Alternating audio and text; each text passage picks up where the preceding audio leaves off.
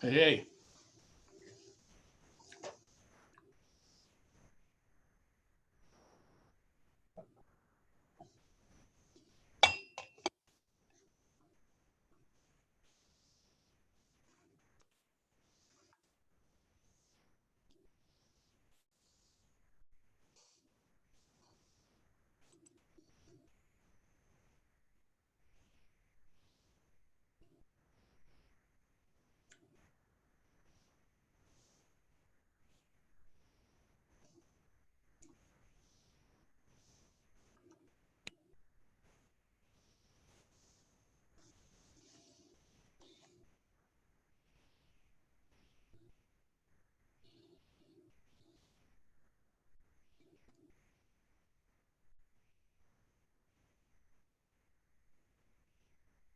We have a hand raised Emmanuel Lutheran Church. You can unmuting you so you can let us know what you need. I'm trying to unmute you. It's not quite allowing me to.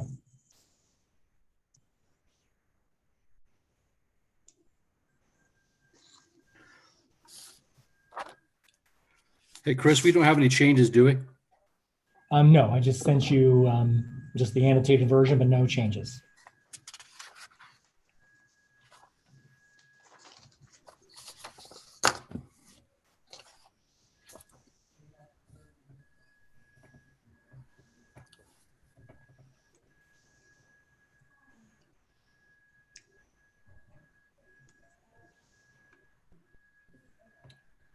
I know we're about to start, but I do have someone here that says Emmanuel Church and trying to unmute so we can, it's like they've left the line. As I say, I don't see them anymore.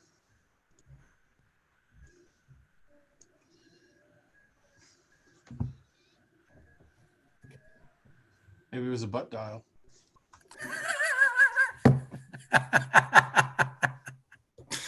That's pretty funny. Miss Strader, cheers to you.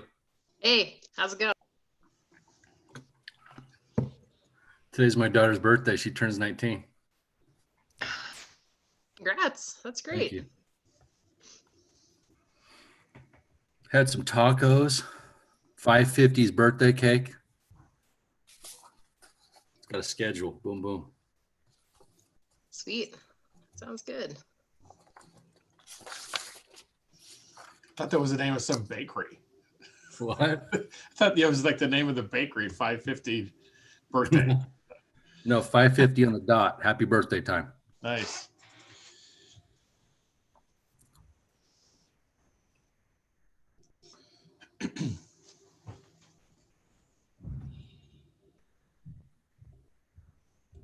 See, the barbershop is still closed here, Meridian. Mr. Borton, 3 more days, baby. 3 more days. Shaggy-licious. Oh, too shaggy. Looking very good. full. Looking Oh, good.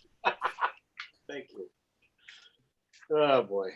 Mr. McQuaid, thank you for joining us. Looks like we're waiting for one more city council member, and then we will get going. I know we are without Luke. And Brett Yep. might be late. So I guess we're waiting for Jessica, hopefully, to join us before we can get started. Let's give her like. Do we have enough for? We have a quorum. We don't, do we? No. And you are streaming live to YouTube and recording, just as an FYI.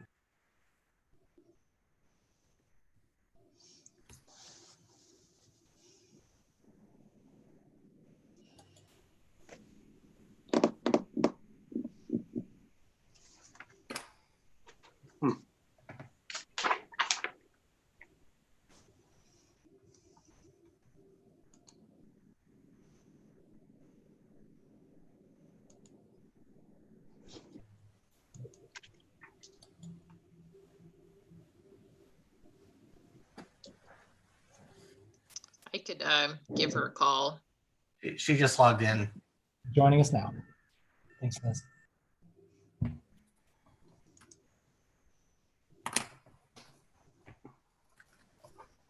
Okay. Chris, we ready? Or Adrian, we ready? I'm ready when you are, Mr. Mayor. Okay, then we'll call this meeting to order. For the record, it is Tuesday, March 12th, 2020 at 4:33 p.m. We'll begin this meeting with roll call attendance. Thank you, Mr. Mayor. Councilman Borton, Here. Councilwoman Perot, Here. Councilwoman Strader, Here. Councilman Burnt, Here. Mayor Simison. Here. Currently absent are Councilman Cavanagh and Councilman Burnt. Excuse me, Councilman Hoagland. Perfect. All right, thank you. Item 3 is adoption of the agenda.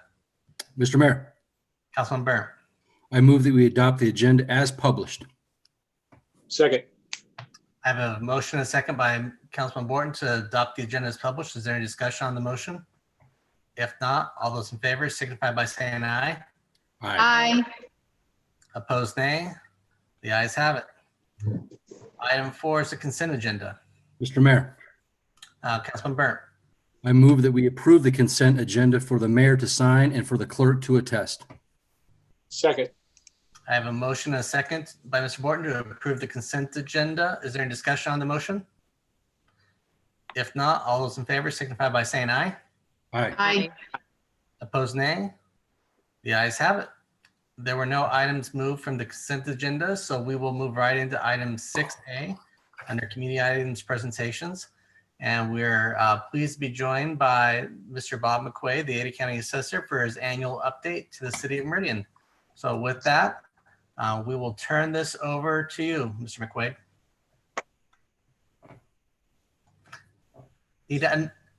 There you go. Can you hear me okay? Yep. Okay, good. Well, we're sending out our assessment notices the 22nd of May, and it's going to be very different this year than years in the past. Hopefully not too different, but it's the assumptions that we're operating under are going to be considerably different. I just want to start out with just a couple of important things, and that is how close are our values to actual selling price. Last year, we were at 98%, that is as of January 1st on single family residential and 95% on commercial. And I've got my stopwatch going here. I'm just going to go 10 minutes. So that's really important number. 98% of our assessed value is 98% of what the expected selling price would be. And that varies 96 to 98%. By statute, we have to be 100% plus or minus 10%. Second thing we need to keep in mind, and that is the values we have put on the roll, those are the values as of January 1st this year. Well, we know our world has completely changed since the 1st of March. And those values, those events really do not affect the value that we have for January 1st. In general, but I'm going to make one exception to that, and I'll talk about that in a minute. What's happened in the marketplace, residential marketplace and commercial marketplace, that is going to show up in our January of the 2021. That's really, I'll get back to that in a minute. I think you'll see why I stressed that. Just moving along, the total market value for the city of Meridian, that's $16.2 billion. That's up 12% over last year's $14.5 billion. And that's the market value, not the taxable value. To get to the taxable value, we have to take out the homeowners exemption, which is $2.8 billion. Any outstanding exemptions, we have about 110 million of outstanding exemptions. The commissioners by statute have to get that to me by April 15th. So I imagine that will be going down to just almost zero. But as of right now, we will take out the outstanding exemptions.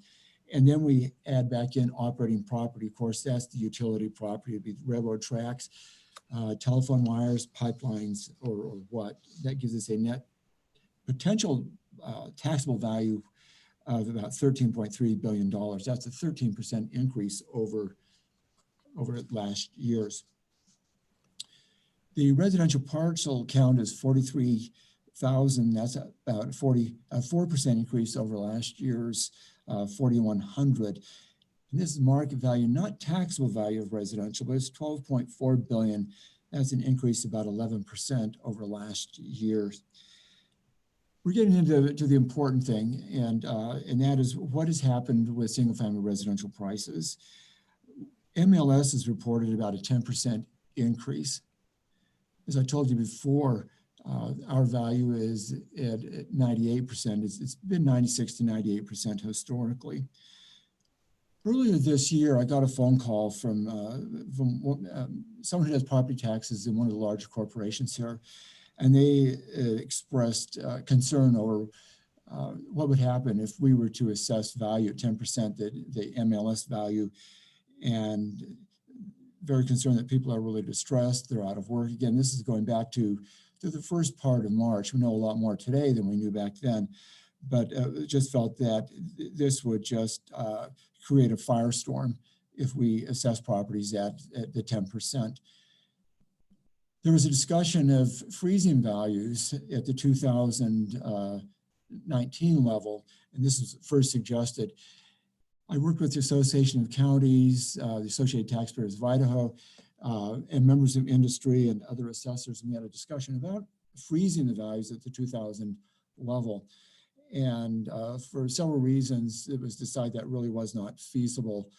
It talked about maybe going to the governor, having a legislative session, but it was just a special legislative session, but that was just not going to work at all.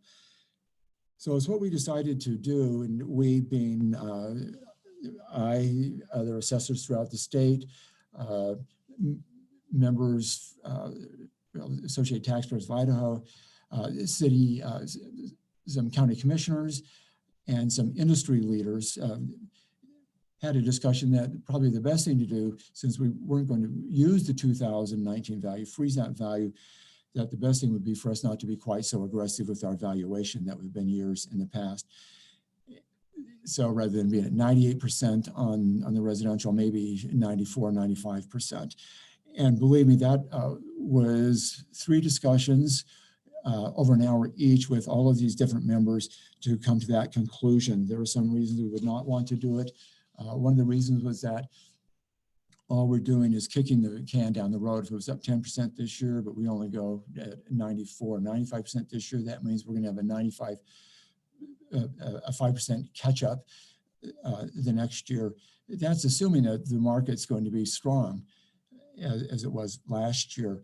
There are some signs, it's some real signs of strength of the market. I know it's up 13% last year over April of this year. So that shows there's still some strength there, but some economists nationally are predicting residential values to drop rise 1% to a drop of 3%. If those predictions come true, then next year we should just be right about market value as of January 1st, 2020. One thing too that was in mind we went into the recession of 2008, we still had values went up for 2008, 2007. The recession was in 2008. We had a lot of appeals that year because people couldn't understand how their assessed value went up when in fact their value had really significantly dropped by the time we send out assessment notices. So when we send out assessment notices, whole discussion was about what is going to be the psyche of the people at the end of May. And we did the very best we could do. And there could be arguments that we should have gone, kept it up tried to shoot for 98% like we've done in the past. I was talking to someone the other day and they said, why don't you go 100%? Well, the 98%, that's the median value. And if we're at 100%, that means that half of the people are assessed in excess of 100%. And I would rather be on the low side at 98%, thinking maybe by far a large number of people are close to 100%, but not over that 100%. So with that all having been said, is what MLS had a 10% increase last year. That was countywide, but for Meridian, we're increasing the existing value by 4%. Again, we're just not being as aggressive as we have in the past. And one thing I might add to that too And we're getting way off track and way into the weeds of this, but by statute, single-family residential, we have to be, again, 100% plus or minus 90%. We're at 98%. The tax commission looks at that at the various categories. Other categories are commercial. Commercial, we're usually right around 94 or 95%. So when you look at intercategory relationship, single-family residential is being assessed at a higher level than the commercial has been assessed. So if we bring that down to about 94, 95%, commercial, residential, and others will be right around the same level. I'm just going to quickly move on and wrap this up as my 10 minutes is just about up.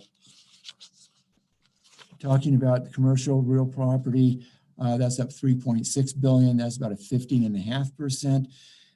Total market value, commercial, including personal property, is 3.8 billion. I want to spend just a minute on new construction. That's what we can increase budget capacity by. Taxable value is 890 million. That's a 17% increase. Residential is, we had 2,000 new units. That was about 28% over the previous year. And the value on residential is 469 million. Commercial is up 213 million. New subs change of status. That's a new subdivision goes in, or if some ag land goes into development land, we capture that in a new subs change status. That's 211 million, and that's off. It's off 14% compared to the previous year. I'm going to take one last comment, make one last comment, and then open it up for questions, and we can bring this to a close. That is urban renewal is 402 million. That's up 42%. And lastly, I just want to talk about tax burden. That's who's paying the property taxes, the residential payer or the commercial payers. Residential is 70% this year. Last year it was at 68%, and the year before that it may have been about 66%. Commercial has gone down from 32 to 30%. This is concerning to some people, but I think it needs to be looked at in perspective, and that is, in Meridian, we have 43,000 residential parcels. That's 17 times the number of commercial parcels. And that's the residential parcels are 12.4 billion, and that's 3 times the value, again, of the commercial. So commercial, we have about 2,500 parcels at 3.6 billion. So is what we have. Residential is a great big piece of the total value, and commercial is a much smaller piece. So just the fact that it goes up 2% doesn't mean that commercial is being treated favorably. That really more has to do with the fact that that there's just such a larger base on commercial, and it's been a much hotter market. So with that, I'm just going to close with a couple of observations. It's 2019 that has slowed down somewhat from 2018. Growth in residential values went from 17% increase for 2018 to a 10% increase in 2019. The partial counts grew at a slower rate, and the new subdivisions were down 28% compared to 2018, and the new lots are the number down 16%. So things have slowed down over 2018. But in spite of all the economic bad news, as I said a minute ago, values tend to increase. April 2019 compared to April 2020, we're seeing values up at 13.5%. We are seeing some cracks in the real estate market. There have been some cases where they're not getting what they were asking for. Last year, early this year, offers were over the asking price, but now that has slowed down a little bit, although the number of days on the market is still very low. We just don't quite know where we're going to end at this year. So Mr. President, or Mr. Mayor and Council President and members of the council, those are my comments for this year. And sorry for going a little bit long, but I think it was just really important to say why our values probably aren't going to be the 98% this for 20 as they were, but more in about the 95%. It was just really concern of all of the residential property owners who are, a lot of them who are suffering the stress of the uncertainty of the coronavirus, as well as unemployment and whatnot. So, Mr. Mayor, with that, I would be happy to answer any questions, as long as they're not too hard. Mr. Mayor? Thank you, Mr. McQuaid. One quick question for you, and I don't expect for you to be able to answer it now, but the urban renewal district, the downtown urban renewal district, has a fairly high increase in value. If there's any way to provide feedback on what that was a result of, just an overall increase in property value for that area or other stuff, because I'm not aware of specific projects that may have been added to that area, but I don't expect you to answer that now unless you feel like you could. Mr. Mayor, no, I don't have that, but I will get a breakdown on that and get that to you. Should I send that to you via the city clerk? Yes, please. Okay. Councilwoman Schrader. Thank you. Thank you, Mr. McQuaid. Isn't one of the challenges, I guess what I'm trying to wrap my head around, we're in kind of an unprecedented time, as you noted. And I'm assuming, similar to economic data, this is probably somewhat backward looking data. And so, is there any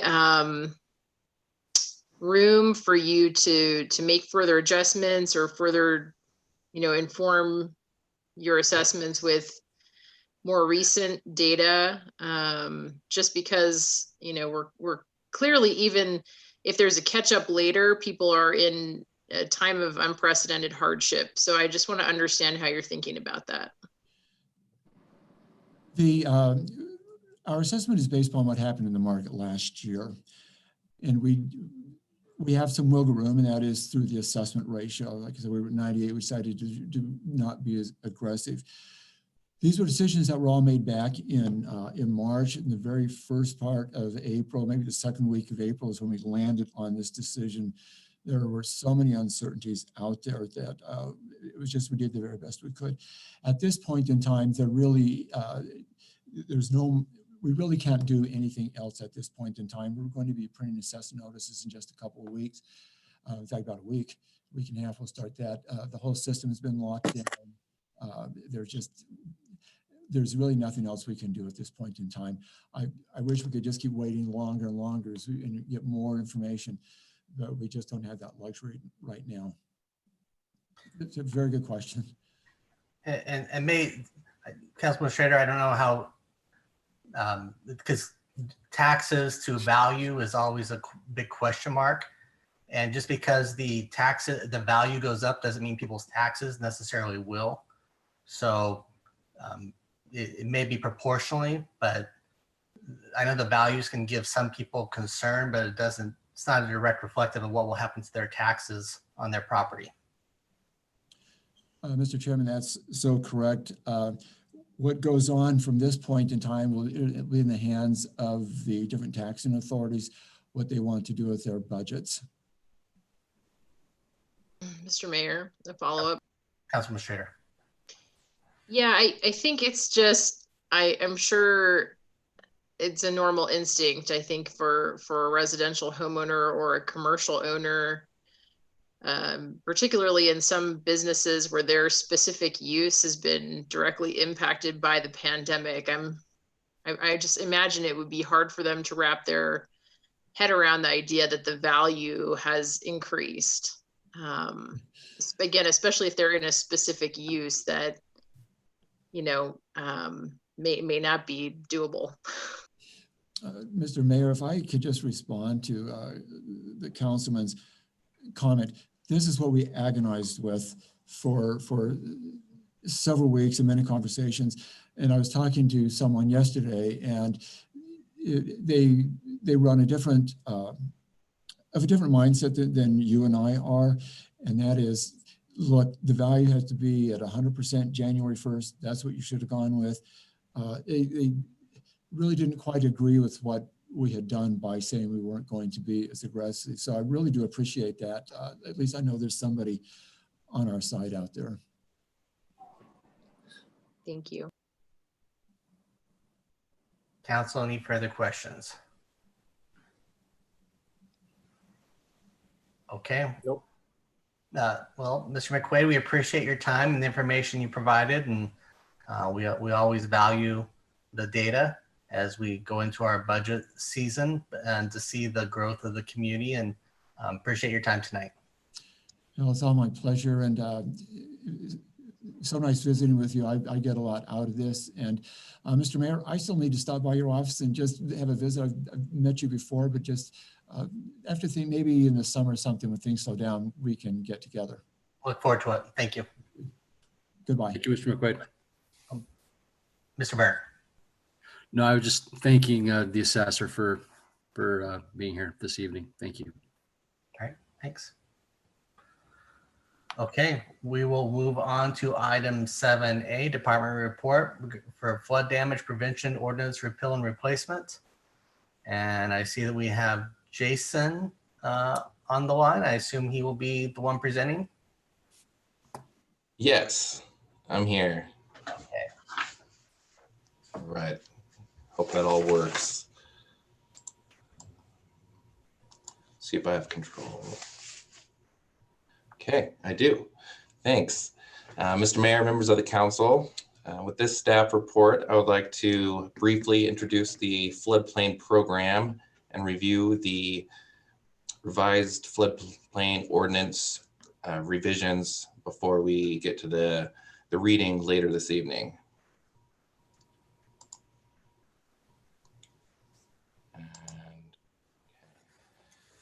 So okay, stop there. I hope you all had a chance to review the council memo and the story map I put together. Kind of gave a brief background of the floodplain program and the ordinance changes. So this presentation is kind of going to briefly go over some of those same points. What is the flood risk in Meridian? We have 4 mapped creeks that have mapped floodplains: 5 Mile Creek, 8 Mile Creek, 9 Mile Creek, and 10 Mile Creek. Now, many people wouldn't know that they are actually creeks. Nonetheless, that they actually had floodplains mapped by FEMA, because they don't look like normal creeks or rivers, which you normally associate with flood risk. So our creeks have been heavily altered for irrigation and drainage use. So they've been widened, deepened. They usually have steep banks. You can see that 9 Mile Creek in this picture up here. They have 90-degree turns in them, and they're underground in a lot of areas. So it makes it interesting to try to communicate the flood risk when most people think it's a ditch or just another drain, because they do look similar. We had our first flood insurance rate map in 1991, and we joined the National Flood Insurance Program in 1992. Advance. And that is why we have a floodplain ordinance. And it's because of the National Flood Insurance Program, specifically a 1973 law that required flood insurance for all buildings located in identified flood hazard areas as a condition of federal aid, loans from federally insured banks, and eligibility for disaster assistance. So anyone that gets a mortgage from a bank that is in an area in a floodplain is required to purchase flood insurance. Flood insurance is only available through the federal government, mostly through the National Flood Insurance Program. And you have to be a member of the NFIP to be eligible to get that insurance. So that's really why we have these rules put in place, because we have the map floodplain, and to get mortgages or any type of loans on those, we have to have the ordinance. Go ahead. We also participate in a community rating system, and this is a FEMA program. It's voluntary, that provides discounts for flood insurance policies in Meridian based on scoring of 19 different credited activities. We joined this program about 5 years ago. We achieved a Class 8 rating, which provides a 10% premium discount. And to move forward, there are certain prerequisites that may inhibit us from getting a further discount. But I'll get into one of the ordinance changes impacts this rating slightly. So I thought I'd bring it up that we do have some things that are above and beyond the minimum NFIP requirements. And we're currently undergoing a 5-year recertification on that program. Okay, go ahead. One of the reasons we are changing the ordinance, or the main reason, is to incorporate the new flood insurance rate map. And what was changed in this most recent flood insurance rate map for Ada County and for the city of Meridian is a 9 Mile Creek. So that was studied starting in 2015. They remapped it. They made some changes. You see the changes on here on this slide. 73 buildings will be removed from the floodplain. However, there's 120 buildings that will be added to the floodplain. 38 were in it before, and they'll remain in it. So you can see on this map, there are some significant changes in the areas which are floodplain and which are not. That was also added in the interactive map that was in that story map. And we can see some more of those changes. Go ahead. Our public outreach for these map changes started in 2017. We sent letters to all the impacted property owners. We had 2 open houses with FEMA, with Ada County, with a few of the other cities. This was when we were targeted to have these maps adopted in 2018, but that was stalled. So here we are in 2020. We started that process again at the beginning of this year, sending letters to all the property owners, pushed the social media outreach. We sent postcards again to all property owners, inviting them to open houses, which were pretty well attended with Meridian residents. And you can see where we're at now with the presentation. And we need to have these new maps adopted through ordinance by June 19th, or we get kicked out of the NFIP. And that's an immediate process. If they don't have the revised ordinance by June 19th, we are out. So that is a firm date. Go ahead. So what are the changes that we have in there? Well, the first and most important is updating the flood insurance rate map and the flood insurance study reference from October 2nd, 2003 to the June 19th, 2020 effective date. We also revised definitions based on a state and FEMA review. So they reviewed our draft ordinance, gave us feedback on what we needed to change in there to match the current Code of Federal Regulations and the state guidance documents. One thing they identified was a section in there. We had an exemption from the ordinance requirements where we determined negligible impact. And that was a little too vague. So we figured there's other ways to implement the same idea there without having that language in there. Next slide. Substantial improvement definition. We're modifying that to remove the added definition of 20% of gross floor area. If you remember last week, we addressed this very question, and it's kind of brought it to our minds if we really didn't need that in there, and if it was causing more trouble than trying to enforce it is worth, why do we have it in there? So we made a decision to remove that. The reason we had it in there was for that CRS credit. Talking with our CRS coordinator, we've determined that that will have no impact on our rating.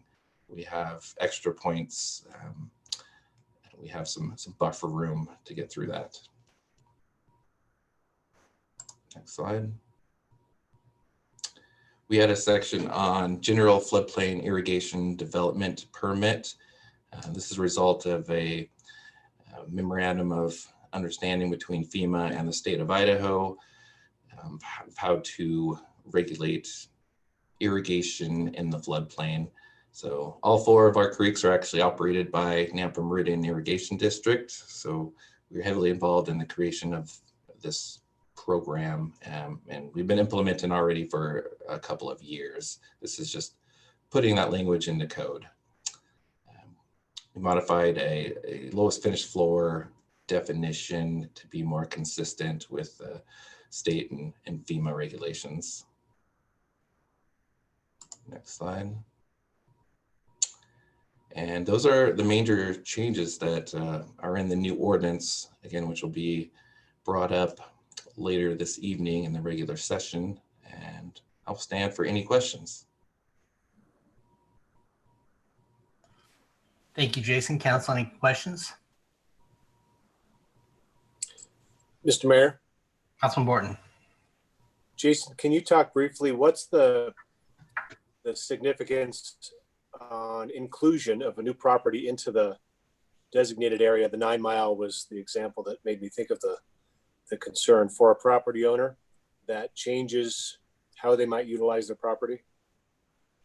Mr. Mayor, Council Member Borton, that's a good question. So when they are added to the floodplain, if they have a federally backed mortgage, they may be required to obtain flood insurance.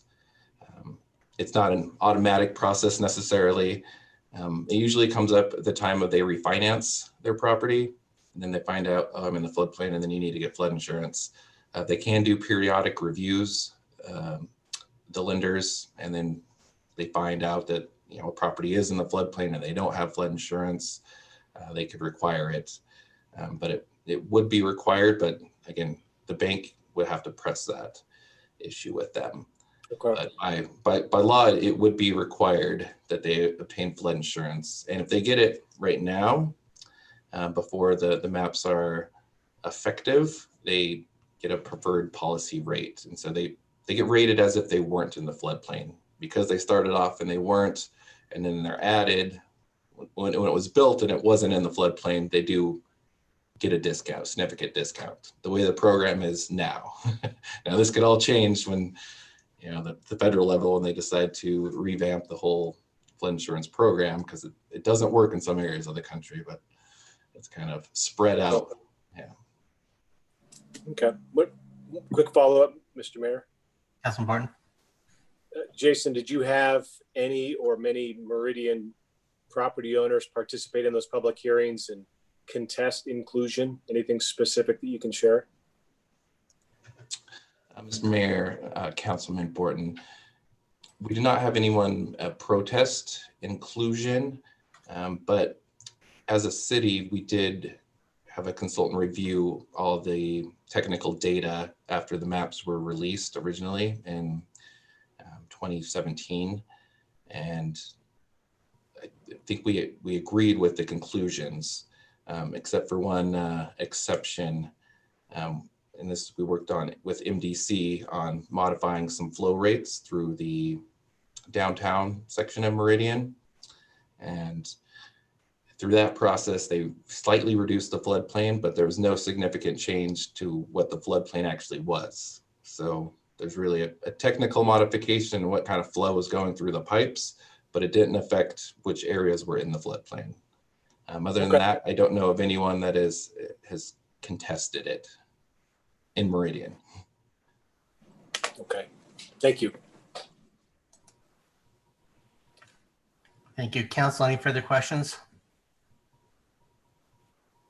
Okay. Thank you, Jason. Look forward to the 6 o'clock meeting. With that, we'll move on to item 7B, an update on City Hall reopening. Turn this over to Chief Niemeyer. Thank you, Mr. Mayor, Council, good evening. Mayor, if you could give me a head nod that you can hear me, I'll move forward. Awesome. We do want to provide you an update where we're at today, both in the county and in our city with regards to COVID, and more specifically what we're doing within our City Hall and our external facilities now that we are opening up to the public. Chris, I'm going to try and move to the next slide. If not, I might need your assistance. Perfect. So in my previous presentation, you heard me talk briefly about the Ada County Emergency Operations Center, as well as the Treasure Valley Multi-Agency Coordination Group. Basically the planning group that's looking at several different functions to ensure we are ready and able to meet the needs of not only our community, but because this pandemic is more than just our community, it's within our state. We looked specifically within our county and within the Treasure Valley to ensure we're meeting the needs. So this is a very common organizational structure. You see it in any natural disaster or man-made disaster. So think Katrina, 9/11, the wildfires that we tend to go on to assist. You see an organizational structure like this very often. This is referred to as an ICS or an incident command structure.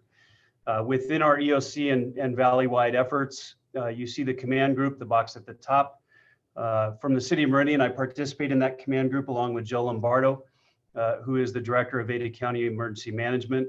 That group then helps coordinate the policy group, the elected officials, the mayors and the county commissioners that are on our calls twice a week, getting updates not only from our group, but from the health districts, from the hospital CEOs. At times we have guest speakers such as Tommy Alquist or Chris Ball from the state, and then other representatives from the governor's office from time to time. Our public information from the city of Meridian, we have Shandy Lamb, as well as Stephanie Galbraith participating in the joint public information group. They've done a tremendous job of making sure that the communication going out with regards to our efforts, both within the county and the valley, are consistent. And then below that, you have the four primary divisions or sections: planning, operations, logistics, and finance.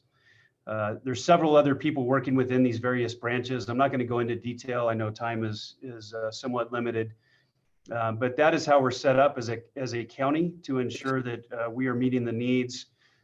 Just a couple of highlights. This includes a data and information unit. This is the data branch working directly with Central District Health to provide the needed data information to our policymakers, our elected officials, specific to the governor's data sets or criteria to move from stage to stage. We're also using that same data to look at our own internal City of Meridian operations, understanding are we ready to move to the next phase? And I'll get to that in just a little bit. Tom Miller and Doug Green from our IT department are part of that data and information unit. They've been great assets in helping to work directly with Central District Health to look at the data needed to understand where we are at today and knowing if we're going to move into the next stage moving forward. We also have worked directly with the hospital systems. You may have heard in the news the term medical surge. That term is used when we extend beyond the capacity of the hospital system, specifically to ICU bed capability as well as ventilator capability. So we have had some of our folks working within that regional medical surge support group, working directly with the hospitals. We do have 2 identified off-sites pre-planned. I can tell you today the hospital systems are doing great. We'll get into that a little bit as we look at the data that I'm going to share. But in the event that we see any increase and we extend beyond the capacity of our St. Luke's, St. Al's, and even over to the Canyon side, our West Valley regional ICU capacities, we do have off-site surge set up and planned for. Next slide. Sorry, Chris, I can't get to it. Thank you. A little bit of current data and current trends. This first slide is from a District 4 health district perspective. So again, that's Central District Health. They cover the 4 counties I alluded to earlier. So this is not specific just to Ada County, but to the entire health district. Our positive cases to this point by gender, you can see just a little bit over 50% of females have tested positive, a little bit under 50% of the males tested positive. To the right, you can see the hospitalizations by age group, 50 to 59 and 80 plus in the age groups are leading in the hospitalizations. Those are admitting patients. And again, this is from the start of this COVID crisis to this point today. The deaths by age group are very pronounced, and you've probably kind of seen this trend in the national news if you're following any of that. The older population that have a higher risk and they have more comorbid factors are the ones greatly affected by this virus. You can see in the health district, in District 4, we have had nobody under the age of 60 pass away from this disease. If you compare that against the age breakdown of positive cases, you will see by far the age group that is most significantly affected as far as testing positive is the 18 to 29-year-olds. Typically a healthy age group that recover very well from this virus. You can see the 60 to 69, the 70 to 79, and the 80 plus age group tend to test positive in fewer instances, but certainly have a more detrimental outcome. Next slide.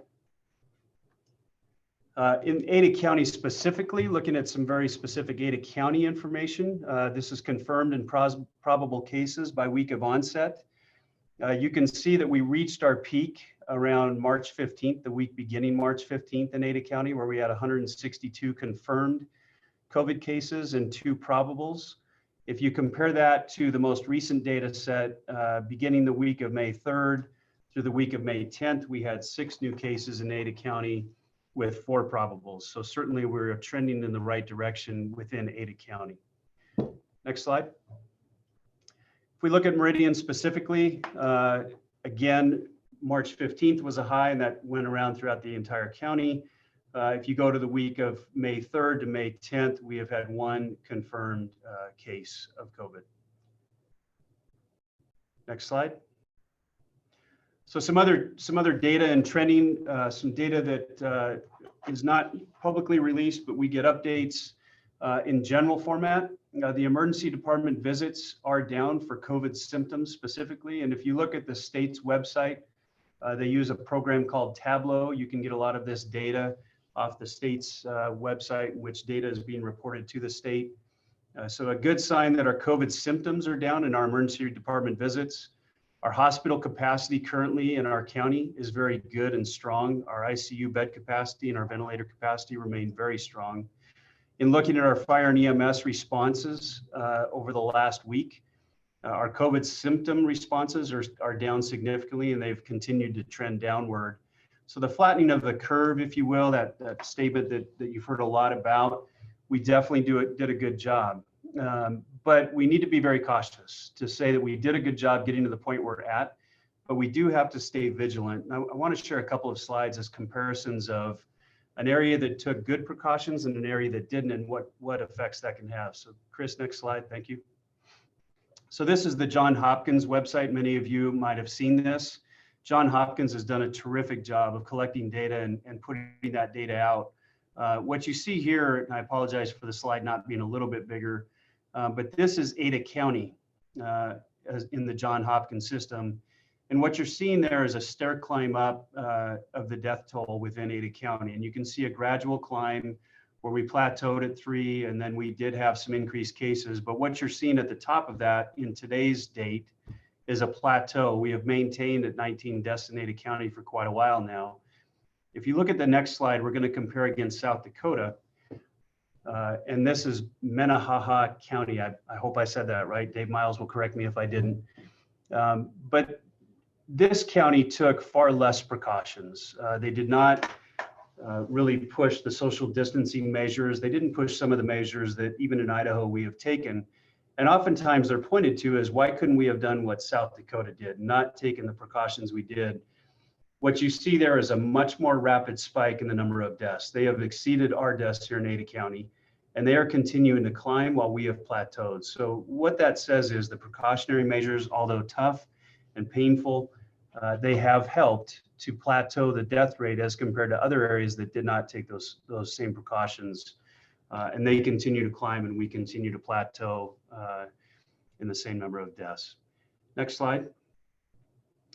So talking specifically really to our city facilities plan, the reopening plan, we have a 4-phased approach, very similarly aligned with the governor's staged approach. We are using very similar data to look at, can we move from phase to phase? But if you look at what we have currently in phase 1, it's what we're currently doing. We reopened our facilities. With that and bringing employees back, we are taking some precautionary measures that we think are good, and they meet the best practice. So we are doing daily temperature checks and health screenings for all employees. This includes our offsite facilities. So fire department staff has been not only at City Hall, but at our wastewater, our water, our parks maintenance facilities, and every morning we do a health screening. We're happy to report everybody's healthy, they're happy. We have had no positive tests. I'll get to that in a little bit as far as the tracing that we're doing if we do have a positive test, but to this point we have no positive tests with our city employees. We are wearing masks, face coverings at all times when we're in common areas. When folks are by themselves, like I am right now in my office, my face covering is off, but when we're in common areas, hallways, et cetera, the bathrooms, we're in face coverings. Currently, right now in phase one, our conference rooms and our break rooms are closed. That's areas where people can congregate. So in phase one, we're eliminating that. We have increased our airflow and improved filtration in all of our facilities, including City Hall. We have been doing enhanced cleaning within our facilities. As I mentioned before, we do have a process in place that if any employee does test positive for COVID, we immediately start contact tracing. We're doing this in collaboration with the health district, not against them, but in collaboration with what they do. Right now in phase one, we have all business travel locally prohibited. So we are doing all of our work, and we're encouraging and strongly recommending to continue to use technology such as this to conduct businesses with other departments, with other municipalities prior to, just as we were prior to COVID-19, only we're doing it through technology, and that's been working very well. Our City Hall and other facilities are open to the public from 9 a.m. to 4 p.m. We're doing that to allow employees to get in and spend that first hour ensuring that their work area and the public areas are clean. And then in the evening, we're also doing the same before we go home. We feel that's a good precaution. Right now in phase one, any employee traveling out of state overnight is required to self-quarantine for 14 days. That is meeting the governor's direction as well as the best practice recommendation from the CDC. In addition, we are offering health screenings to the public when they come into our facilities. I will tell you, as somebody who has sat down in the lobby of City Hall and spent my time doing that, the public has been very receptive to our efforts. Not too many people say no when we offer them a health screening and we offer them a face covering. They've been very receptive. To that end, City Hall public traffic has been pretty minimal. Most folks in the community are still doing a lot of work with the city online, which is good to see. That's a good practice. Shandy and her group put out a great video that we've posted to our website, the City of Meridian website, talking about what to expect when you do come visit City Hall. So we've had very good reception from the public and from our employees. Next slide. So as we consider moving into phase two, and again, we're waiting to see this week what the governor says with regards to moving into stage two of the state plan. Looking at the data, it looks like we will be moving into stage two under the state plan, and that will move us into phase two under our city facilities plan. We will move away from regimented health screenings, and that will become an employee self-check. We'll have all the thermometers readily available at all locations. Our department directors have been advised on how to conduct health screenings. We also have that on our intranet as far as the health screening checklist. So we'll continue to do that more in a self-check manner. The employees understand there is an obligation to report if you're not feeling well, so we can get you home. And that testing will continue for those that test positive. We'll continue to do contact tracing through phase two. Face coverings will continue to be worn when 6 feet of separation cannot be maintained. So a lot of those common areas, if you can't maintain that 6 foot of separation, face coverings will still be required. Our conference rooms and our break rooms will open up in phase two. Again, though, maintaining that 6 feet of social distancing. Consistent with the governor's plan, we can now have groups up to 10 congregating indoors with appropriate distancing in phase two. Local travel will be allowed in phase two. However, we are still going to strongly continue to urge folks to use technology whenever possible to conduct business. Our City Hall gym, as well as the City Passport program, will open up in phase two, working with Chris. He's got a great setup to get passports going again. We looked at that plan, and he's got a great plan moving forward for that. Employees traveling out of state in phase two will still be required to self-quarantine for 14 days, and that also meets the governor's direction on folks coming in from out of state and other areas. Next slide. Some additional items that we are tracking and keeping a very close eye on. One is the CARES funding reimbursement and what that process is going to be as far as allocations, and then the guidance for reimbursement. A second item that we still don't have great definition to, and I know this has caused Steve Sidaway a lot of sleepless nights, And that is the large venues, tournaments, et cetera. When we get to stage 4 of the governor's plan, of the Idaho Rebounds Plan, there's still some unclear direction from the state, and they haven't been able to give us clear direction on whether or not large tournaments, for example, baseball tournaments, rodeos, et cetera, will be allowed to happen in stage 4. Part of the message we got that we're trying to pass on to folks and give them as much information as we can is don't necessarily count on that. But until we get closer to that stage and the governor's office gives us clearer direction on what this means, that's one that is still out there and up in the air a little bit. There is a state testing strategy committee working currently. Dr. Rob Hilvers, who does all of the first responders health screenings annually and does a lot of our work comp work. He's on that committee. I talked to him on Monday. They're making the final recommendation to the governor this week. So hopefully we see something pretty soon. There's a lot of discussion on the testing that's available. And as I mentioned in my last update, there's 2 types of tests right now. There's the PCR test, which is the nasal swab test. That's what you see most often. At the hospital systems, they're testing symptomatic folks with that PCR test. With Crush the Curve, they're testing even asymptomatic folks through that PCR test. A lot of different discussions and opinions on should we be doing more testing or not. We're hoping that this committee, in which Crush the Curve does have a committee member on this, comes out with very clear testing strategy for the state of Idaho that we can look at even here locally to understand how we move forward with testing. The other item that we are in touch with is Battelle contract that the state of Idaho has. This is the ability to sanitize medical grade masks, our N95 masks, our KN95 masks, up to 20 times using a vapor phase hydrogen peroxide. This is available to government entities free of charge. We have registered for this. That contract, that facility is down in Idaho Falls, but they even pay for shipping. So we are working on that as a city and also as an EMS system to make sure we're saving those N95 and KN95 masks. This technology has been proven to be very effective in sanitizing those masks. We know that it's still a challenge trying to get some of those KN95s or N95 masks in for our first responders. We want to make sure that we continue to have a good supply of those moving forward.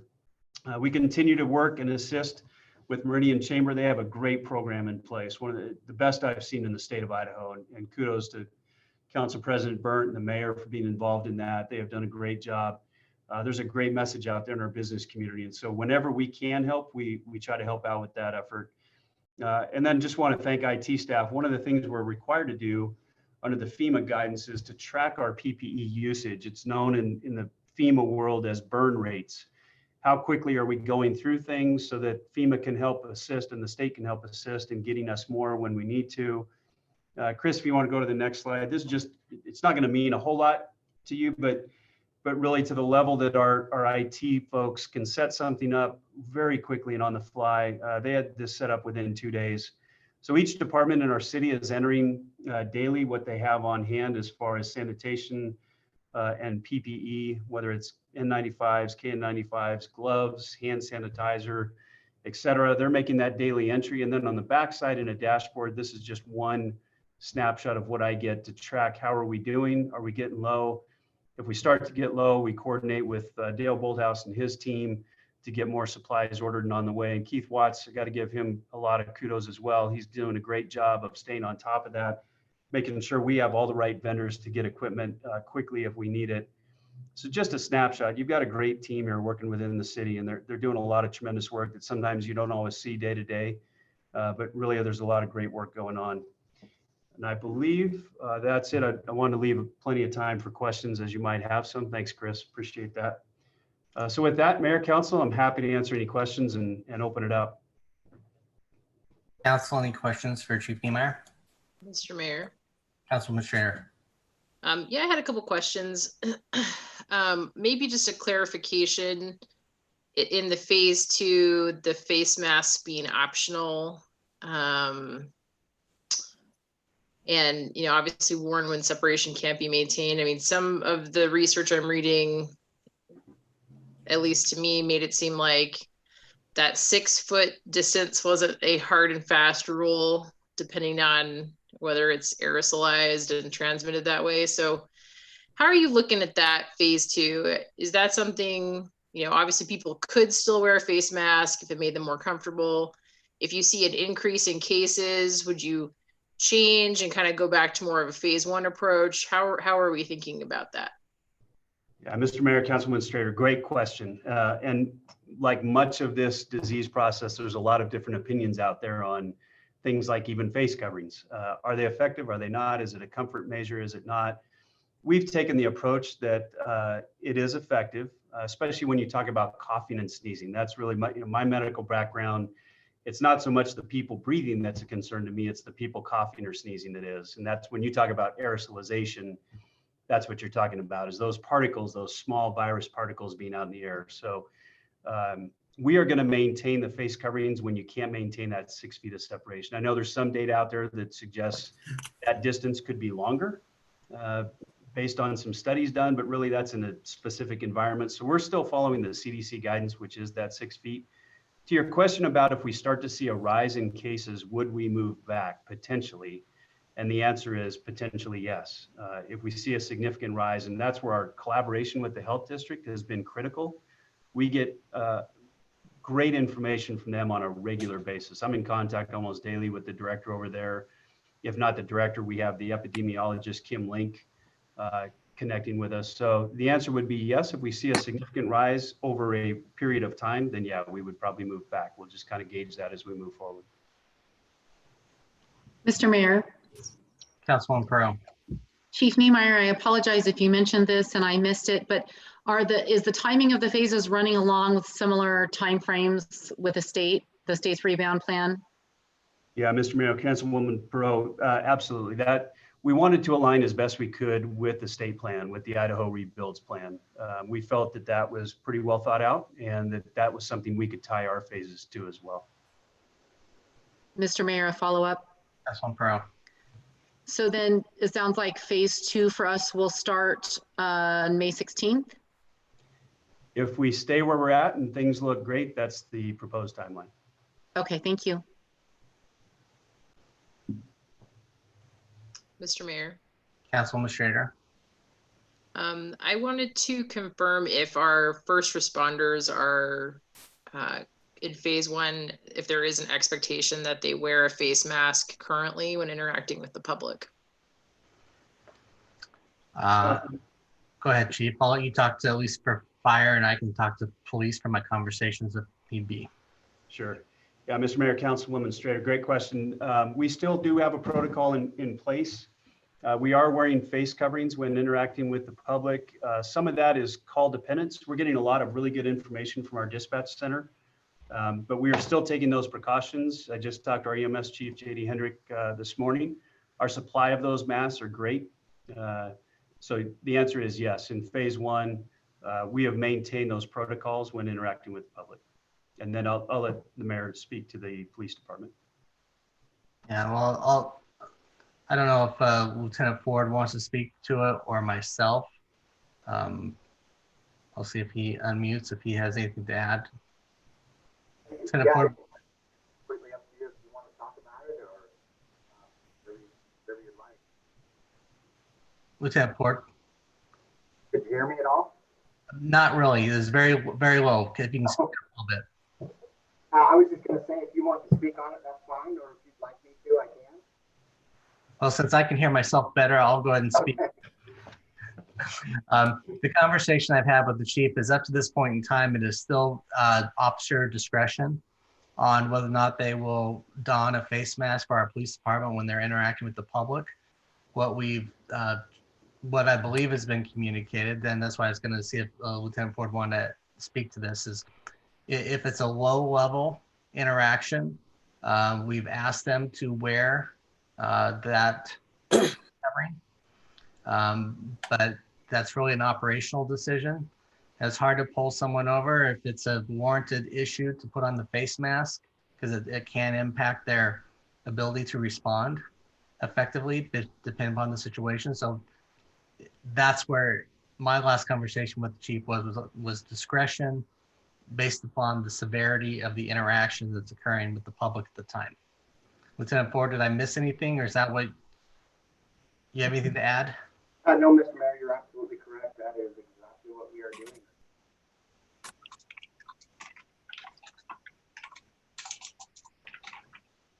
Were you able to hear that at all? Or? Yes, I could hear it. I've lost video on a couple of our council members, so I don't know if they could hear it, if they want to shake their heads, yes or no, but it was an affirmative reaction from that standpoint.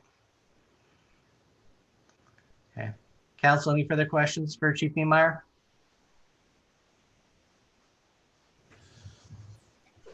Okay. Nope. Well, Chief, thank you very much for the information. We appreciate it. Thank you, Mr. Mayor. Good to see you, council, virtually. Thanks. Next up, item 8A and 8B. I'm going to turn this over, my understanding, to Tori, who's going to be talking on this item. Yes, Mr. Mayor. Mr. Mayor, members of the council, the 3 proposed fee waivers before you this afternoon contained in resolution 20-2209 will help assist our small business community in their reopening and recovery efforts, especially those businesses that are open to the public, such as restaurants and retailers that have been heavily impacted by closure and social distancing requirements. The most recent data from unemployment filings for Ada County shows that more than 24% of the claims in the past 7 weeks are from the accommodation and food services industry sector, with another 10% from the retail trade sector. So we're hopeful that these proposed fee waivers will ease some of the burden on those businesses that are most impacted. So let's see. As Chief Niemeyer stated, if the numbers meet the governor's expectations, stage 2 of the Idaho Rebounds plan will go into effect on Friday, and that means restaurants will be able to open, but they will have to maintain their distancing requirements. And so they will lose, probably 50% or more of their dining space. So what one of the 3 permits that are proposed for fee waivers are the alcohol catering permit, and that's administered out of the clerk's office, and that is for businesses with an existing alcohol license. Typically, the cost is $20 a day. Permits can be applied for 5 days at a time, and that limitation is set by state statute. Basically, this will allow businesses to occupy adjacent outdoor space. The second fee waiver will be for temporary use permits for promotional sales. This would allow businesses to utilize adjacent outdoor space for special sales and promotions. Typically, that's used for weekend tent sales and things like that. That fee is $65 per application and cannot exceed 160 days per calendar year. And the third permit is the limited, that's also administered out of the city clerk's office. The third is the limited duration sign permit. That's administered out of the planning division. That's $27 per application. That will allow businesses to put up special signage that might not otherwise be allowed under code. The application periods are for 7 to a maximum of 120 days per calendar year. I should point out that the downtown area already has a provision for zone encroachment permits, which are also no-cost permits, also administered by the planning division. If a restaurant downtown is serving alcohol, they would still need to apply for that alcohol catering permit. And I should also point out these are only fee waivers. Permits are still required for all these activities to ensure that ADA access is maintained and that conditions are safe. Landlord permission is required for the sign permit as well as the encroachment permit. And staff would hope that businesses would approach their neighboring businesses in advance of applying for these, and staff will follow up and other departments as necessary. And staff has received messages of support from the Chamber and the Meridian Downtown Business Association for approval of this resolution. And with that, I'll stand for questions. Thank you, Tori. Mr. Neri, do you have anything you'd like to add? Just a couple things. I think Councilmember Perot lost contact for a little bit. I think she's in the waiting room now. If we could get her back on. And then the resolution before you, Tori's explained it very well. Just to give you an example, we have been contacted between the clerk's office, planning, the police department, and my office by a number of the local businesses wanting to expand their footprint temporarily so they can space their tables out a little bit further to meet the social distancing requirements. And that's the necessity for these 3 permit waivers, would allow them to both advertise as well as expand temporarily to meet these requirements. Again, the revenue generated by these is pretty minimal. Again, as Tori stated, the rules are still in place as to the time periods and the permitting that's required and permissions, but the waiver is just waiving the fees, which we think will be a benefit to the businesses to help them kind of get restarted. Thank you, Ms. Neri. Council, any questions? Mr. Mayor, Councilman Borton. as part of that, is there also an opportunity to have some expedited review and approval process? Whether it's some more focused, dedicated attention to folks that try to utilize these particular permits, that they also can hopefully gain some approval faster than even our normal course. And then to make that known that we've got that sort of focused dedication to assist them in launching these creative efforts. Mr. Mayor. Well, yeah, I'll take that one, Mr. Neri. The clerk is on the call from that standpoint, and I think that their workload is down, so I see no reason why they would not be able to expedite all these issues from that standpoint. Great. Mr. Mayor, you are correct. We do those as quickly as they can, but they do require sign-offs from various city departments. So Nancy Radford, my office, inputs that as soon as she receives it and routes that to all of those that have to sign off. That's great. But the message is received. Okay. Council, any further questions on this item? Mr. Mayor. Councilman Borton. Not a question, but a comment. However, the process went to reach out and get the chamber and the MDBA involved, and they provided input, which is great to see.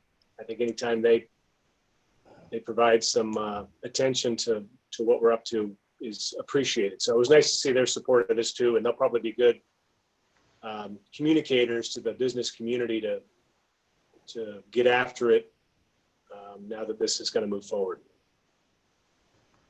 Agreed. And I think that's due to Tori's reaching out and speaking with them. So awesome. Okay. If there's no further questions or discussion, do I have a motion regarding item 8B?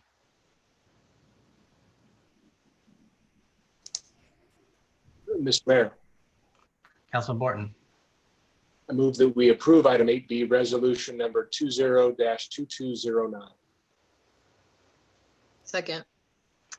I have a motion and a second to approve resolution number 20-2209. Is there any discussion on the motion?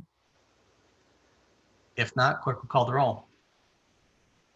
Thank you, Mr. Mayor. Borton, Aye. Perot, Looks like we may have to wait for her to come back before we can finish off this vote. We should probably discuss it. Okay.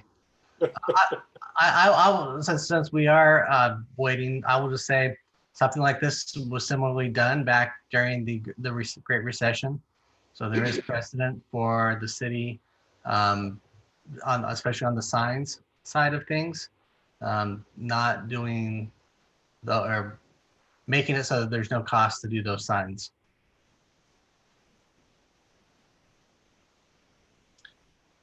Mr. Mayor. Councilman Borton. To fill time, I'll keep talking. There's also an opportunity for us in, say, October, November, to put a little tickler on the calendar to assess whether or not reinstituting these 3 particular fees is necessary.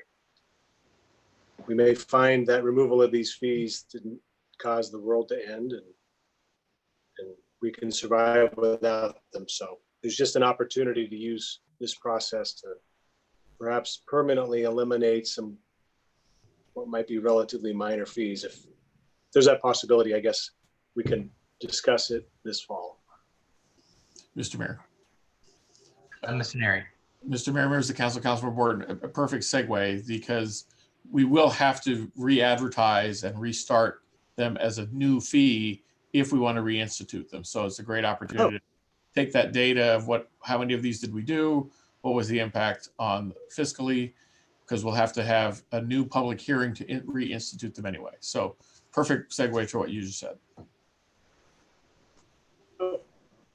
Okay. Okay, well, now that I see we have our quorum reestablished, we will hopefully try to get through this roll call vote and then we can end this work session. So, Madam Clerk, if you wouldn't mind, restart calling of the roll for this item. Thank you, Mr. Mayor. Borton, Aye. Perot, Jessica, you're muted. There you go. Aye. Strader, Aye. Burnt, Aye. All ayes, motion carries. We've reached the end of our agenda. Do I have an motion? Mr. Mayor, Councilman Burnt. I move that we adjourn the meeting.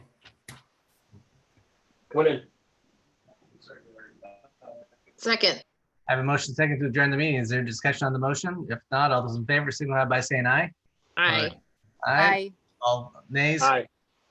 The ayes have it. We are adjourned. We'll see you back at 6 o'clock.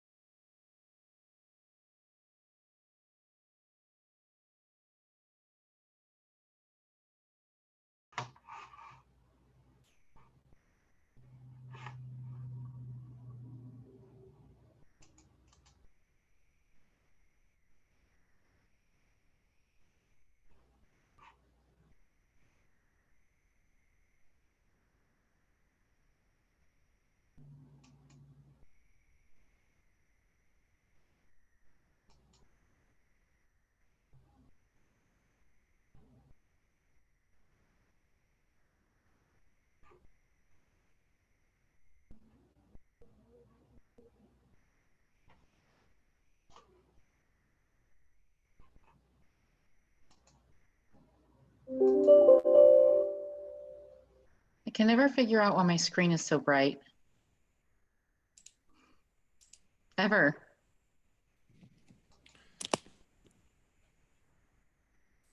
I like your Zoom wallpaper. Me? This is my house. That's not wallpaper. Really? Yeah, I'm sitting at my dining table.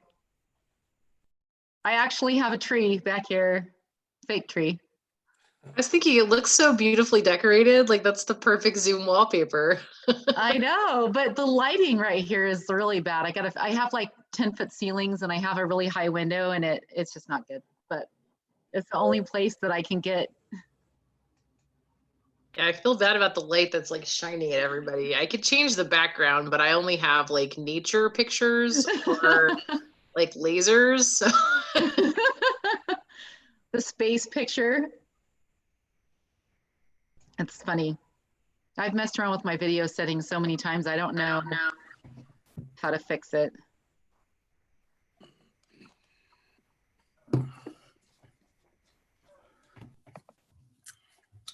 Chris, I see we have Joe Borton in the other room. So as we bring him in, we can go ahead and get started. Is Luke? We have Luke yet? Yep, Luke is here. So Oh, there he is. I think we are good to go. Just make sure. Adrian, are you on and you ready? Mr. Mayor, this is Chris. Adrian is on, and I'm trying to unmute her, and it's not allowing me to.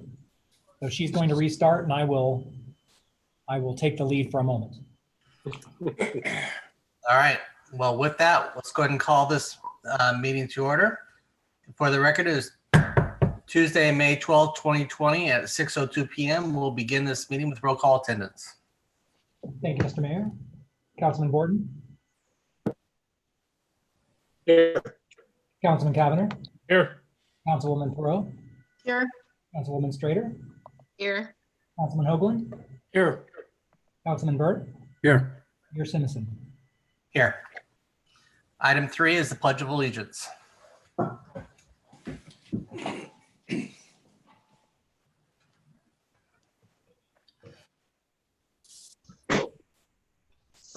I pledge allegiance to the flag of the United States of America.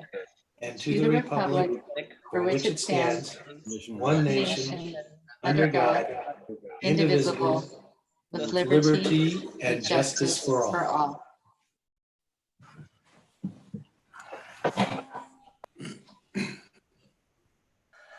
Item number 4 is our community invocation, and we have Vinny Hankey. Did I pronounce that right? Pastor Hankey with Valley Life Christian Church. If you all join us in the invocation or take this as a moment of silence or reflection for yourself. Pastor Hankey. Thank you, Mr. Mayor, and thank you, City Council, for giving me an opportunity just to pray for you all. God, we thank you for this evening. And I just begin by praying and lifting up, Father, the city of Meridian, the county of Ada, God, and the state of Idaho. We pray that you might comfort the afflicted at this time.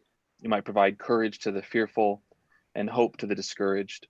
Father, for the Meridian City Council, God, I pray that tonight you would give prudence in their actions, wisdom in their thinking, and ultimately zeal in your leadership.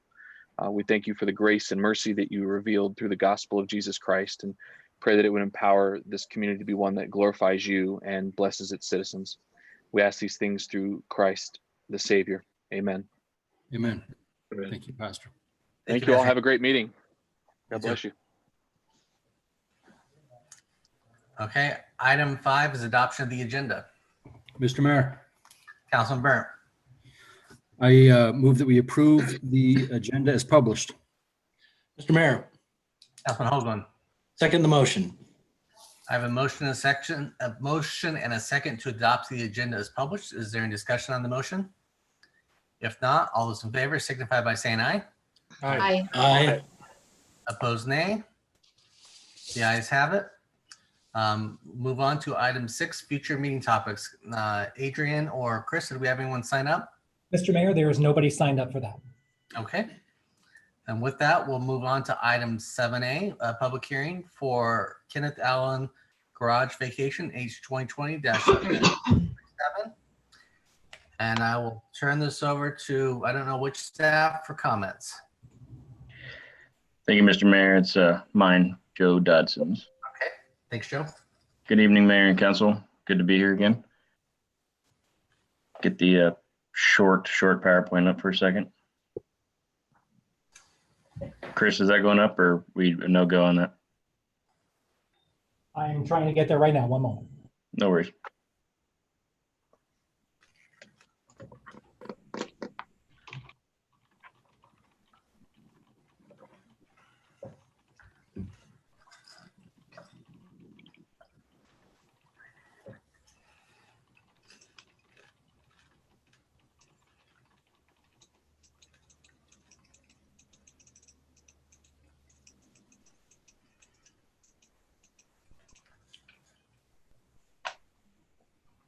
Perfect.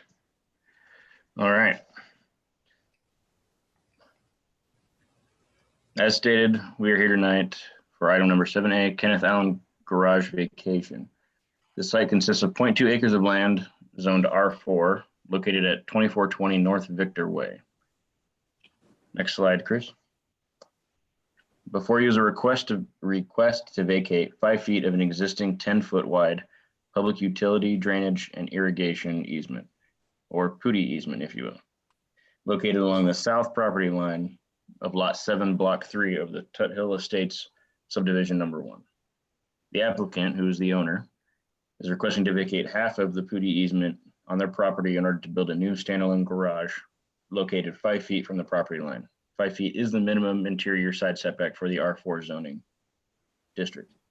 All easement holders have submitted written consent agreeing to vacate a portion of this existing easement and have noted that none of them have any of their utilities or equipment within the requested 5 feet of area to be vacated.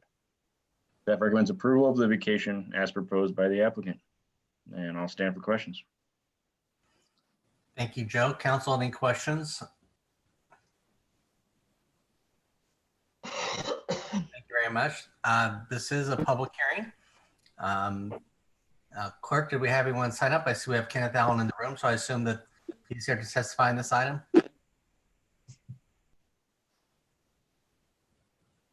Mr. Mayor, he is muted and available to speak if he would like. Okay. Mr. Allen, would you wish to testify? If so, if you can just state your name and address for the record. Kenneth Allen, 20 North Victor Way, Meridian, Idaho.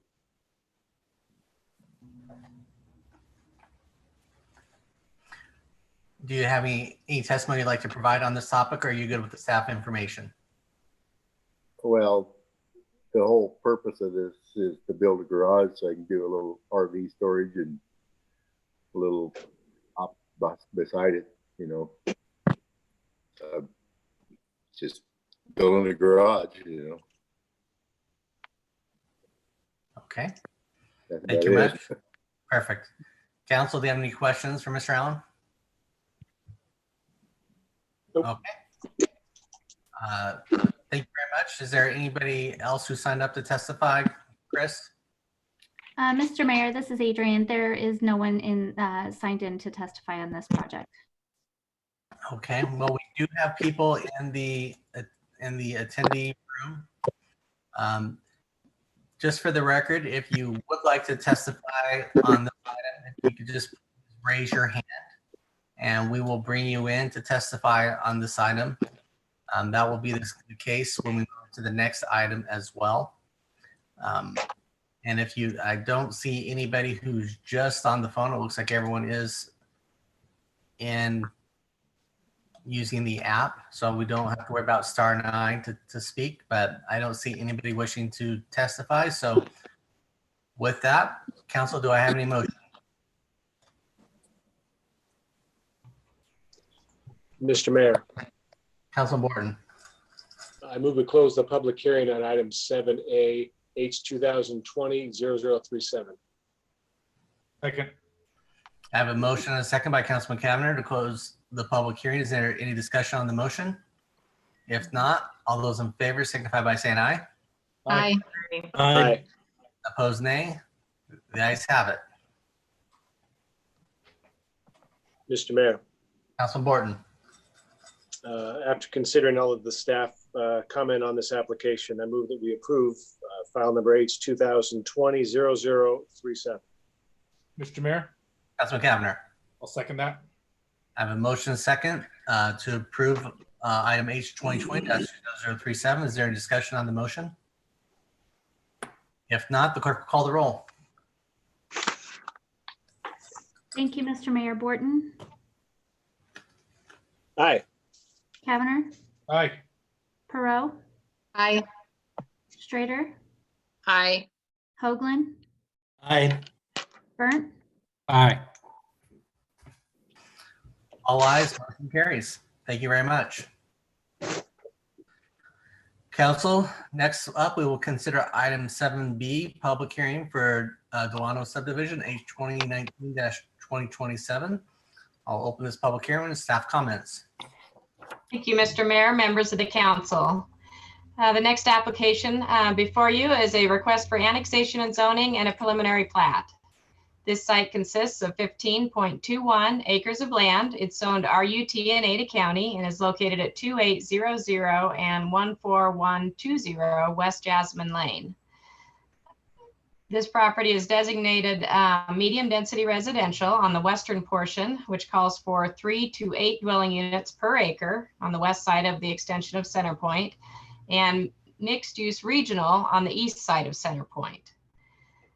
This project was originally heard by the Commission on May 2nd and July 18th, 2019. At the hearing on July 18th, the Commission voted to recommend denial of the project to City Council. This City Council heard the project on November 12th and voted to remand the project back to the Commission to address the density issue of the proposed development and for Commission's review of a revised plat with changes to lots along the northern boundary of the subdivision that front on East Della Street, consisting of single-story detached homes and the loss of one buildable lot. The revised plans before you tonight are the result of discussions at the previous City Council hearing and meetings with the neighbors. The revisions include a reduction in the number of buildable lots from 85 to 66, a change to the proposed zoning, the portion of the site along the north and west boundaries previously proposed to be zoned R15 is now R8, and a change to the conceptual building elevations. Since the hearing at City Council in November, the city adopted a new comprehensive plan, which included an amendment to the future land use map that assigned a mixed-use regional designation to the majority of the property that lies east of the proposed Centerpoint Way. Therefore, the previous application for an amendment to the future land use map is no longer needed and has been withdrawn. This area was formerly in the city of Boise's planning area, but last October, Boise City Council approved a resolution to amend the land use map of Blueprint Boise to transfer this area from Boise's area of city impact to the city of Meridian's area of city impact boundary, since Meridian is able to provide water and sewer services to the property. The applicant is requesting annexation and zoning of 3.31 acres of land with R8 zoning on the north and west portion of the site, R15 zoning for the 8.12 acres directly to the south and east of the R8 portion, and R40 zoning for the 5 acres on the east side of Centerpoint Way. The proposed zoning is consistent with the proposed development plan and the future land use map designations for this site. The preliminary plat is proposed consisting of 66 single-family residential building lots for the development of single-family residential detached homes at a gross density of 5.7 units per acre. One building lot for a future 96-unit multifamily residential development at a gross density of 27 units per acre. 8 common lots and 2 other lots for common driveways on 15.22 acres of land. The plat is proposed to develop in 3 phases as shown. A concept plan is proposed for the multifamily portion of the site, which will require subsequent approval of a conditional use permit with a detailed plan. One access is proposed on either side of Centerpoint Way, a collector street, and an emergency-only pedestrian access is proposed from the extension of North Dashwood Place at the north boundary of the site. A stub street is proposed to the parcel to the west for access and future extension. Public streets are proposed within the single-family residential portion of the development with 27-foot wide street sections. Private drive aisles will be provided within the multifamily portion of the development. The commission, consistent with ACHD's action, recommends the connection of Dashwood Avenue to the existing stub street to the north, Dashwood Place, occur as a temporary emergency access and pedestrian connection until Centerpoint Way is extended to Wainwright Drive to the north, where the signal is, or within 10 years, whichever occurs first. When Centerpoint Way is extended to Wainwright, Dashwood Place will be reconstructed as a public street for vehicular connectivity to Wainwright Drive. A driveway and cross-access ingress-egress easement is required to be provided to the parcel to the east of the multifamily residential portion of the site, since it only has access via Eagle Road, State Highway 55. The applicant provided a concept drawing showing how development could possibly occur on the Wong parcel to the north with the extension of Centerpoint to Wainwright, consistent with the master street map in the location proposed on this site. 27-foot wide street sections are proposed, which only allow parking on one side of the street. A parking plan was submitted as shown that demonstrates the amount of available on-street parking, which is 58 spaces, as well as the location of such. A 20-foot wide landscape street buffer is required along Centerpoint Way at Collector Street. A minimum 10% qualified open space is required to be provided for the overall development along with one side amenity. The applicant is proposing 10.8% on the single family residential portion of the site, consisting of a 0.69 acre park with amenities, parkways, linear open space, and a collector street buffer. Because the multifamily residential portion of the site is separated from the single family portion by a collector street and the development plan is conceptual at this time, staff recommends as a development agreement provision that the 10% open space is provided on that portion of the site at the time of development, in addition to the open space required in the specific use standards for multifamily developments.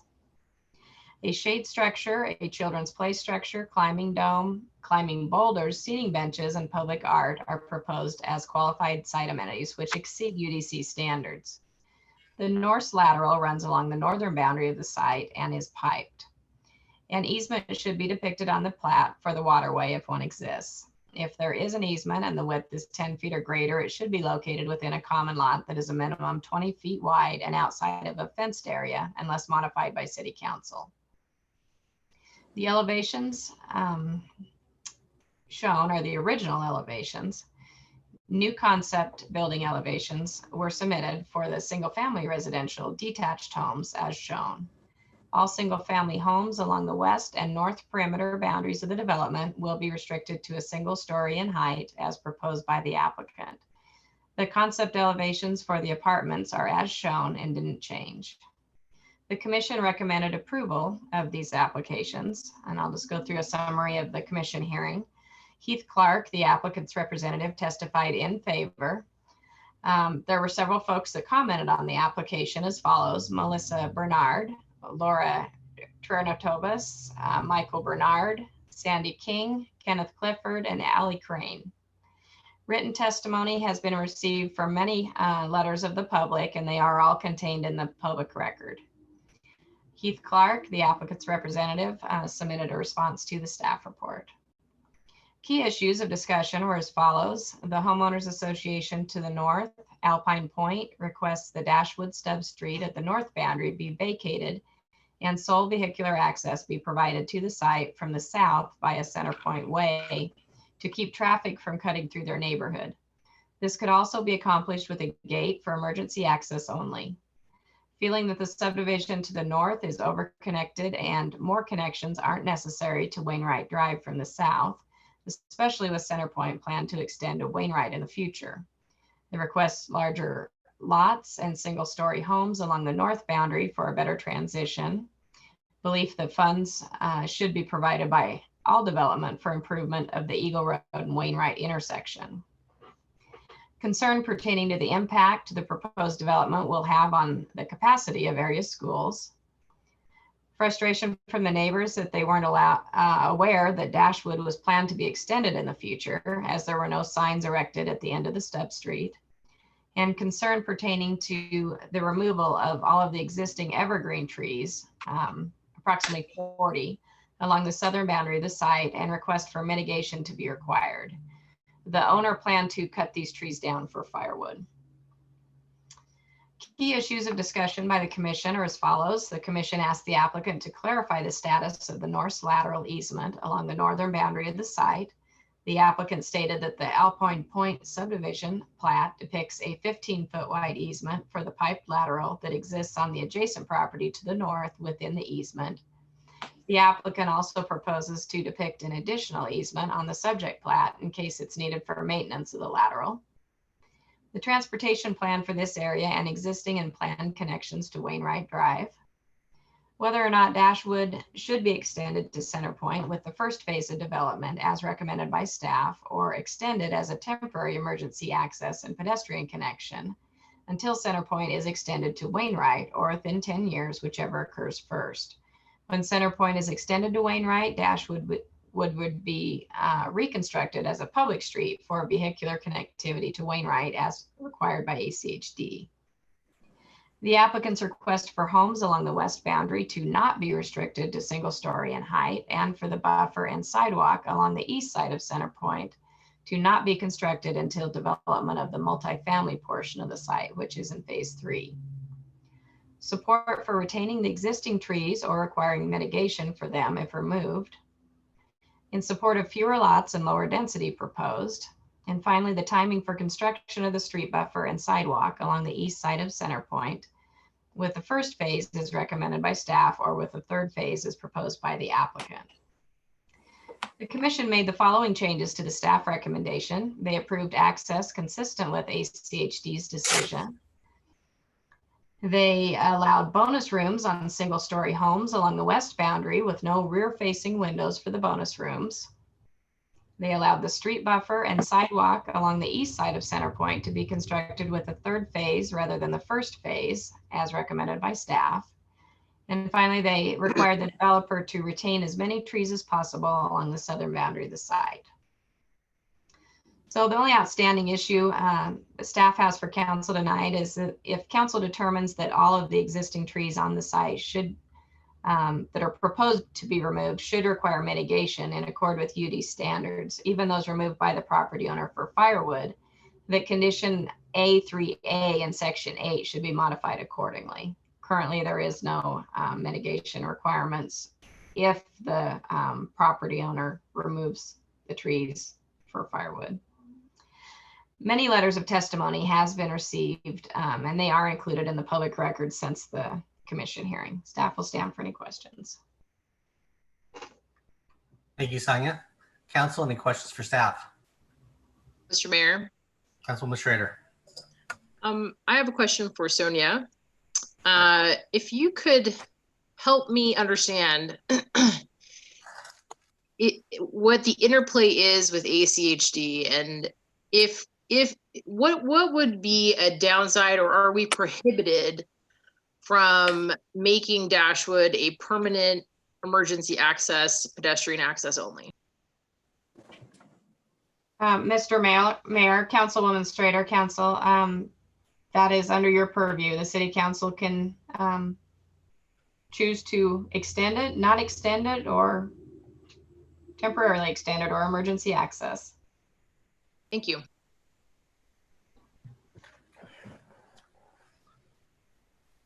Council, any other questions for staff at this time? Okay. With that, I'll turn over to the applicant. And for the record, I am the timer today. So it will be on my phone. We don't have a way to show it on the screen. Mr. Clark, I will try to give you a 1-minute wrap up if we get to that point in time.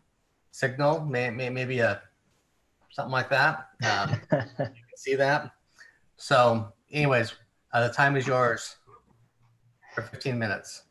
Thank you, Mr. Mayor. Heath Clark, 251 East Front Street in Boise, and just maybe a thumbs up if everybody can hear me. Great. So we are here at the continuation of a pretty long process at this point. Appreciated staff's efforts on this, and we're hoping to have a good conversation tonight. Chris, do I have control of the slides? Mr. Mayor, Mr. Clark, you have control. Okay, thank you. It just worked. Thank you. As a reminder, this is the location of the property. I'd emphasize that it's close to major transportation corridors at Eagle and Ustick, as well as proximity to shopping. I also want to emphasize the comprehensive plan elements. As Sonia mentioned, the area that we're going to be discussing tonight is the medium density area on the west part of the project. The area to the east is mixed use regional. Those designations are per the new land use map and match the prior Boise City planning on the area on the east. It also matches the comprehensive plan designation for the much more dense apartment project on our south. I think it would be good to talk a little bit about the history here. Sonia hit some of it. I want to kind of emphasize a few elements. This application was before you late last year. There was plenty of debate at that hearing. Some of you probably remember. I would say that the tension points really focused on the Dashwood connection. If you will recall, at that time, the proposal was to cut off access at Centerpoint, which the idea was that that would restrict the big Brickyard residents from coming up and through and into Alpine Point through Dashwood. The proposed project at the time would rely on that connection until Wainwright was completed. The result of that conversation was essentially we were remanded to explore two issues. We were instructed to go back and look at the density of the project, including on the northern boundary against Alpine Point, as well as to reconsider the nature of the Dashwood connection. So after the November hearing before City Council, there was a change in the applicant group. DevCo and BlackRock exited, and a group of investors asked me to try to help move the project forward. I scheduled meetings with the Alpine Point board beginning in, well, both meetings were in December of 2019. During the first meeting, I took in a full-size copy of the prior site plan, and we discussed the board's priorities. As the board's priorities were identified, we wrote them down on the plat. This is a picture of that plat with the notes on it. The priorities were in no particular order to reduce the density overall and on the north boundary while still retaining the single-story limitation on the north that had been previously offered. The number that was put out during that meeting for the size of those lots was to shoot for 6,000 square feet. The board wanted to see the primary access be down at Centerpoint. So in other words, to invert the access that had been previously proposed. Folks wanted to see cross access provided on the multifamily area. And of course, the board wanted to see Dashwood either vacated altogether or made emergency only. So I took those comments and we came up with the plan that is before you tonight.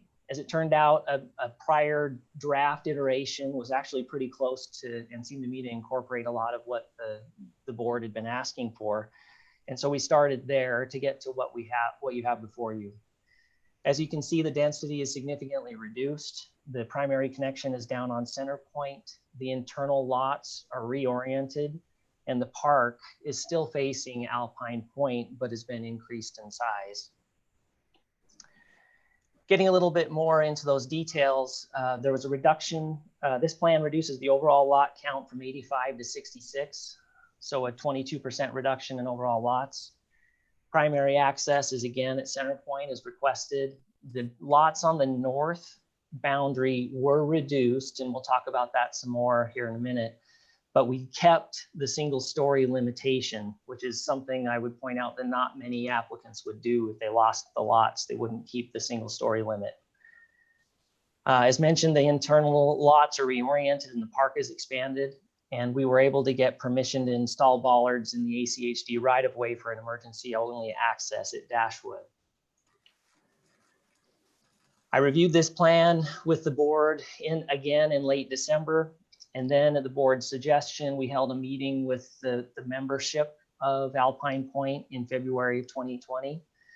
I felt pretty confident coming out of those meetings that we had addressed a lot of the neighbors' concerns. A couple other items I do want to point out. Based on neighbor comments, we no longer have any attached product in the project. So everything is single family detached. Accordingly, we updated the home elevations. These are some examples. Sonia showed you the larger batch.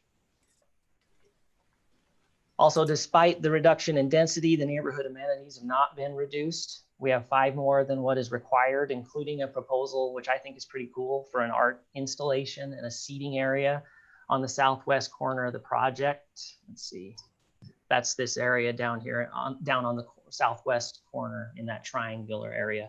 And I'd also note that when it comes to the open space calculations, we did not get credit for that triangle, nor did we get credit for the area just north of it.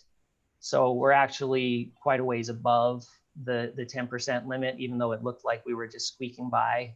We didn't get credit for those. And we meet the statute or the code requirements, so I preferred not to have any arguments with Sonia about that when it didn't really matter. So talking about the points of discussion, as I read the record, the neighborhood comments have focused on 2 general themes: desire for larger lots on the northern boundary and a desire to make the Dashwood emergency only access permanent. So let's talk about the northern boundary. The proposal that is now before you reduces the number of lots on the border by 25%, from 15 units with 5 duplexes to 11 all detached. So a 25% decrease. The average square footage on those lots went up to 5,661 square feet from about 3,800 square feet. But I think the numbers don't tell the whole story. You also have to look at the transition and think about where we have to go from the south to the north of this project. There's a lot of transition to cover in only about 600 feet. We have to transition from Alpine Point's 3 units to the acre all the way to the Brickyard developments, multifamily, and 22 to 30 units to the acre. Those multifamily areas in turn surround commercial and retail around Ustick and Eagle, and that's where you want density to be. So a little more context. This is what the project to the south of us looks like. That's the Brickyard. Again, 22 to 30 units per acre. And this is what it looks like in terms of the transition from the lot size from the Brickyard into our project. And we think we've transitioned this appropriately. The densities are certainly within the limit of the zone and the medium density residential designation on the comp plan. The other issue is the Dashwood stub. As you know, Meridian and ACHD really emphasize connectivity. Meridian's comprehensive plan is filled with references to connectivity. ACHD's policy manual is the same way. Dashwood is an existing stub with public right-of-way. It's maintained at public expense. And I'm showing these pictures just to kind of give everyone a feel for what it looks like and what the challenge is here. At the council hearing back in November, the direction was to revisit Dashwood and see if there were other alternatives. Alpine Point's board indicated they would like to see emergency only, and I get the concern. We think our project functions just fine as long as we have emergency access at Dashwood. So I went to see if I could get that done. I asked ACHD if we could have an emergency access only there. I did not propose it to be temporary. At the time of the meeting with Alpine Point at their HOA, which was February 18th, we did not yet have the ACHD decision. I let the group know that my initial conversations with ACHD were encouraging, but we needed to get their decision. I also explained the likely difficulty, and I explained that the Alpine Point folks could petition to vacate Dashwood to increase the chances of what they wanted to see. I explained the process to do so during that meeting. 2 days later, on February 20th, ACHD issued their updated decision. They agreed to emergency only, but only on a temporary basis. There are a lot of reasons for this, including the policies promoting connectivity, but we should be clear, getting ACHD to agree to this even on a temporary basis was significant. And I personally considered it a big win on behalf of the neighbors. I want to talk about a couple of other points that are related there. First, obviously the neighbors would really like to see Dashwood be permanent as emergency only. So I went back to ACHD and asked again, can this be a permanent emergency only condition? And the answer was no. Second, there have been several several alternative layouts that have been floated in order to, they kind of have a common theme of continuing Della, which is our east-west street on the north, out and through the project to create another connection to Centerpoint. I ran that by ACHD as well. They said they would not permit Della Street to punch through to the east with the current approved road configuration. They've also said that even if Della punched through, they still would not agree to a permanent emergency only limitation. And third, I also asked if we could enter into a license agreement to landscape Dashwood. The idea that I had was to try to make it look less like a road in the interim, try to add to some of the comfort level there for folks. But again, the answer there was no. So I just want to be clear that we have tried to be, I personally have tried to be very responsive to the neighbors' concerns. Perhaps, if the neighbors apply to vacate Dashwood, they can get to a different result. I agree with the comments of the neighbors at the last meeting before P&Z that a temporary emergency only limitation gives the neighborhood the opportunity to continue to work on the issue. But I want to be clear that I do not oppose a permanent emergency only condition on Dashwood and have in fact asked for it. So I don't want to be misunderstood when that comes up through the course of the night. So I'll try to wrap up. There may be additional questions and I'm certain there will be things that come up through the course of the night, but I just want to emphasize that this project is very much in accordance with the comprehensive plan, which calls for a medium density and mixed use regional designation. There are no issues with the agencies. And one thing I would like to emphasize is that Meridian water and sewer service connections are at the property on the north and the south. And this will allow your utilities folks to be able to connect those loops. This is truly infill, which I know is a city priority. As you know, the comprehensive plan is full of references to infill, and this is one of those instances where if not here, then where? I wish it weren't the case, but infill is always hard. And I think we've made significant modifications to satisfy the neighbors' concerns. So as I wrap up, I want to talk a little bit about the conditions of approval in the document. Okay, I'll finish up very fast, Mr. Mayor. First, with regard to the trees, I just wanted to give everybody an idea of what we're talking about there. The trees are pretty scrubby. They're not very healthy. They've been topped because a lot of them are underneath a Idaho power line. We're happy to try to preserve them where we can. I mean, it saves us money if we can use the same trees. But I just want everyone to be on the same page that may not be the easiest thing to do given what those trees look like.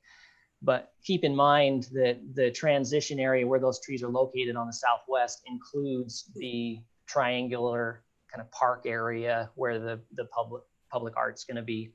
I think that provides an appropriate transition in any case. With regard, we had two modifications to the conditions of approval, and I'll be done, Mr. Mayor. First is on the west side of the project. We had previously shown duplex product there. We are no longer we have single family detached there, and so we're asking, and given the reduction in density, we're asking to remove the single story limitation on the west. And then with regard to Dashwood, the request would be to remove language that has to be temporary. and instead just allow it to track with ACHD so that additional conversations could be had. And then if ACHD changes their mind, then you wouldn't have to come back and modify this condition as well. With that, I'm happy to answer any questions. Thank you, Heath. Council, any questions for the applicant? Mr. Mayor. Councilman Schrader.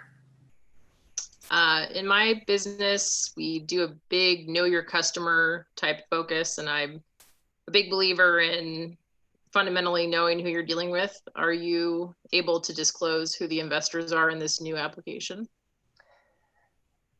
Mr. Mayor, Councilwoman Schrader, I have been asked by a group of investors to be the person out front. This kind of stuff is not very much fun. And it oftentimes is you end up taking the arrows. The group of investors that I'm working with are going to be either identifying a new developer or a builder team if they end up doing the development themselves. Ultimately, this is not something where we judge it based on who the applicant is or is not, but this is a group of investors that will most likely not be involved in the project long term. They'd be looking to sell their interest. Mr. Mayor. Councilman Schrader. I sort of understand what you're saying, but it does strike me as a little odd. Certainly we don't evaluate applications just on the basis of who is doing them. I just find it a little strange.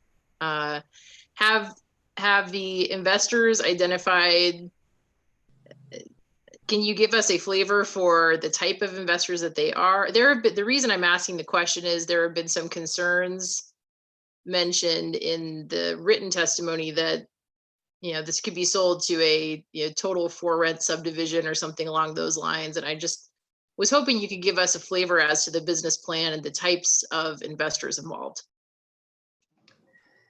Mr. Mayor, Councilwoman Schrader, I don't think I have much more to add than what I said before. They would be looking for potentially someone else to purchase the project and move forward with it. So there's not a plan along those lines. Okay.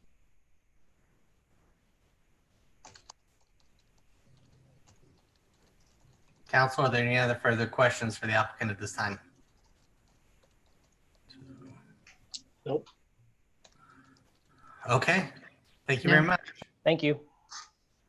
So Adrian or Chris, would you mind explaining how we're going to proceed through the next section so council is aware, a little bit so I'm aware as well, so I can time appropriately through the communication you've had with the neighbors? Mr. Mayor, I'd be happy to do that. Council members, we have several members from Alpine Point, the HOA, as well as residents who have signed up to testify. In order to be efficient, they've actually provided a PowerPoint presentation with much of their material combined. So they've given me an order of how those slides are organized. So we have first the HOA president, who is not speaking as the HOA representative, followed by the person who will be speaking as the HOA representative, and then followed by an additional 4 people that are part of this initial set. Beyond that, we do have another 8 to 10 people signed up to testify, as well as others in the room. So we would just be calling them in the order we have. Normally it's the order they've signed up, but we're trying to work with what they've given us and call them in that order. So council, just so you're aware, what you just heard is you're going to hear a 3-minute, a 10-minute, multiple 3 minutes to get through one presentation, followed by then additional people signing up to testify on this application.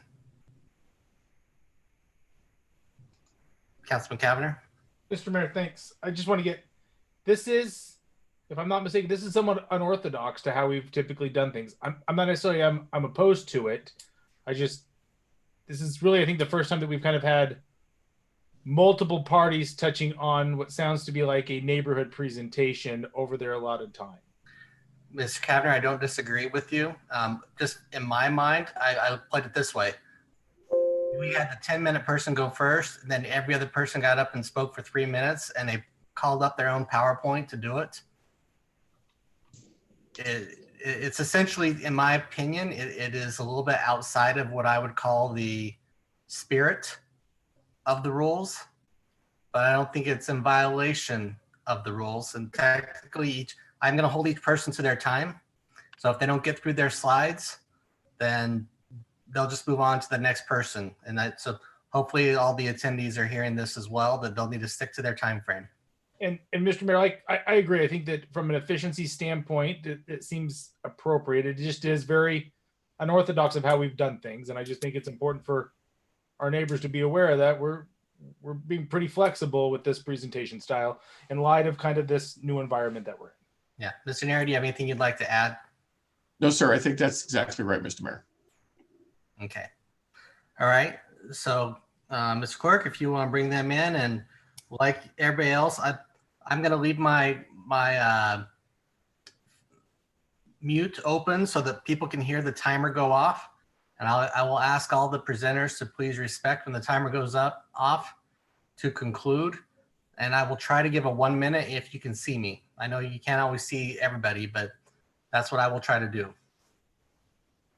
So with that, it looks like if you can state your name and address for the record. And once we have that, I will start the time. Okay, first, we'd like Frank Marcos to come to the podium. Can you hear me okay? Yes, we can. Thank you. Frank Marcos, 2580 East Lacewood Drive, Meridian, Idaho, 83646. Thank you, Mr. Mayor, Council President, and council members. From the beginning of this proposed project, Alpine Point residents have not been trying to stop this development, but instead we've been encouraging better and wiser decisions that will affect current and future residents of the Delano project, Alpine Point, and the city of Meridian. Please understand your citizens' desire is to see this project completed with a good plan. After all, in the city of Meridian's strategic plan, it says that, quote, a plan poorly implemented is like having no plan at all, unquote. As evidenced early on by the many submitted project proposals by the original developer and lack of community involvement, this previously was a poorly planned project. The previous city council recognized this when they remanded the original plan by the Conger Group and demanded that he meet with the residents of Alpine Point. While additional meetings did occur, the residents individually and collectively have asked for Dashwood to remain closed permanently. We've been steadfast in that, and the option for temporary was not what we were looking for. While Mr. Clark offered to ask for a temporary closure, which he did, that was in essence not our outcome that we desired. Our residents, your citizens, have been very vocal about this project from the beginning, as evidenced by the previous meetings' attendance numbers. Some of you have experienced this firsthand in the P&Z committee meetings and the city council meetings. You have in front of you hundreds of pages of testimony, but what you're missing is being able to see us. We appreciate tremendously the opportunity to do this through the efforts of your city employees. However, we can't emphasize that the opportunity to be in front of you was really a strong point of what we were trying to do. In addition, we recognize the importance of transparency. Thank you, Councilwoman Strader. To each of you and the City of Meridian employers, we ask that you continue to demand the applicant to disclose who the developer is and who the builder is. And the reason for this is that we know that there's nothing improper occurring. P&Z member Patty Pitzer was vetted by the city's local council prior to our recent P&Z meeting, as she's a resident of Alpine Point. According to public record, she was vetted. Through additional research, we found that P&Z chairman Ryan Fitzgerald recently worked for the Conger Group. Mr. Fitzgerald was not vetted due to his relationship with that developer, at least as far as we know. Since Mr. Clark will not disclose whether or not Mr. Conger is still the developer, there's a strong possibility of a lack of transparency in due process in the previous P&Z meeting, as Mr. Fitzgerald cited with the applicant. Hopefully, by reading the written material we've presented and hearing the verbal testimony tonight, you'll be able to make the correct decision to close Dashwood permanently. We'd like to thank City Council, P&Z, and city staff employees for their patience and guidance through this process, for allowing us the opportunity to help shape the future of Meridian. Thank you, Mr. Mayor, Council President, and City Council members. Council, any question for Mr. Marcos? Mr. Mayor. Councilman Cavanaugh. Thanks. I guess, yeah, I assume we're going to maybe take questions from each person who's testifying. Yes. Mr. Marcos, appreciate your testimony tonight and your emails about this application. Your comments about people being in the room have intrigued me. I think that probably I try really hard to never speak for the council, but I'm sure that we would all prefer to be in council chambers and see all of our citizens in that room. But I guess I'm trying to understand what you're hoping to convey, or what your concern is that you're unable to convey by not being in the room physically, and how that pertains to the application. Thank you, Councilman Kavanaugh. In our recent meetings, whether it was P&Z, ACHD, or that city council meeting, it was extremely visible that the presence of all of our residents in those rooms had an impact on each of the members of those committees. And we know, having seen other presentations, very seldom is there such an output of interest in a project like this. And so I know that we appreciate the opportunity to do this by way of virtual meeting. But what I'm trying to stress, sir, is that we would have overfilled that city hall meeting because our neighbors are concerned. They're concerned about this project, about the lack of transparency, about things that have gone on. And while we appreciate Mr. Clark coming in and taking over for whomever, we still don't know, there's still that opportunity of being present. For example, can you see me? I don't even know if you see me. I can't see that you can see me. We saw Heath, Mr. Clark. So a big part of my letter writing had to do with, we wanted to be able to have you see us so you understand our passion behind this. I hope that answers your question. Mr. Mayor? Yes. Mr. Marcos, you have the ability to turn your camera on. I'm not able to turn it on for you, but everyone presenting tonight does have that capability. And how do I do that? Or too late now, but hopefully the rest of our people, again, I didn't see that in the instructions. If it was there, my apologies. And Mr. Mayor, a comment if I may. Councilman Kavanaugh. Frank, just for your own benefit, again, I'm not sure what your perspective is. We're able to see a significant list of attendees that are watching online. While I don't take role when we do these meetings, it does appear this is probably the largest contingent of attendees that we've had in one of these virtual meetings since we've done them. So I appreciate your desire to make sure that your neighbors are visibly represented from attending this meeting. I appreciate it. Mr. Mayor. Thank you very much. Councilman Barrett. Mr. Mayor, thank you. Mr. Marcos, I really appreciate you being here tonight and testifying in regard to this application and representing, so to speak, some of your neighbors and conveying your interests. I also want to make it crystal clear to you, Mr. Marcos, that whether you give your testimony via audio or via camera, I promise you it carries the same weight.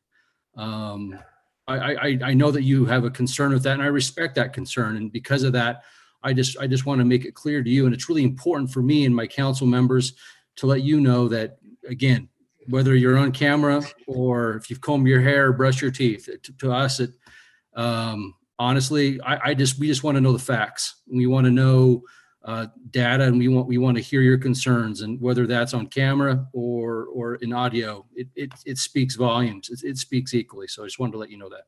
Thank you for being here tonight.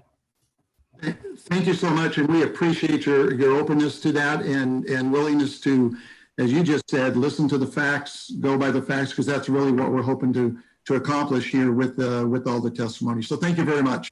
You're welcome. My pleasure. Council, any additional questions for Mr. Marcos? Okay. up, well, what Mr. Mayor, yes, Adrian, please. next up, we have Melissa Bernard. Okay, thank you, Melissa. And I understand you'll be speaking on behalf of a group of residents, and you'll have 10 minutes to present. So you're aware, if you'd like to activate your camera, there should be a element, I think, in the left-hand corner. It doesn't always show up. You gotta have to mouse over it if you want to be present. And for the council's information, in addition to the people that are in our waiting room, we have about 26 people watching online. So with that, I'll turn this over to you for 10 minutes, and I will also give you a 1-minute wrap-up time frame. Yeah, thank you. Thank you, Mr. Mayor, members of council. Can you hear me all right? Yep. Okay, I would like this, could we put this into presentation mode? It's actually showing up as huge on my side. I have it in the mode I can get it in with a. Okay, you'll have to bear with me as I use my iPad. It'll be a little easier for me to start. My name is Melissa Bernard. I live at 4025 North Dashwood Place in Meridian, Idaho. No one's seeking to bend the rules or anything. We just felt it was easier to submit one PowerPoint presentation rather than try to load down several of these just for ease and simplicity. I am representing Alpine Point, most of my neighbors, and as you know, that there's been a letter submitted and signed by over 180 people thus far, and these are the things that we are seeking for our neighborhood. The transparency issue has been covered. We are hoping for a full scope of plans. This is a little too vague, and I think the city should know who they're dealing with and what the project actually is. We're seeking reduced density on the Cook parcel. That would be the multifamily. From the renderings, you saw 3- and 4-story models. We are seeking a 2-story limit. We are surrounded by 3-story product, and we feel that would be a better transition to offices and to our neighborhood. Also, close Dashwood to vehicular traffic in perpetuity. There is another ingress egress for Delano, and you can see that in the ACHD email traffic that is online. And there's one chance to get this right. This infill is coming. I know it's a big city push, so let's get the right things available. Thank you, Chris. ACHD accepted Dashwood as a closed cul-de-sac in 2005. Next slide, please. The reasons for Dashwood, city staff looked at this plan and decided that the Bollinger parcel would be landlocked, or there was a long block face on Wainwright. Well, with the development of Zebulon Heights, as that came along, the long block face wasn't an issue anymore. And the Bollinger parcel was never landlocked, which makes this a moot point.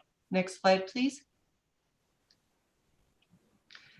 There's been mistakes. This is a city planning and also an ACHD mistake.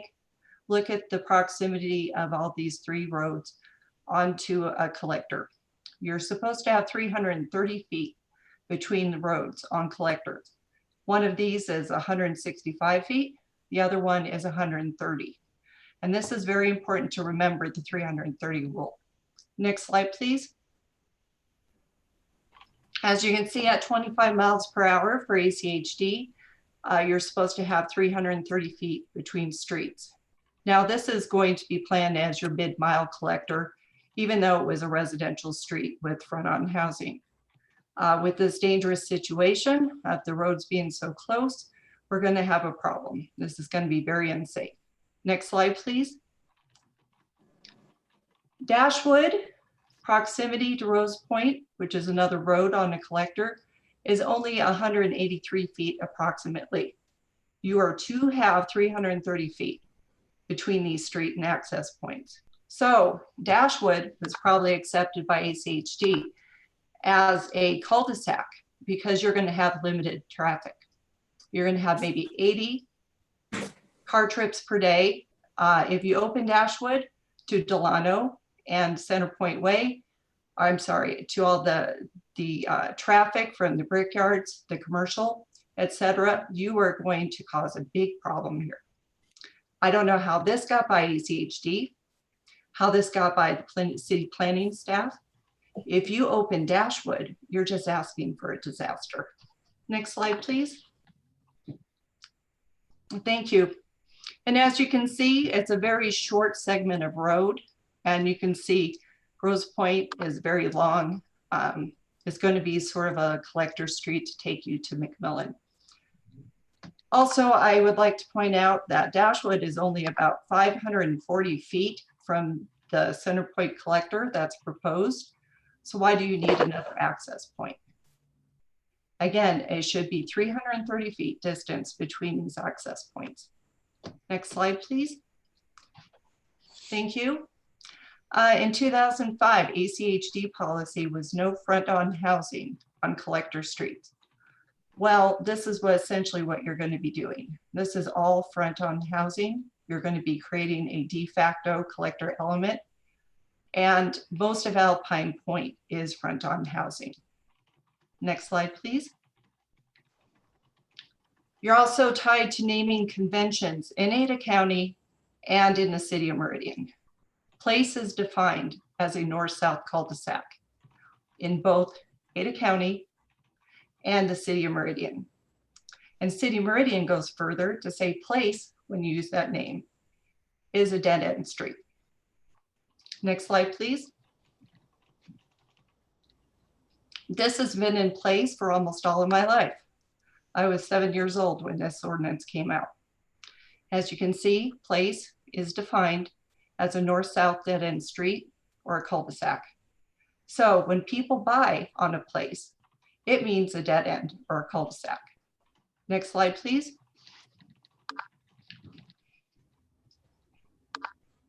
These are places all through Meridian. Most of these are in Meridian. There's a couple from Boise.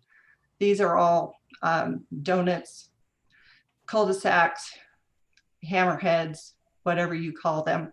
Some of them are Snoopies. These are all places, and they're all dead ends. Dashwood Place is the exception, not the rule. Next slide, please.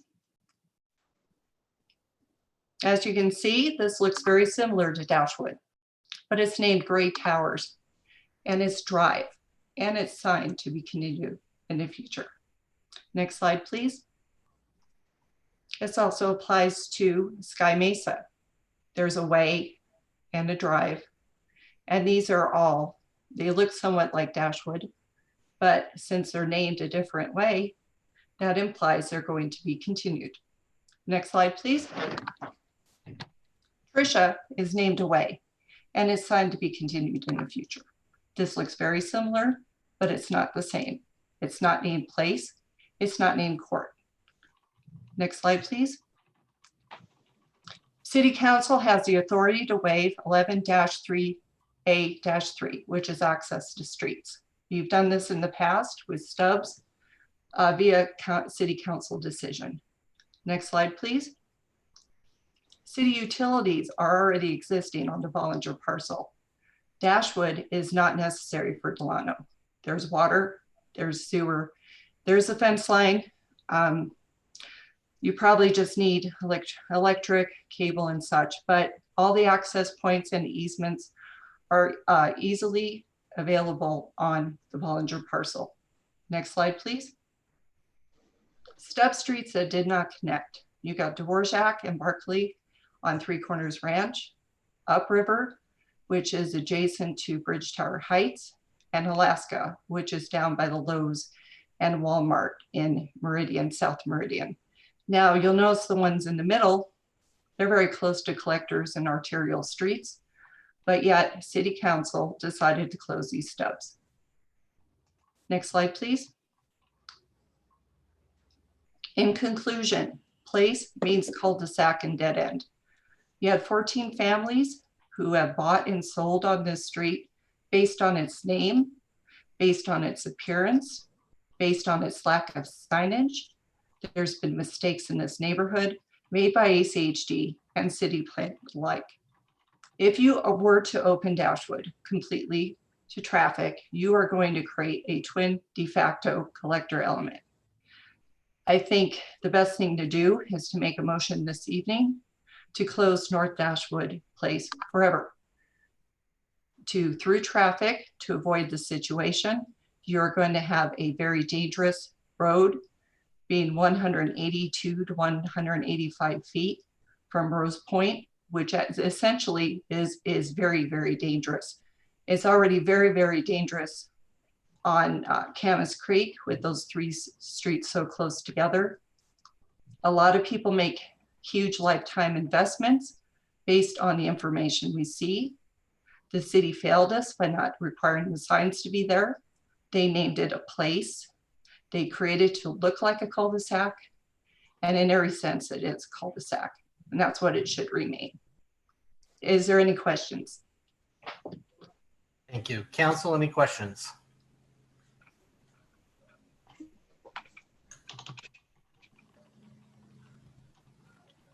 Okay. Mr. Mayor. Oh, Councilman Cavanagh. I don't have any questions right now, but maybe just a request that as the presentation goes on, if maybe Melissa might be available later on in case any questions do arise. Absolutely. I will be available. Thank you. Mr. Mayor, Yes, Adrian. next we have Sandy King. Okay. Can you hear me? Yes, we can. Thank you so much. I want to thank the mayor and the city council for allowing us to speak. The road spacing. I live Oh, see, I was cut off. Okay. I had to get out completely. Are we okay? I'm catching a lot of voice, so. We are now muted. Go ahead, Sandy, if you can say your name. No problem. I just wanted to make sure I wasn't in the wrong. So I live at 2453 East Honeywood Court in Alpine Point. I have previously been on the board. I am no longer on the board. So I have been present for the meetings with Mr. Clark, along with several other members. I would like to say every meeting we had with him specifically, Dashwood was number one, and we made that very, very clear. Dashwood being closed has always been number one. And so I want to make sure that you understand that as well. And to the issue as to this being an on-running PowerPoint, we were hoping to save city time and staff because it is difficult being in a Zoom environment. It isn't always as smooth as when you're physically there. So if you can look at the screen that's up right now, the two streets that have the red dash lines on them, the one is actually coming off of McMillan, and it's Camas Creek. The other one is Wainwright coming in off of Eagle. That is where the chains were back in, hold on just a second, in March 20th of 2019. That is the last traffic study that was done. I raised this issue at ACHD at their hearing, and it was ignored. That study did not run for 7 days, as it shows in the printout from ACHD. It was only a few days that it actually was in place and being counted.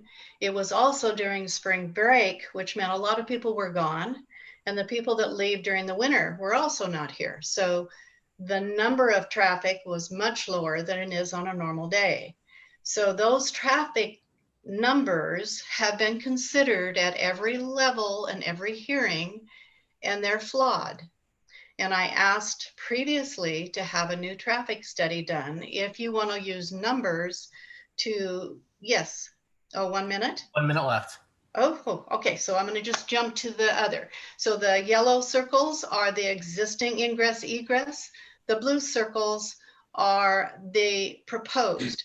Dashwood is number 8. I strongly ask that you close Dashwood permanently to traffic. There are many handicapped residents on that street. It is a small street. Granted, it's wider than some streets, but it is still a small residential area. Something else to consider, Delano's proposed 27-foot width. If you start looking at what you're anticipating to have on Dashwood, you're way over the numbers when you consider a parking on one side, 27-foot street subdivision. So I appreciate all of your time. I appreciate your allowing us to give testimony. Lastly, on the R40 apartments, we would ask that it be a lower R number. If you're looking at our subdivision versus the surrounding ones, from an R4 to an R20 to 30, you're jumping dramatically, and we're already flushed with so many people and so many residences in a very, very tight condensed area. So I would ask that it not be an R40. Thank you. And if you have any questions. Council, any questions? Mr. Mayor. Councilman Hoagland. Sandy, thank you for your presentation. There at the end, you're talking about the blue circles, and I understand what you were talking about, Dashwood. But I wanted to find out real quick, 7 and 9. What are those blue circles for? 7 is Rogue River. That is signed and posted to be continued in the future as it's developed. 9 is Centerpoint Way, which is the collector. Okay, great. Thank you. You're welcome. Thank you for your question. Mr. Mayor? 1 second. Council, any further questions? Oh, okay. Yes, Adrian. Thank you, Mr. Mayor. Next is Ken Clifford. Mr. Clifford, if you could say your name and address for the record, please, and you'll have 3 minutes.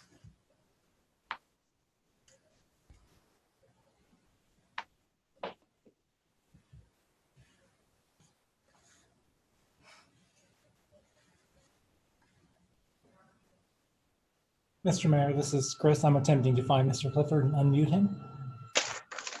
You have ability to unmute yourself, but you're unmuted, sir. Can you hear me? We can, Mr. Clifford. Okay. My name is Kenneth Clifford. I'm at 4523 North Rose Point Place, Meridian, Idaho.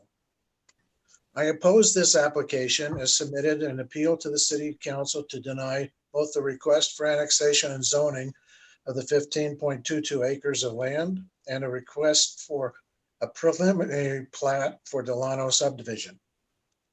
There's been much discussion about whether North Dashwood Place should be extended as a full street, remain a closed cul-de-sac, or something in between. I'm advocating that North Dashwood Place remain a closed cul-de-sac in perpetuity. You can see from the slide up here, the original design for Alpine Point was submitted with North Dashwood Place as a closed cul-de-sac. You saw in Melissa's slide number 4, ACHD approved the plat with Dashwood as a closed cul-de-sac that looked just like the cul-de-sacs on either side. Next slide.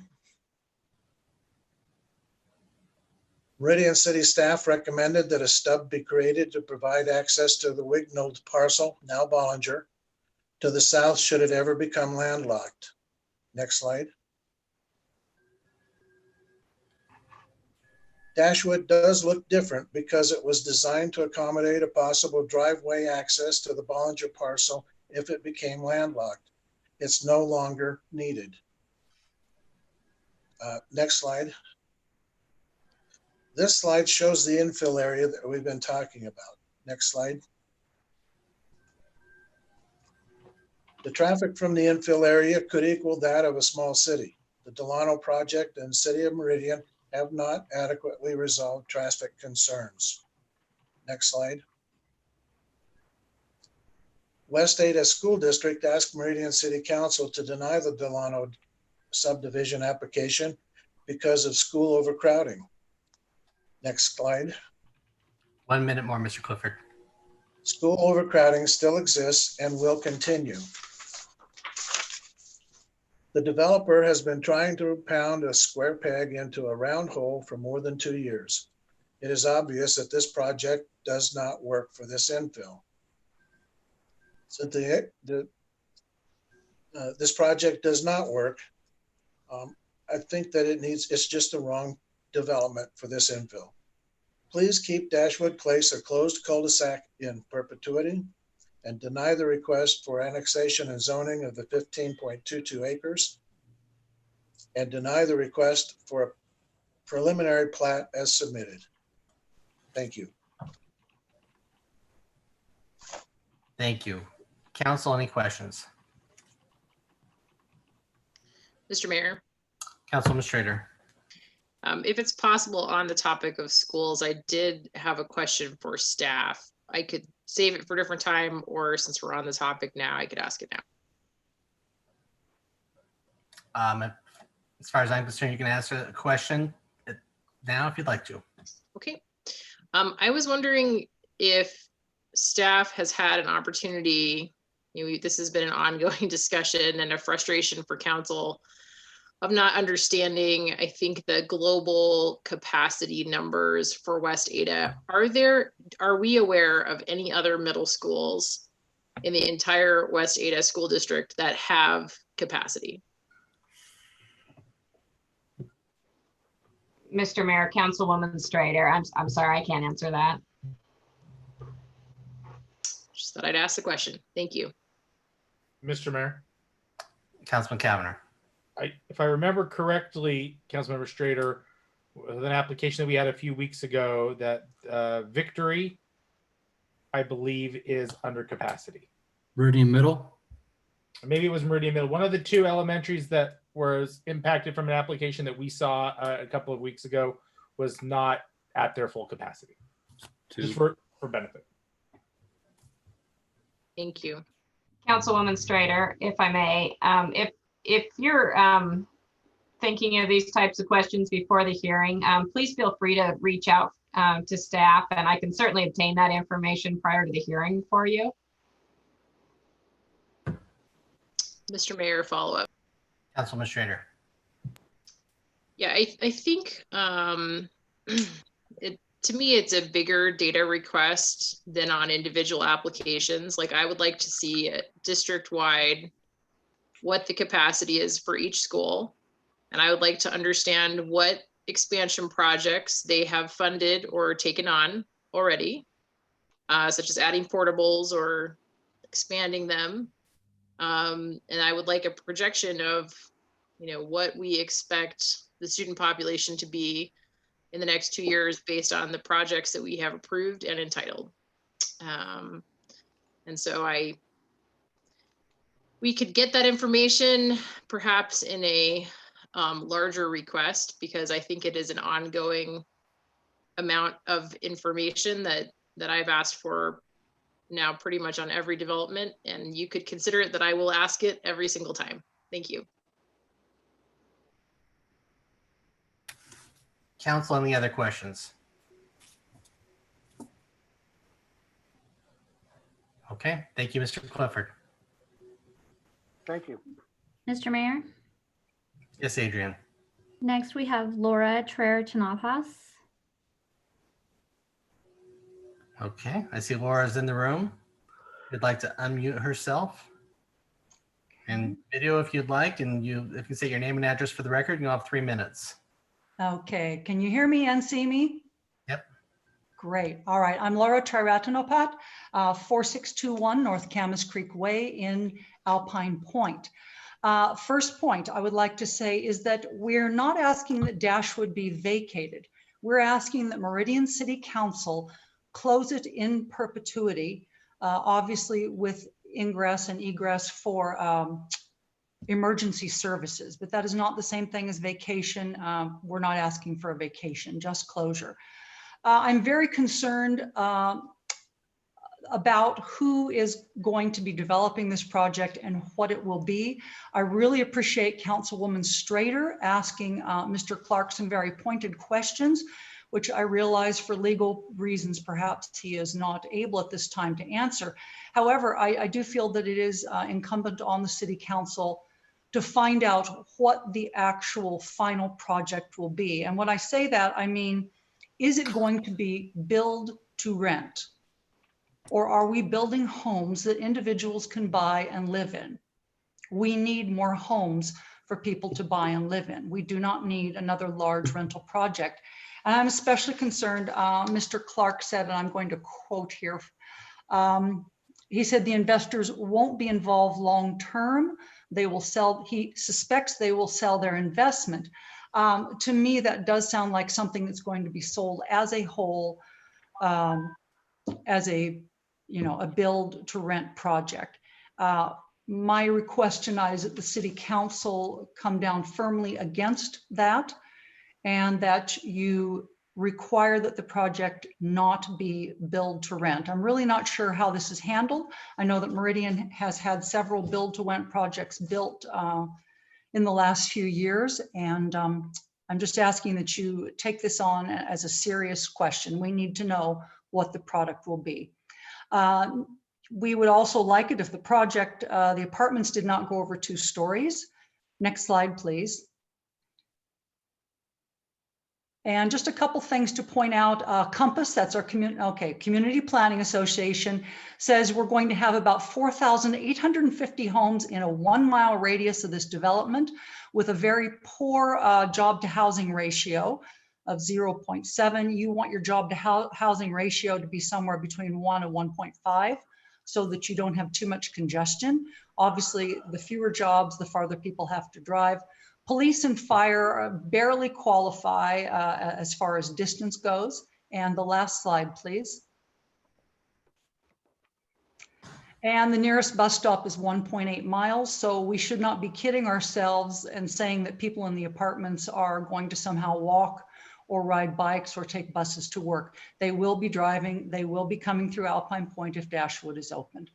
And we're exceeding the growth forecast according to Compass for transport infrastructure. So that's what I have. Thank you very much. I appreciate it. Thank you. Council, any questions?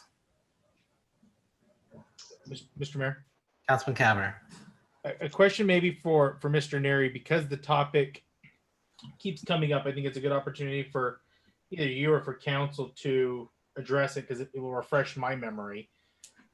Mr. Neri, as I recall, council is unable to include how the properties will be used, whether they are a for sale by owner, rental as an individual unit, rental as a group, in rendering our decision on this application. Is my recollection correct? Does that deal with fair housing rules, or am I not remembering correctly? Mr. Mayor, members of the council, Councilmember Cavanagh, you're remembering exactly correctly. We have no authority to, one, require that the applicant reveal who they are or what their long-term plans are. You're dealing with entitlements of land uses based on your comp plan and your ordinances. Whoever builds it is whoever builds it. It may be the person that Mr. Clark is representing today. It could be sold to somebody else and be built. Yes, based on fair housing laws, we have no authority or ability to prevent or deny an application because the intention is to build to rent or build to own. We don't prohibit anybody from renting out their home, whether it's in Alpine Point, whether it's anywhere else.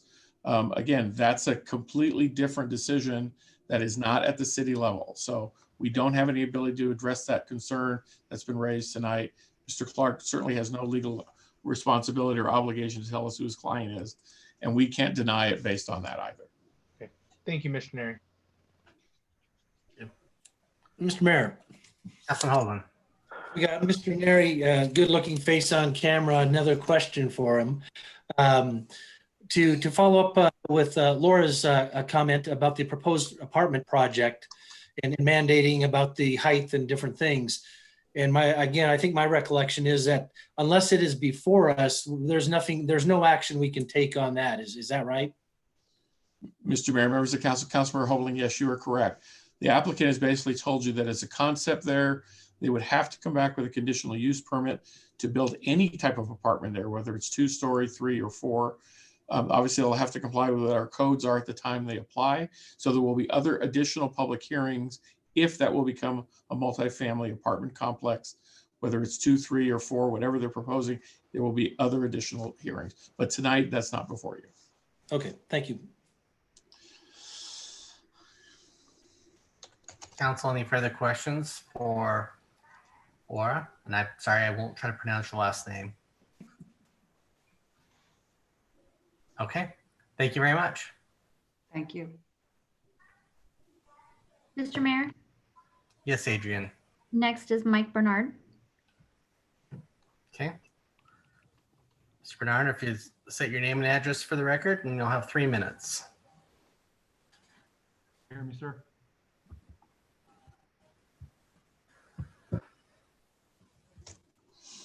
Sir, can you hear me? Barely. How about now? The closer you get, the better. Okay, so my name is Mike Bernard. I live at 4025 North Dashwood Place. I hope to demonstrate to you tonight the scope of this issue is much larger than a concern of Alpine Point residents or those of us on Dashwood Place and the connection to the Delano application.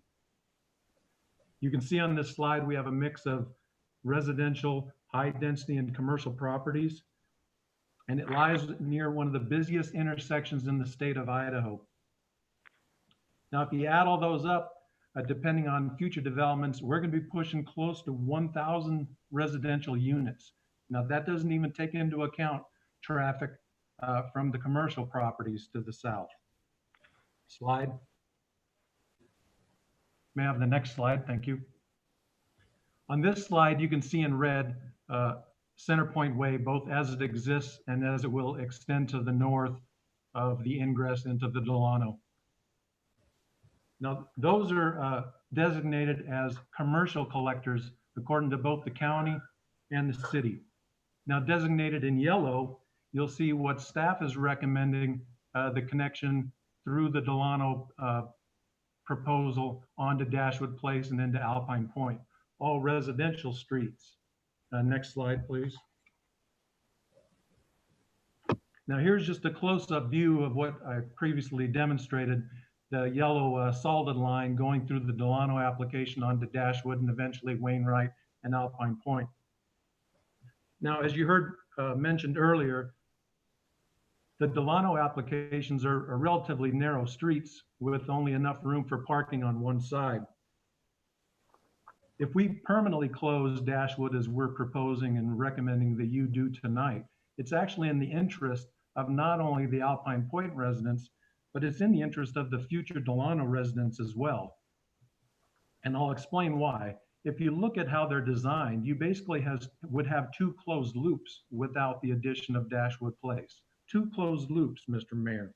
So I ask any of you, where would you rather live? Would you rather live on a busy thoroughfare or a residential street that somebody had turned into a de facto commercial collector? Or would you rather live on a closed cul-de-sac or a closed loop?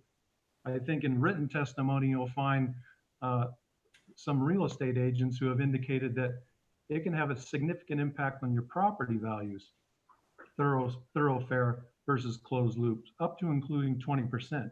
And an increase in those property values are good for all of us, both the city and the homeowner. Now, slide, please. Thank you. So just very briefly highlighted to see the definitions of collector streets versus local residential streets and their purpose. It's pretty clear a connection through Delano and onto Dashwood Place would be a violation here. That's without even considering the code violations mentioned earlier relative to intersection spacing as it connects to Wainwright. And slide, please. Mr. Bernard, if you could wrap up your testimony, please. That is what this slide is about. I'm wrapping it up now, sir. So in summary, it seems there's been a handful of errors and oversights related to the Alpine Point subdivision in this application that have been approved by this body in the past. I'm willing to chalk that up to maybe bad advice, human error, and the fact that none of us have a crystal ball. Tonight, I'm asking you all to demonstrate the integrity referenced in your campaigns and do the right thing for all of us, both current residents and those future residents that don't have a voice tonight. Do not connect Dashwood Place. Return it to its original intended purpose as a cul-de-sac. Require that connectivity to occur where it belongs via the commercial collector on Centerpoint. If necessary, build onto Dashwood Place just as an extension for emergency vehicles and build it to those specifications of the 20-foot. Finally, please, Mr. Mayor, council members, fix this tonight. Don't kick it down the road, but fix it tonight. This was created, as we've heard in earlier testimony, by a recommendation from City Council. So the city needs to fix this. It's not a county problem. It's a city problem that you all have the authority to fix tonight. That concludes my prepared testimony. Council, any questions?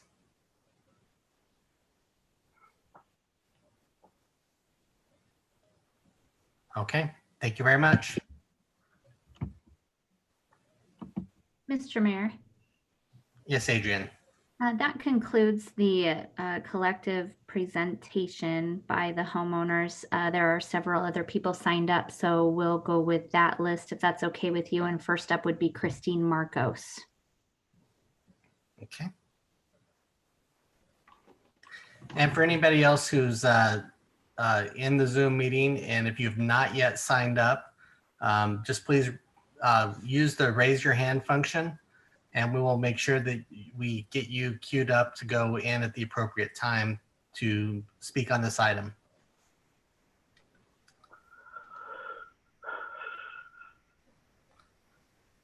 Mr. Mayor, I do not see Christine Marcos, but I do see Frank Marcos, so I've moved him in to be able to speak. I'm not sure if she's using his account or what's going on there.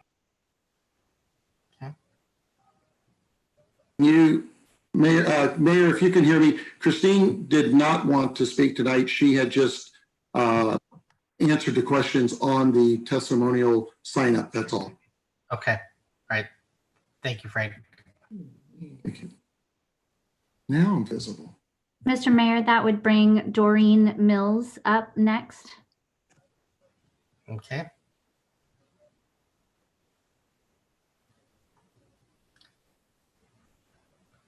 If you could state your name and address to the record, Doreen, and you'll have 3 minutes.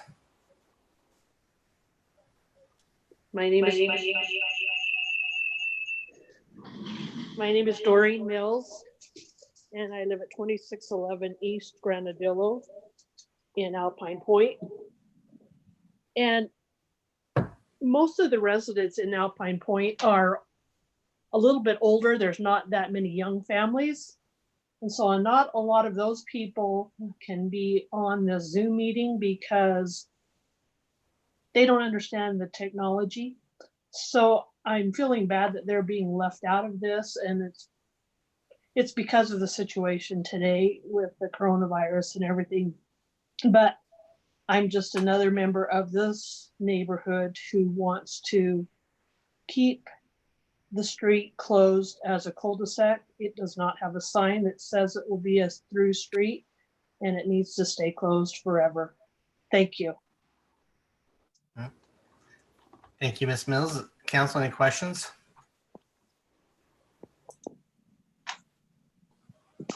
Thank you. Mr. Mayor, next we have Mike C.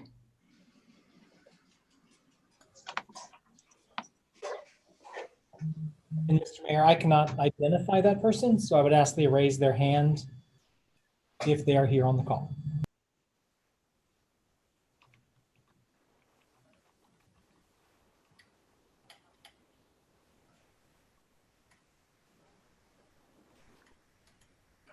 Okay, well, since I don't see anybody raising their hand, we can move on to the next person.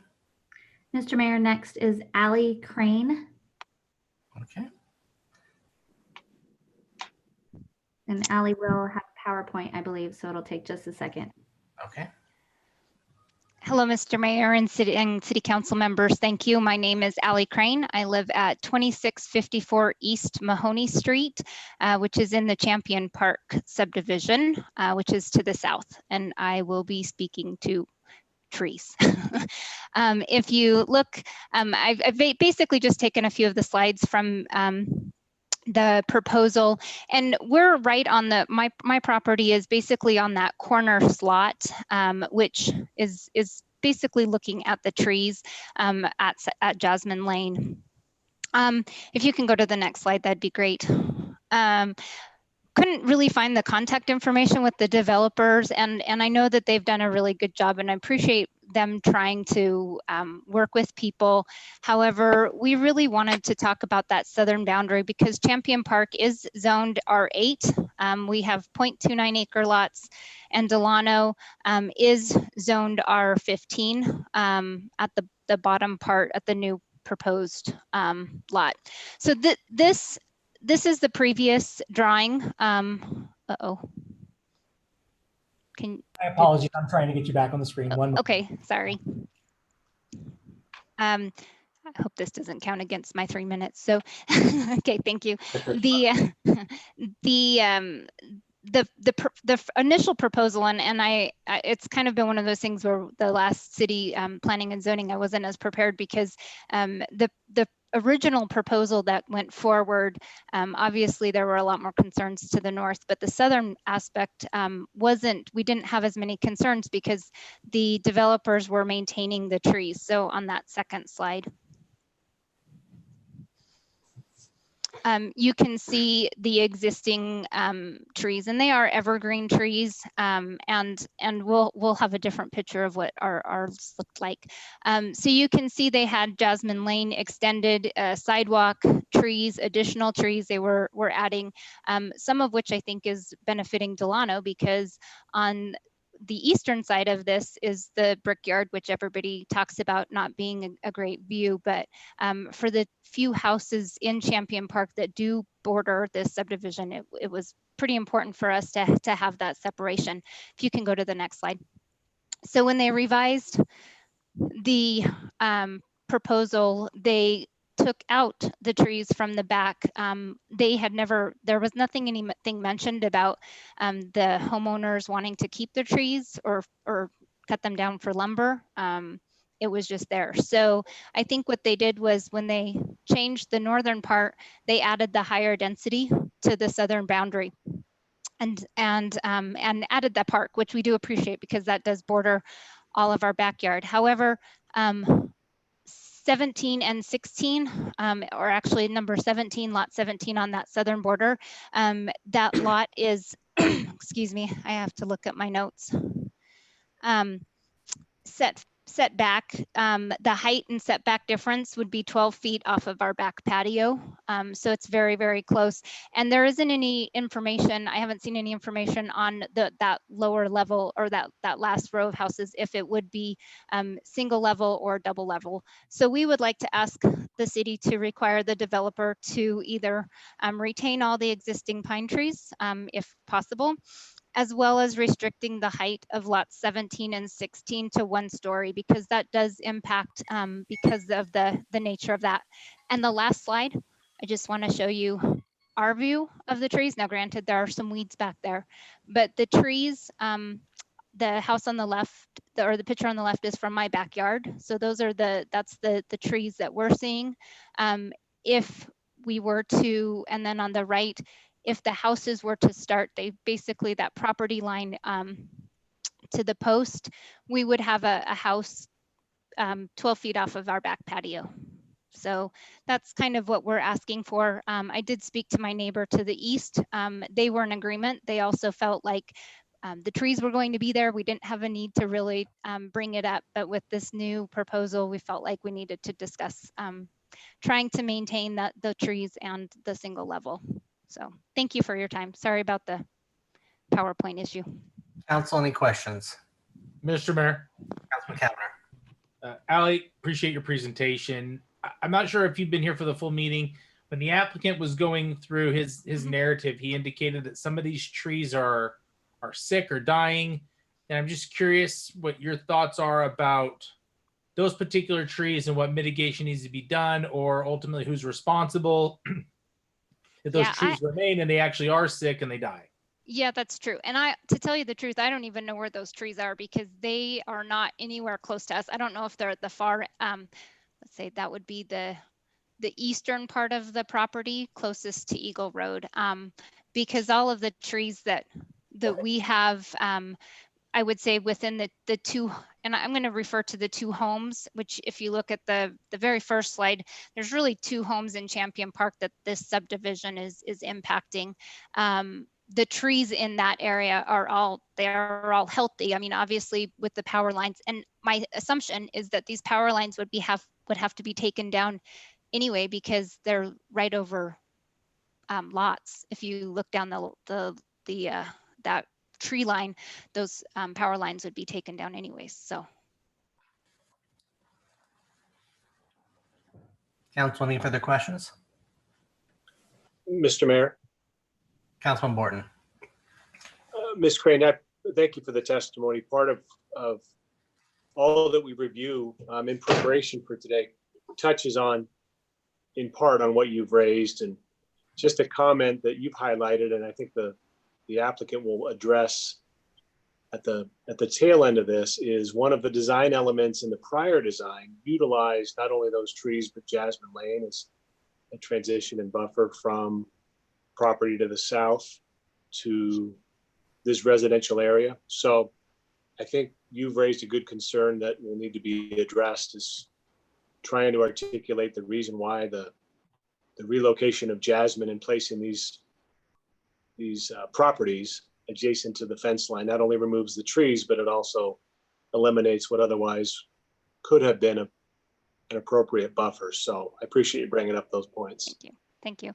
I actually was trying to find out if these trees were unique or if they were home to some rare bird, but I never actually found that. So I've been trying to figure out how to save the trees. Council, any further questions? All right, thank you very much. Thank you.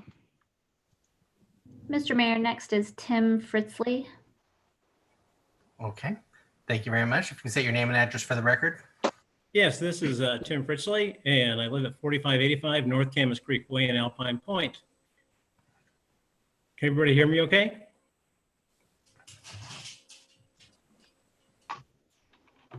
Hello? Yes, we can hear you fine. We can hear you. Sorry. Oh, okay. Sorry about that. I had a little pause there. I was going to make some very quick points here. I think Councilwoman Strader hit it in her very first question here. Codes are not laws and can be overruled on a case-by-case basis by an authorized and empowered commission or council. The city council is authorized and empowered to make such changes to the codes based on the specific circumstances presented here today. In point of fact, the city P&Z staff has not interpreted the codes correctly, and the recommendation to open Dashwood Place is ill-formed. It's obvious from the testimony here today that North Dashwood Place was never designated as a through street, and homeowners within Alpine Point subdivision made substantive financial decisions based upon North Dashwood remaining a cul-de-sac forever. By opening up North Dashwood Place, the property devaluation across Alpine Point would be substantive and could be viewed as an illegal taking by the city. Is the city prepared to compensate a large number of Alpine Point homeowners for this illegal taking and resultant property devaluation? This is a very serious question, and one I want to make sure that the city council takes into consideration as they review this tonight.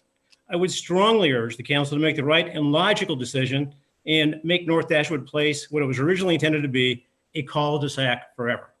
Thanks very much. Thank you. Council, any questions?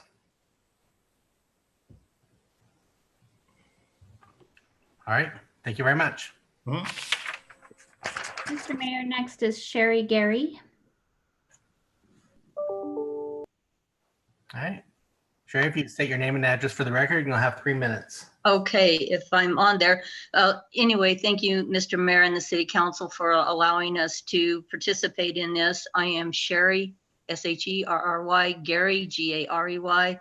I live at 4563 North Camas Creek Way.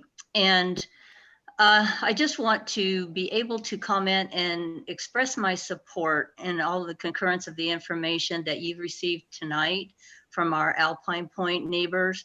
There are several of them, in particular, Melissa Bernard and the others that did a lot of extensive research through the last actually months and years of several of the issues that you have to consider tonight. And I really ask that you please give their testimonies and all of the testimonies that you've received in written form to give your thoughtful consideration to those. And others have expressed, and I want to reiterate, that we are not just trying to be self-serving for our neighborhood. We all are concerned about the potential negative aspects of a through street on Dashwood and how that would affect any of the potential people living to the south of our subdivision. particularly in the tight quarters and the roads of all of those subdivision proposed Delano and the apartments, as far as that goes, if you start increasing so much traffic north-south through that. My husband and I are fourth generation Idahoans, and we've lived within the neighboring communities of Boise. We've lived in the rural part of North Ada County, and we've lived in Garden City. But after 32 years, we chose about a year and a half ago to move to the city of Meridian for our final residency. And one of that primary reasons were the fact that Meridian's reputation of being a very respectful and strong family-friendly community. And so we, along with all of the other folks in this neighborhood, made significant financial investments to become part of Meridian. And we continue to make substantial investments in our properties as we speak. Literally, there's several going on right now. And it was quite a shock to us after being fairly new residents here this last year and a half to find out that the ACHD and the city would even consider routing commuter and commercial traffic through our residential neighborhoods. And particularly in a scenario such as ours that are all front-facing homes. We've got many of them have RV garages, which creates even more challenges as you would navigate the street with that kind of traffic going in and out. So I just respectfully ask you and encourage you to consider protecting our residential areas of the city. And I support the permanent closure of North Dashwood Place. And thank you. Thank you. Council, any questions? Mr. Mayor, Mr. Borton. Just one comment that we've got your what you submitted to us March 18th. Yes. We submitted it April 16th. So thank you for doing that and submitting those remarks twice.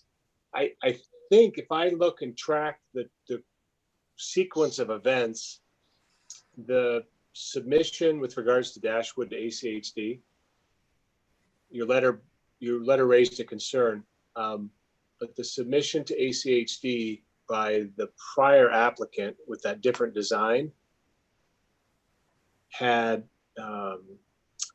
Dashwood as open.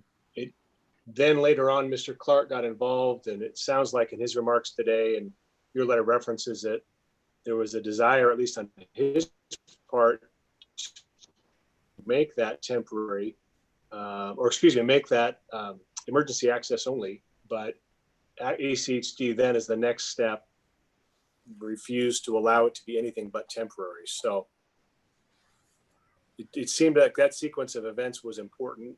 It wasn't, I didn't see it as this applicant having met with Alpine and committing to emergency access only and then doing something different after that fact.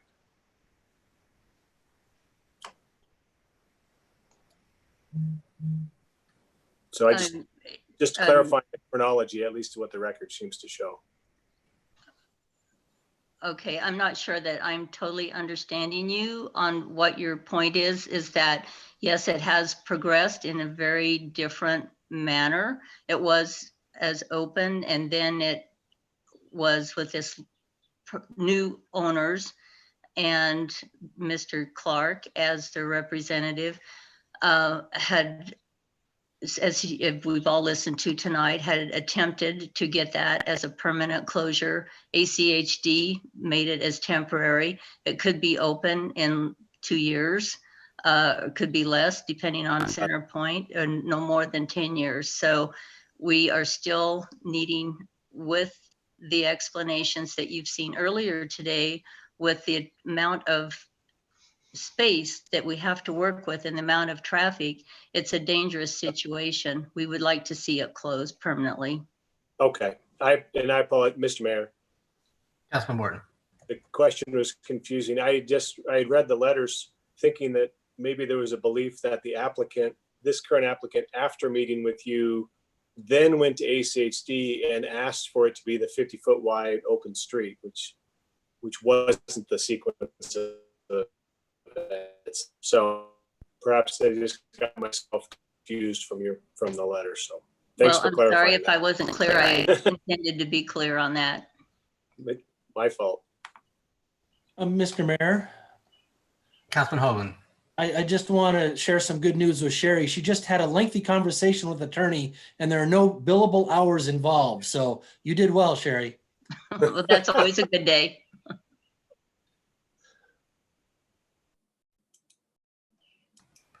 All right, any further questions?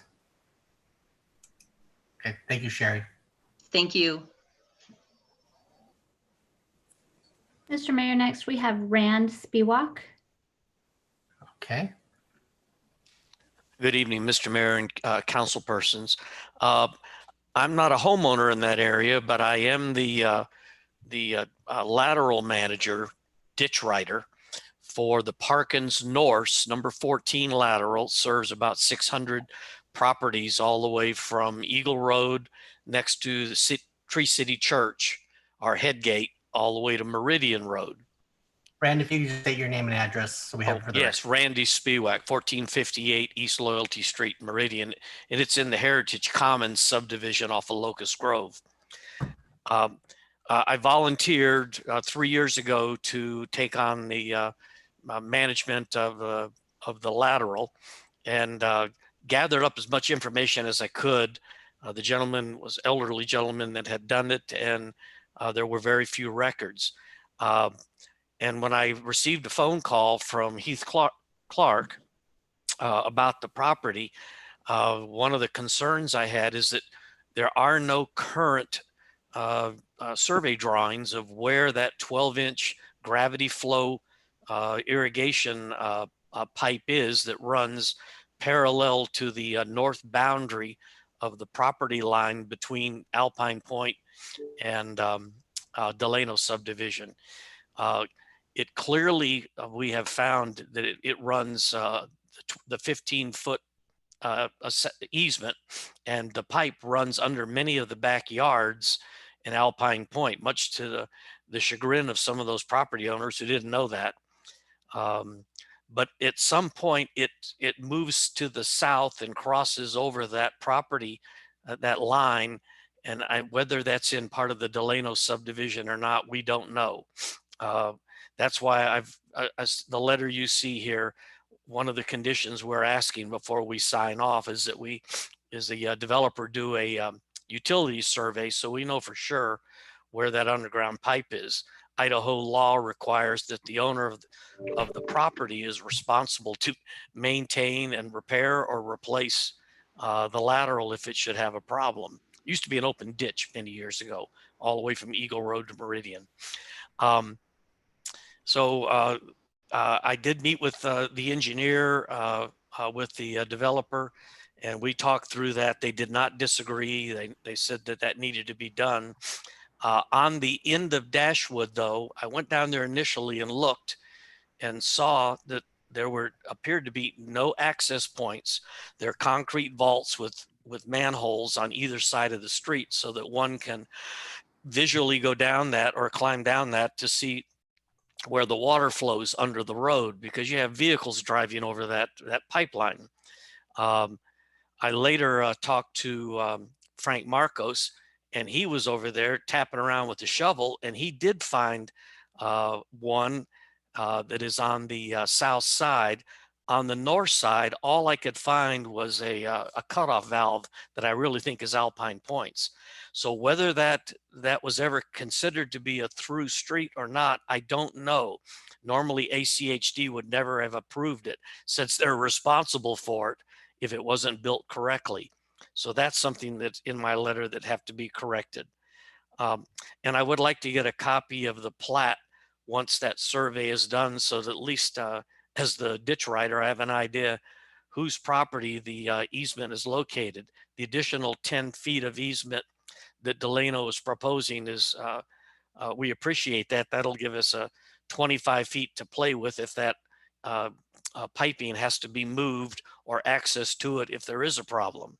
Brand, if you could conclude your comments, please. And that's real I wanted to say is want to make sure that my letter was part of the public record. Perfect. Thank you very much. Thank you. Council, any questions? Any water? Mr. Mayor, no question for Rand, just a comment. Thank you for showing up and taking the time. Meridian used to be an agricultural community, and ditch riders were a common term, and people know what it was. And I appreciate that you volunteer and still maintain our waterways, and it's very important, although it doesn't receive quite the attention that it used to. I appreciate your service. I enjoy doing it, and all my neighbors who volunteer enjoy it too. It's kind of a social thing. As long as you distance appropriately right now. That's right. Council, any further questions? Okay. Council, I'm going to ask that we take a quick recess for about 10 minutes to give people an opportunity to step away. I checked in, we have at least 5 more people who are signed up. So take a quick break, and then we'll come up and resume testimony. Try to be back by 8:05. So with that, we're in recess.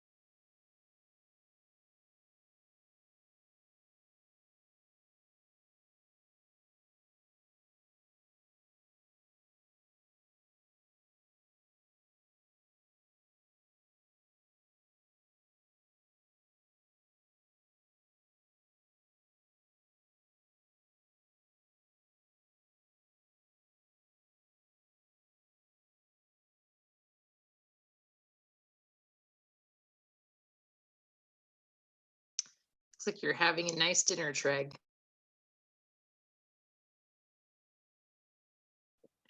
My husband brought me some spaghetti. I just wolfed it. It was great.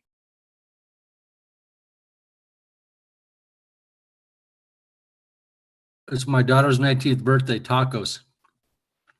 Tacos and Dairy Queen birthday cake. Excellent. Maybe we should state happy birthday to her.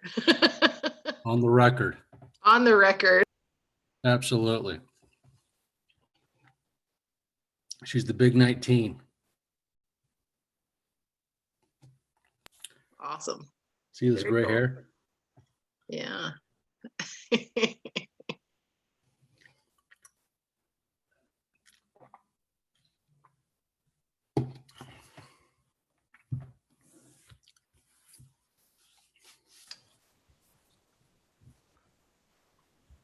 I see we have 2 council members who are in the room. I assume they're going to come online any second. We'll give them another 30 seconds. If not, then we'll come back. There's one. At last. Oh, in the mortal words of Ricky Bobby, if you're not first, you are last. Thank you. Very little. Okay, council, I'm going to go ahead and call us back into session. Adrian, if you can let us know who's up next. Thank you, Mr. Mayor. Though there are several people that have signed in for the meeting, only one additional has indicated a wish to testify, and his name is Thomas Hunt.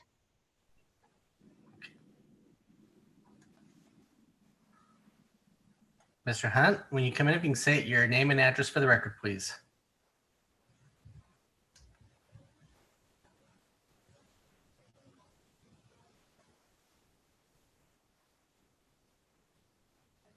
Mr. Hunt is unmuted.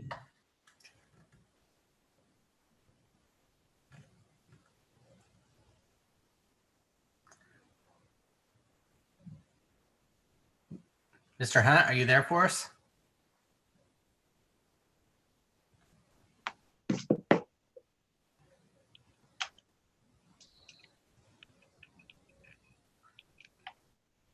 Okay, while we wait for Mr. Hunt to come back, oh, looks like he's connecting.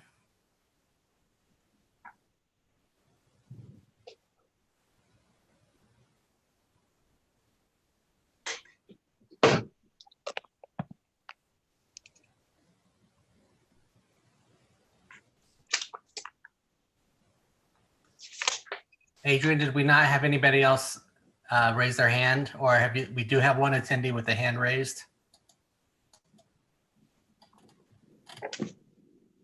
Mr. Mayor, I'll go ahead and I'll defer to Chris on that. My capabilities to see hand raised are limited, so I'll let him take over from here. Okay. You did have a hand raised. They were titled administrator, and I have brought them into the meeting so they can speak. Okay. Administrator, if you can unmute yourself and state your name and address for the record. Is that me? Yes, it is. Oh, thank you. So this is Patty Pitzer, and I am speaking on behalf as a citizen of Meridian and a adjoining property owner, and not as a commissioner. Hey, Patty, if you can state your address for the record. Yes, 2703 East Wainwright Drive in Meridian. And what I would like to say is that the northern boundary was only reduced by 2 lots. And I do not believe that that was the intent from November of 2019 when they asked Mr. Conger to relook at that northern boundary. He reduced the entire subdivision by 20 lots, but because of the interior, but not the northern boundary, which is what Councilman Burnt and Cavender requested, was look at the northern boundary. Marge and Bill Schumacher has the largest boundary there. And instead of looking at 6 houses, they're looking at 5 houses. So I would like them to, I think the southern boundary and the middle was fine, but I agree with Councilman Cavender that the northern boundary needed to be adjusted, and I do not think that was done. And I would like the council to look at that and maybe ask that they relook at that northern boundary. As Mr. Conger stated, that he would have them to be similar to our adjoining lots, and our adjoining lots are about 14,000 square feet, and the lots that he are proposing is only 5,500 square feet, and I do not see them as similar. And I stand for any questions. Okay. Thank you, Patty. Council, any questions? Mr. Mayor? Councilwoman Schrader. Yeah, just, what kind of a reduction in lots would you consider to be a fair outcome that you would be happy with? You don't think it went far enough, but I guess I'm just curious as to your opinion of, if you have one, of what an appropriate compromise is for that northern boundary. Well, when he first proposed 12 lots, we thought that even half would be appropriate, so maybe 6. Thanks. Mr. Mayor, Councilwoman Pro. the way that those lots are designed and set against the boundary is very unique because of their shape. And I think it would be really hard to, even at 6, I think just it would be difficult to accomplish the comprehensive plan use and still make that transition. So if there are any suggestions by staff or any of the public as to how that would be modified to work between the comp plan designation and bumping up against these lots where they have very wide boundaries against the to the south against Delano subdivision, I'm open to those suggestions because I have looked at it and can't quite figure it out myself. I mean, I definitely think that the transition needs to be softened, and taking out 2 lots may not have accomplished exactly what Councilman Burnt and Borton had suggested in the last hearing. But if we can have a discussion at some point about what that would look like or additional recommendations from the public, I'm willing to listen to those. And I'd like to hear the applicant's thought on that at the end of the process as well. Thank you, Councilman Peralt.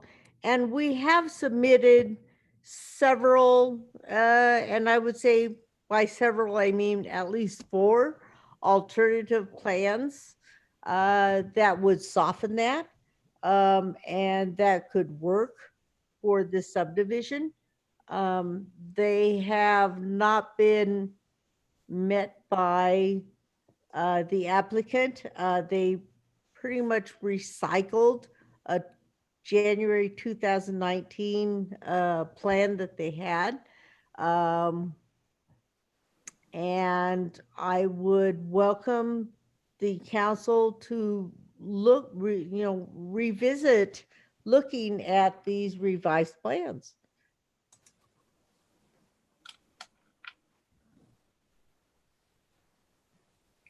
Council, any further questions? Nope. Okay, thank you. Thank you. Adrian, do you have anybody else who's signed up or would like to testify to your ability to determine, or Chris? Mr. Mayor, no one additional is signed up, and so far we do not see any hands raised in the attendees list. Mr. Mayor, however, I do have Mr. Hunt back in the room and he is unmuted. We can see if we can hear him this time. Okay. Mr. Hunt, are you there?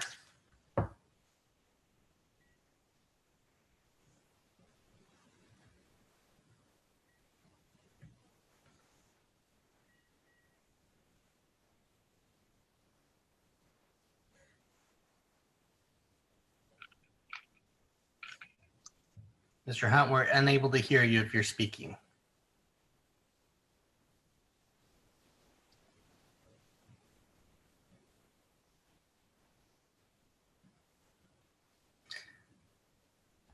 Chris, do you want to try to go in and provide Mr. Hunt, or if Mr. Hunt can hear, just a phone number to call in? I can do that, Mr. Mayor. I'll put something on the screen with the phone number.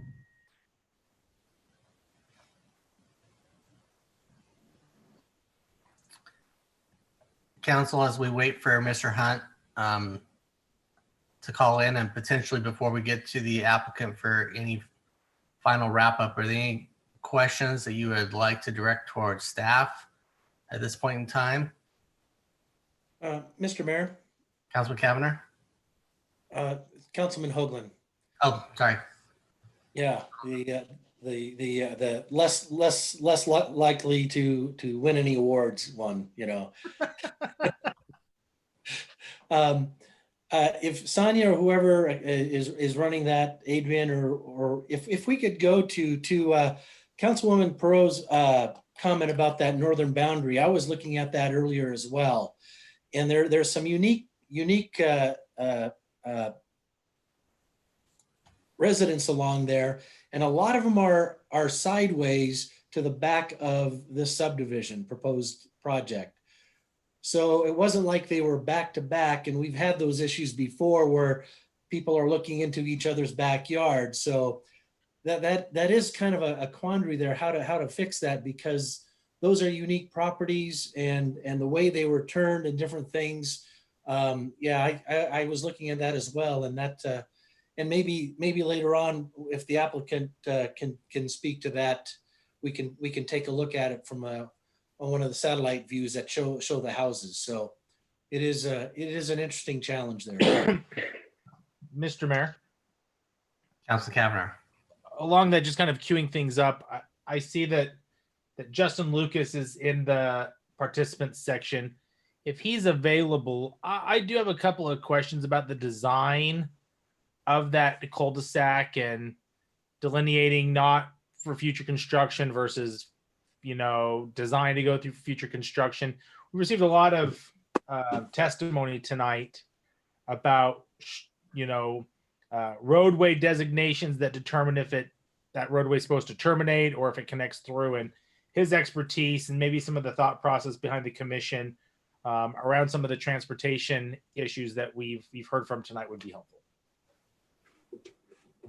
Okay, as I don't see Mr. Hunt back in, there he just popped back in. Let's see if we can get him. If not, we can maybe go. Mr. Hunt, are you there?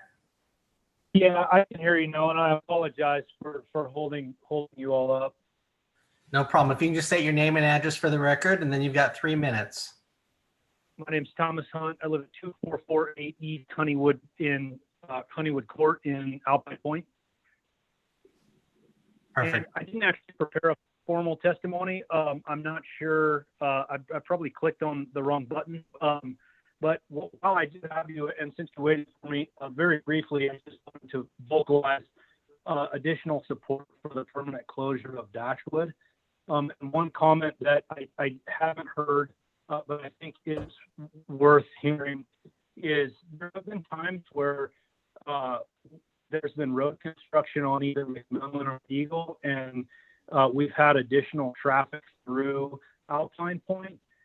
That I think opening Dashwood would do virtually the same thing. And because our streets are a little bit wider in the subdivision, there have been times where non-residents really exceed the speed limit very quickly. It's easy to go fast through our neighborhood. And while it's been discussed that there are a lot of elderly or older people, there are several families, myself being one of them, with young children, and there are a lot of kids that do frequent the neighborhood. So I just wanted to vocalize that additional concern as a parent, having those wider streets and the increased speeds through our neighborhood. So we are hopeful that you guys will permanently close Dashwood. Okay. Thank you, Mr. Hunt. Council, any questions? Mr. Mayor. Councilwoman Pearl. So question for staff or perhaps for Bill about how that works with a public street. So what is our obligation to keep that street public and allow it to be used by the public if it's closed? And are we gonna, if we agree to close it, does the neighborhood, or does Delano have to apply to have that vacated to keep it private? So I'd like to hear the thoughts on that. Well, Mr. Mayor, members of the council, I think probably the process for ACHD would be really relevant for that question.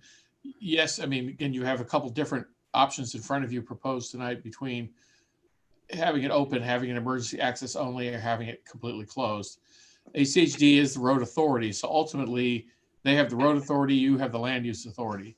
So if you don't want that road to be open, you have the land use ability to create a plat that would not allow access to that parcel. But you can also allow it for just the emergency access, which has been proposed as well. But on the vacating of the street question, that's probably better for Mr. Lucas. Any questions for Mr. Hunt? No. Okay, thank you. Well, with that, maybe we can just turn to Mr. Lucas. And I see that you have five people that you convinced to get into a nice picture with you. Yeah, Mr. Mayor, can you hear me? We can. Excellent. For the record, my name is Justin Lucas.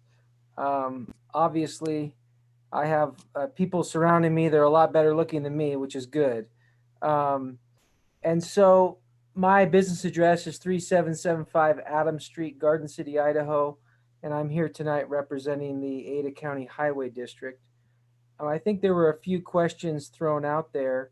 I'm glad to start with the question from your legal counsel, Mr. Neri. I don't think that there would be a requirement by ACHD to vacate the existing section of Dashwood Place. If you look at how that street is constructed, it currently operates, as a dead-end street with a turnaround. It certainly was meant to be extended in the future the way it was designed. I'm not going to go into the whole history of the barricades and the signs and all that. I think that's been spoken to by the members of the public.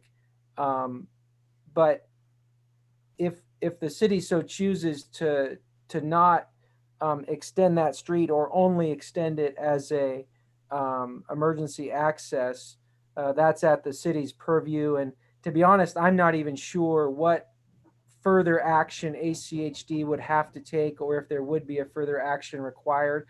This is one of those unique situations where the city conditions may be in conflict with ACHD's conditions, and I would have to let the legal counsel for the applicant, kind of determine how they would want to proceed from there. So I hope that answers the initial question. I'll pause right there and see if there's any further clarification needed. Mr. Mayor. Councilman Schrader. Is there a preferred, I'm trying to think of an elegant way of putting this, but I'm not going to come up with one. Is there a preferred method by which city council could close Dashwood except for emergency access that gets us to the right place where we don't have wrangling back and forth with ACHD and a bunch of headaches, whether that's called vacating it or what you call, or just saying, hey, we're not allowing it. But if you could be, is there a method we need to use for that that would have a better outcome? Mr. Mayor, Councilwoman Strader, I wish I could provide clarity on that point. I really can't. All I can do is state the intention of the ACHD Commission, which is clearly outlined in the staff report provided, and the follow-up, communication from ACHD staff. At this public hearing tonight, I'm not able to negotiate on behalf of ACHD. That's not my role. I'm just here to provide clarifying information and facts where possible. And in this specific instance, the ACHD Commission has, acted on this application. There's a staff report. Staff has worked with these modifications that we feel are consistent with the policies of ACHD. ACHD, much like the city of Meridian, has a policy that stub streets need to be extended. We did analyze the property. We looked at many of the issues brought up. And ultimately, we are comfortable with the recommendation from the commission and then the further clarification made by staff. I know that's probably a very kind of a roundabout way to answer your question, but that's probably the best I can do tonight. Mr. Mayor. Councilwoman Schrader. That's fine. I understand the spot that you're in, and I get it. We're always looking for connectivity as well, and I'm sure we'll have a chance to deliberate a little bit about this tonight, but it just strikes me that, I'm looking at a neighborhood that's highly connected already, and feels like sometimes exceptions are warranted. So thanks for the insight, and we did receive the staff report, so thanks. Mr. Mayor. Councilman Cavanagh. Justin, earlier tonight we heard testimony about kind of the city of Meridian's street naming policy, and I know I live on a cul-de-sac, and my address is Court, and the testimony we heard was that I think roadways that end in Court or Place are designed to be terminated, and I just don't know if that mirrors ACHD's policy. And Justin, I'll kind of cut to where I'm at. I'm trying to wrestle with what looks to be the design of a cul-de-sac, which to me seems to insinuate connectivity, with the testimony that we heard from the public that says, this has always been at least identified as a roadway that wouldn't connect, and trying to understand what's likely, what was the intention behind the design, or what was the intention behind the roadway name. Mr. Mayor, Councilman Cavanagh, I think the story told tonight is what happened, which is the original preliminary plat for the Alpine Point subdivision had a layout that was approved by ACHD that did not show that stub street connection. But that original preliminary plat was then acted on finally by the city. The city always is the final action. And at that time, the city required that stub street to be extended, which didn't conflict with any ACHD policy. If the city says we want the stub street, at the final plat, ACHD said, okay, we'll allow the stub street. And the cul-de-sac, or the reason why it's round like that, is because it's probably long enough to require a turnaround. So if we have a street of that length, even though it is going to be extended in the future, we do require some kind of turnaround, which is why it was in that cul-de-sac configuration. And I think there was even several pictures of similar scenarios all across Meridian that were shown tonight. So, and then when we get into the signage and the barricades and the fence or no fence, those are details that happen through the development process. Was there a sign there? Maybe at some point, yes, maybe no, I don't know. Sure.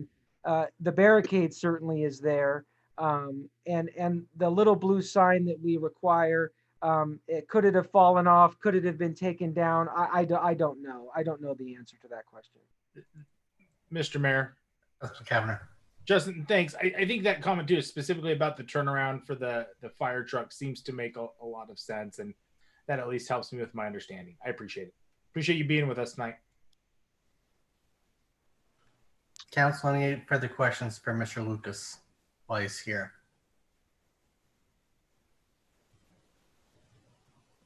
Okay. Thank you, Justin. I assume you won't go anywhere in case we need you again. Yes, Mr. Mayor, thank you very much. I'll hang on the line. I'll certainly mute myself, but I'll stay here for the duration just to see if you have any further questions. Okay. Mr. Mayor. Deputy Chief. We've been dancing around the fire code all night tonight, so I'm going to take this opportunity to jump in since Justin and Councilman Kavner brought up the word fire truck. Thank you very much for that. As this map is presented, we have to have secondary access. So whatever council decides, you can permanently close that road, but I have to have emergency access at that point, as presented with this drawing. If they drop to 30 lots total, then they can have one way in and one way out. So just wanted to make sure that was clear. And again, I appreciate everybody's testimony tonight. It's been great listening to all this. Thank you. Mr. Stewart, since you have unmuted yourself and given us your visual, I assume you two would like to make a comment?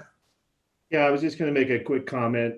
There are existing utilities in the roadway that we're talking about, Dashwood there. And we will require that the water line in particular, but also sewer comes from the north to serve a portion of this development, I do believe.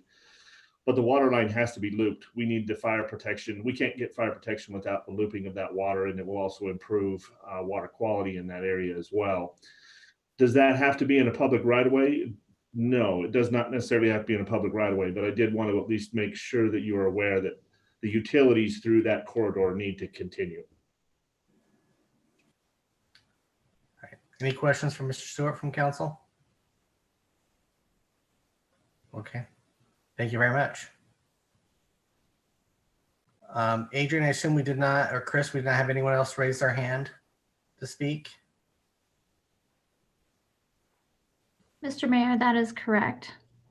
Okay, then I'm going to go ahead and invite the applicant back up for his closing remarks. Thank you, Mr. Mayor. Heath Clark, 251 East Front Street in Boise. Chris, can I have my backup slides, please?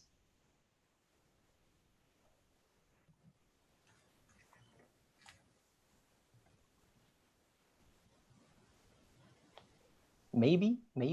Have them up. I'm just trying to get to the button to share. Thank you. Mr. Mayor. Mr. Neri. Mr. Mayor, before Mr. Clark starts, I know Councilman Kavner had asked Ms. Bernard to stay on the line in case there was any additional questions for the HOA after the testimony. And I thought if you wanted to do that, that'd probably be more appropriate before Mr. Clark does his final summary. But I don't know if you had any other questions. I just remembered he brought that up. Mr. Mayor. Councilman Kavner. Thank you, Mr. Mayor. Mr. Neri. No, I appreciate you bringing that up.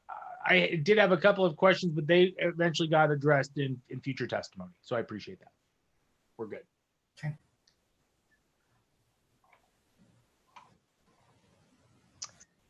Thanks, Chris. Again, Heath Clark for the record. And it looks like my video is turned off. I don't know if you want to see my beautiful face or not, but I'm good either way. So I was involved in a hearing not a couple weeks ago, and Councilmember Strader put me to my paces on the question of schools, and I vowed to myself that I would never be caught or never be unprepared with some of the information that she wanted. And if I can get to this slide, there we go. There we go. So we have looked up and had conversations with the school district about current enrollment and the status of enrollment. these are the most current numbers from fall of last year. You can see that it does still remain capacity within the school district. But what I want to point out is that by fall of 20, there will be an additional, call it 3,500 spaces available within the district. In addition, I would just point out that on the question of middle schools, Star Middle is very much under capacity. Victory Middle has capacity. Meridian Middle has capacity, at varying levels. So there's going to be, Meridian's a growing city. There's going to be need for continued growth in the school district.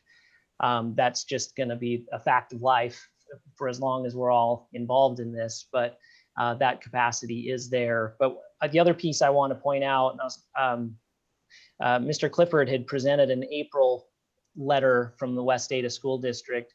If you review the record, West Ada submitted another letter in November of 2019. That letter stated that their only concern was to ensure that this project came online after Owyhee High School was available. And obviously, given the delay in this, that is more than handled. Next item that I would point to is this question of transition on the north. And I think that this slide might help with Councilmember Hoagland's point. We have increased the size of these lots by 50%. We have tried to transition from the very dense product that's to our south to this product, to the Alpine Point product on the north. But as Councilmember Peralt mentioned, these are difficult lots to match. They are pie-shaped lots to a certain degree. And what I also wanted to show is what faces our project. So this was a slide that was done with the prior iteration, and I had the current plat put on to kind of show what we're dealing with. But as you go along, what you can see is A corresponds to what the side of that house looks like. It's looking at the side of a garage and a pad. B is looking at the side of it looks like an RV pad. C, similar. D, also similar. So, again, it's always difficult to transition these things on an infill project such as this. But we think that we've done an appropriate job here. It's not a reduction of two as was suggested. And in fact, there were a number of duplexes that were there as well. So again, we think that we've come up with an appropriate compromise that is very close to the 6,000 square feet that we discussed at the initial meeting with the board. Chris, can I have now the main slide deck? Sorry to make this complicated. Thank you. So when it comes to this, let's see here.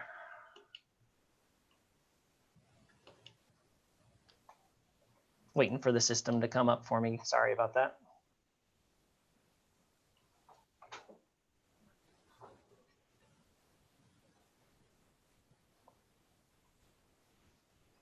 I think you may be locked up. Let me reset this and give you control in 30 seconds.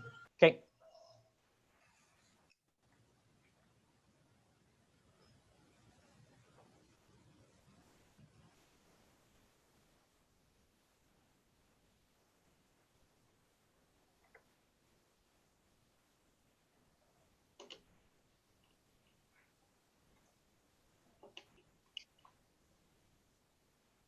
There we go. I think we got it now.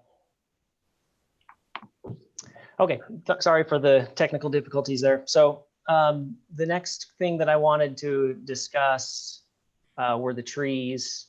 And the slide I wanted to bring up is the one that shows the transition from our project to the Brickyard project on the south, because I think that helps kind of explain where we were coming from on the design and how I think it addresses the issues that have been identified.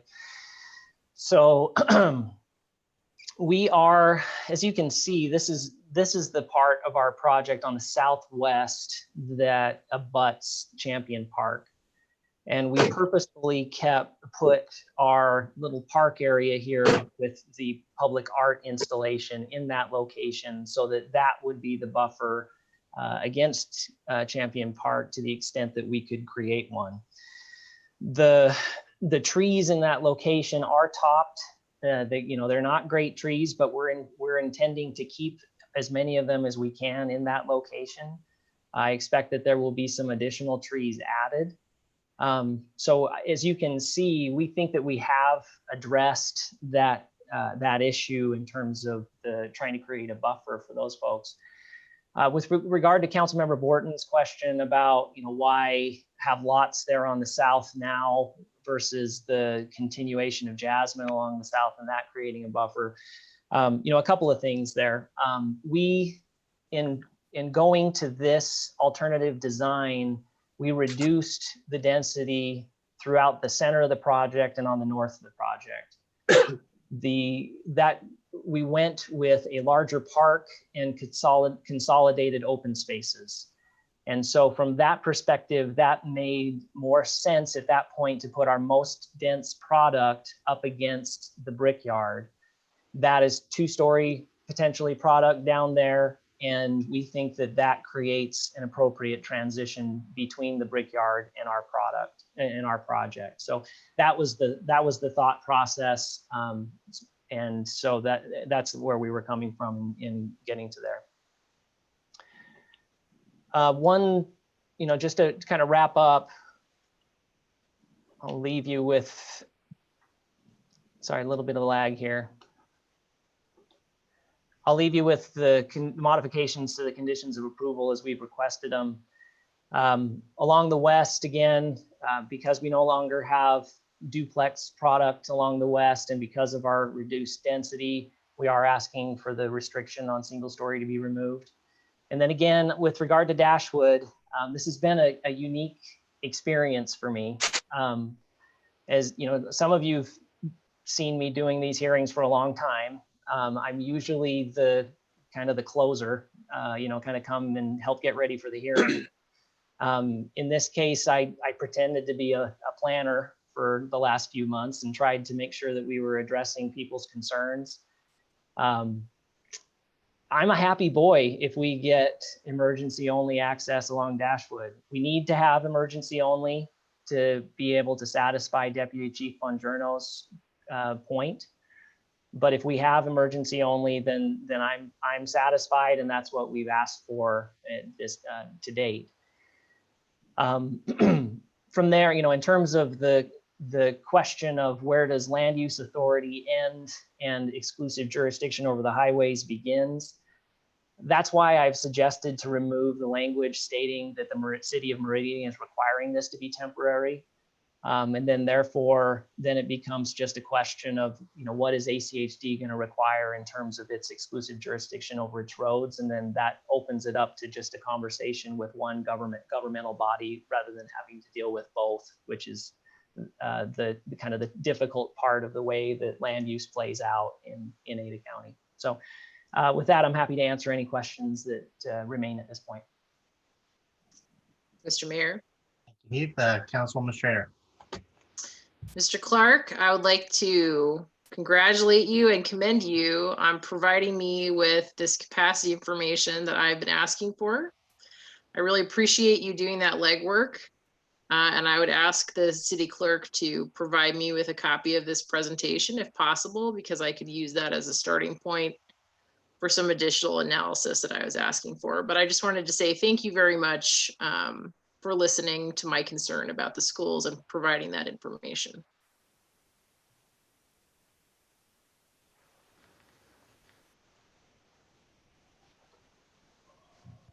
Council, any further questions? Mr. Mayor, Councilman Hoagland. a question for Mr. Clark. On that southwest corner for Champions Park with those trees. From Ms. Crane's perspective, those trees look pretty good. Maybe it's because they make the turn and they're not necessarily, I don't know if they were topped because the lines, and maybe they were, but the photo she showed from her backyard, it looked like those were adequate for a nice buffer for that triangle piece. You're going to have art in there. I know it'll be nice, but they're looking for privacy. And you know that property better than I do.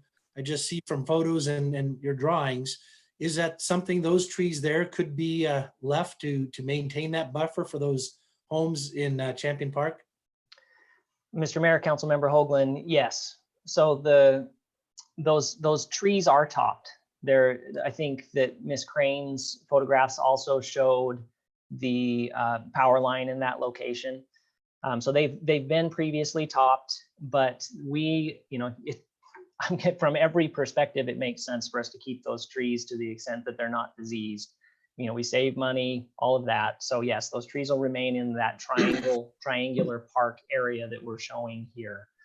And then we will take a look at the rest of the trees on a case-by-case basis to see if any of them could be relocated or reused. Mr. Mayor, just to comment further on that. Councilman Hoagland. Yeah, and Heath, I was referring just to those pine trees there in that triangular area. I see the need for what you're doing there to the south for putting new trees in and up against the brickyard. So that makes sense. But for that triangle area, it made sense to probably keep those if possible.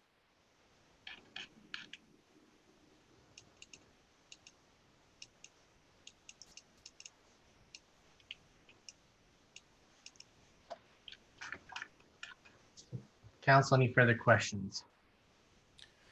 Mr. Mayor, a question for Mr. Clark, but I know he probably won't have an answer for me, but I want to get a sense of Center Point, that Center Point Way, which to me makes sense to be the collector for going to Wainwright. You have residents to the west, you'll have commercial to the east, but the ownership of that property, I mean, that's contingent upon future development. It appears to me, can you give me any insight, if you have any, you may not, on what that future may hold for development going to that north way? Mr. Mayor, Councilmember Hoagland. So you're correct that Center Point will be the spine for the transportation along that area. Unfortunately, I don't have any insight in terms of the timing for that, because that property is owned by a third party. It is part of the master street map that it will ultimately connect. And I also agree with your approach in terms of describing the way that development should proceed, which, with the residential on the west side of Center Point forming a buffer, and then allowing the type of mixed use regional uses that would be permitted over there, because that is what the comprehensive planning is for that parcel. So, Mr. Mayor, follow-up question. Mr. Clark, you did say that collector there is in the master street plan. Mr. Mayor, Councilmember Hoagland, yes, that's shown on the master street map. Thank you. Mr. Mayor. Councilwoman Pro.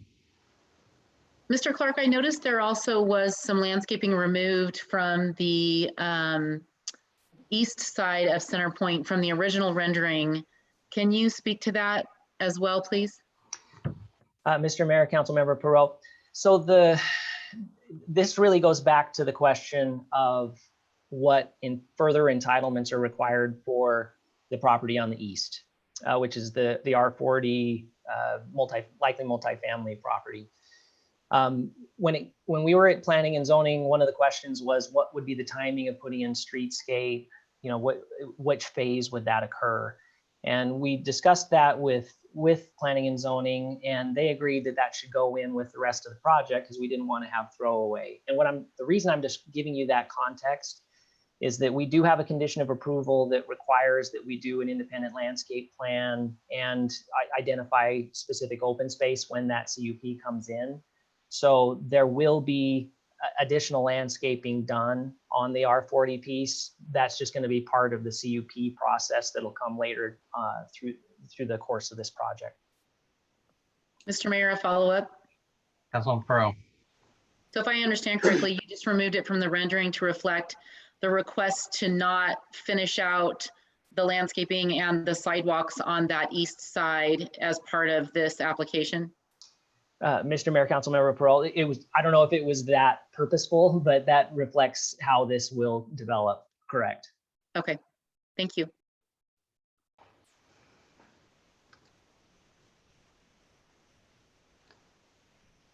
So I don't know if this is the right time to even mention this, but I will anyways.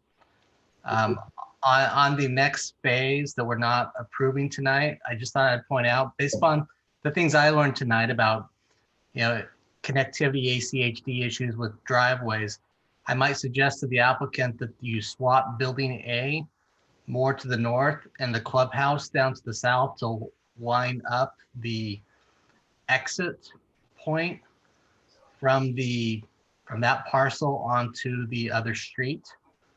I don't know if that's relevant to policies or not, because it's not a street, but that would seem to make more sense than having it offset the way it is. But Mr. Mayor, thank you. I or whoever is running that application at that point, we will make a note of that comment. Mr. Mayor. Councilman Schrader. I'm wondering, I know you'll come forward with more definitive plans for the apartment piece of the development, but what are you envisioning in terms of open space? And I had seen some suggestions that we require independent open space, obviously, for the apartments as well. If you want to comment on that. Mr. Mayor, Councilwoman Strader, so I think that Sonia, I discussed this to a certain degree during her presentation. As I recall, the requirement for the R40 is that there'd have to be an independent 10% provided there. Obviously that's dependent on the rules that are in place at the time of the application, but I believe Sonia included a condition that would point us in that direction regardless. So.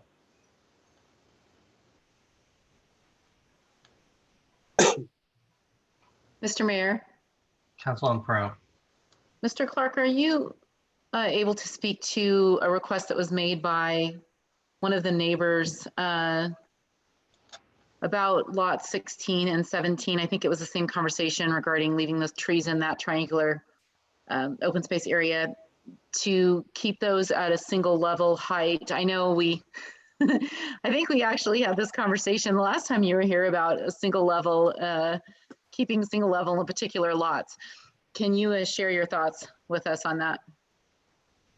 Yeah, Mr. Mayor, Councilmember Perot. I just brought up this slide to be able to illustrate what we're talking about here. These lots are largely up against the Brickyard, which is 3 stories, and so we are preserving that, creating the buffer against Champion Park with the triangle.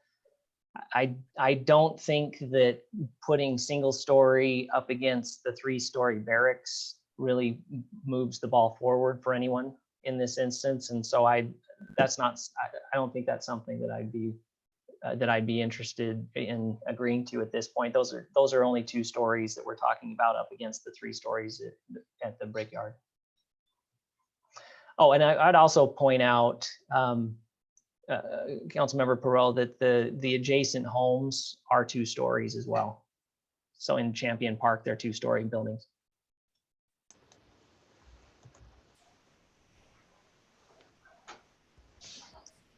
Mr. Mayor. Councilman Borton. Heath, on your reference to proposed condition 1F that speaks to Dashwood, what would happen if the city includes a condition 1F that does state that Dashwood is provided as emergency access only permanently, not temporarily? If that is how condition 1.F reads, or if it were to read that way, the ACHD staff report prior design it doesn't have anything in reference to Dashwood. It references that specific temporary access down on Jasmine. Truly a different animal back then. And the outreach that we see in the record that you did with Mr. Miller at ACHD was not a commission decision, but it was, I'm quite sure not exactly where it came from, but it looked like what the commission had conditioned to be a Jasmine emergency access only sort of flipped in the same principle, with the 10-year or center point becoming now a Dashwood condition. So in light of the ACHD staff report conditions as they exist today, and if the city were to do 1F, as I suggested, is there any, in your eyes, is there any legal prohibition to the city doing it? Meaning would the ACHD refuse to sign your final plat, for example, of something like that? Mr. Mayor, Councilmember Borton, that is the difficulty, and why I mentioned the kind of unclear line between where land use authority ends and the exclusive jurisdiction over the highways begins. My suggestion of removing the language of referring to temporary on the city's decision is to allow that conversation to continue if necessary with ACHD and not require a modification of this condition at the city. Mr. Mayor? Councilman Borton. So, and Heath, sorry to interrupt, but that concept of, are you suggesting removal 1.F in its entirety? Mr. Mayor, Councilmember Borton, no. My suggestion is just to remove the so the way I read condition 1F is that it's directing that it would be temporary. And rather than directing that it be temporary, take that language out, directing that it, not requiring that it be temporary, so that if it went to permanent, we didn't have to change the condition that the city has. But that would, and then that would allow folks to then go have a conversation with ACHD later on as the time comes and as other roads are coming in and being connected. And then maybe that's an opportunity for the larger neighborhood as a whole to have that conversation with ACHD without having to change a decision that the city made years ago, if that makes sense. Mr. Mayor, follow up. Councilman Borton. So if that change was done in 1F, and that would remove the temporary, it would remove the portion as drafted now that has this center point connection or 10 years, whichever comes first, all of that would come out? Mr. Mayor, Councilmember Borton, yes, that's that's my suggestion. But quick follow-up, and Heath, the question at that point, is there any risk to you that if that is done and the city approves it in that fashion, that ACHD can hold you up in any form? And the example was refusing to sign your final plat.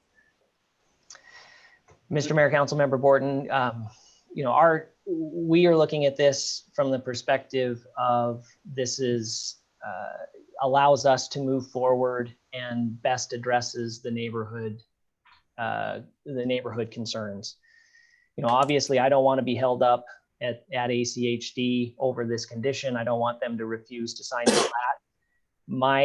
The way I see it is that these would be overlapping requirements where the city's made a requirement, the ACHD's made a requirement, they may not be in agreement. ACHD after 10 years might say, you know what, we said that this was temporary. And so, we are going to go ahead and open this, and they would do that under their exclusive jurisdiction over the highways. I don't think that this requires a holdup at the plat level if you guys have different viewpoints on this particular point. Mr. Mayor. Councilman Hoagland, or I'm sorry, Councilman Borton. No, I wanted to add something, Mr. Mayor. Oh, okay.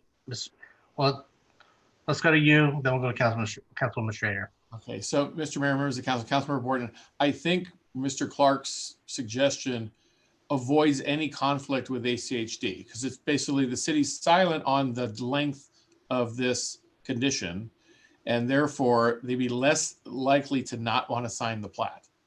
If there is a condition in there that they either think is in conflict with them or they think it should be something different, here it's silent. So I think that would be the safest route. The reality is it's been there for 15 years with nobody wanting to open it. The emergency access is really a safety issue. And once this is constructed, it's even less likely to want to be made a full connection. So I think taking the suggestion of Mr. Clark and taking that language out and simply just stating that it be emergency access only, I think gives the neighbors or the developer a better opportunity to say, this should be the permanent solution. Okay, thank you. Councilwoman Schrader. Thank you. I think this might be a question for Mr. Neri. I guess my concern would be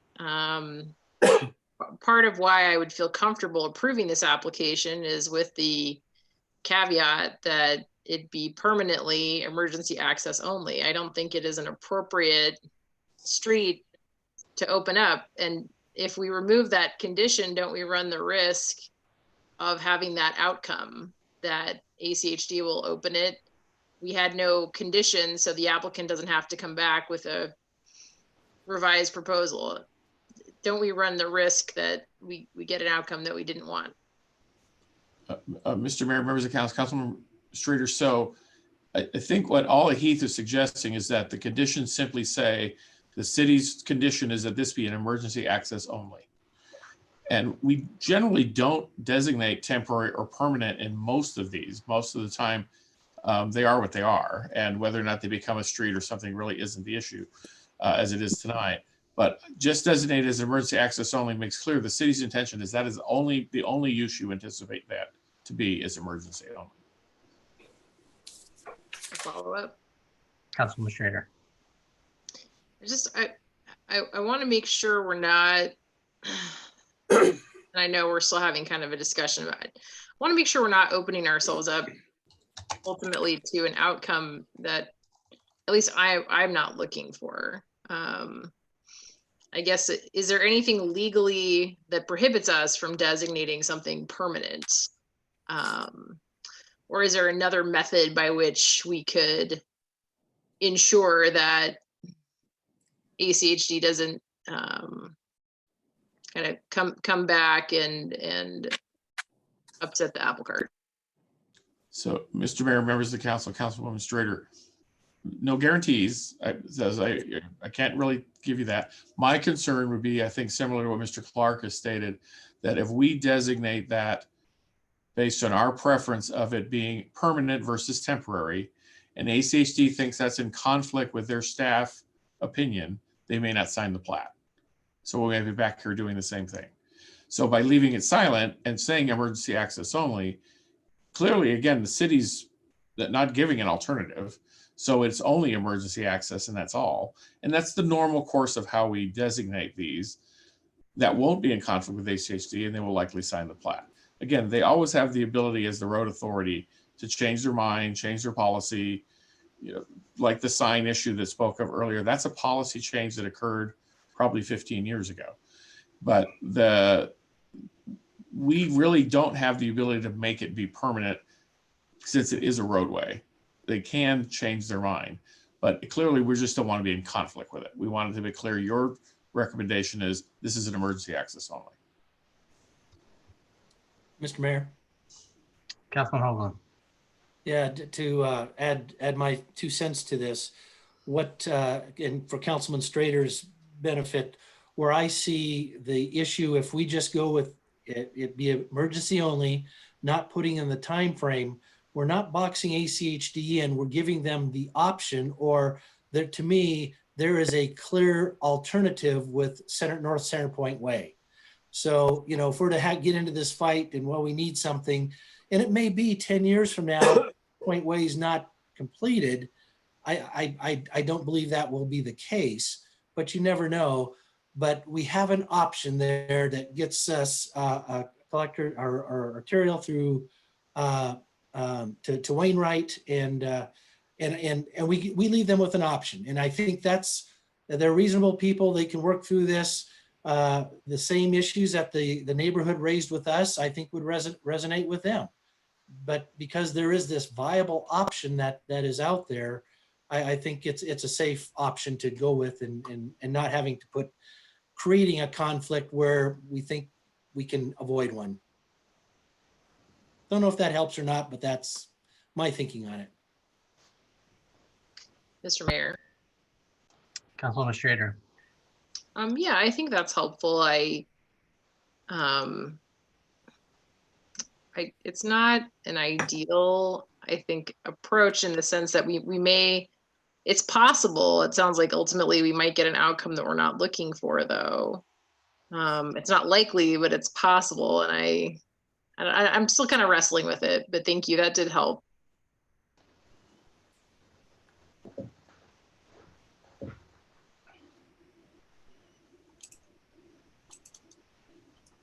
So council, the public hearing is still open. Do you have any additional comments or questions for the applicant or staff?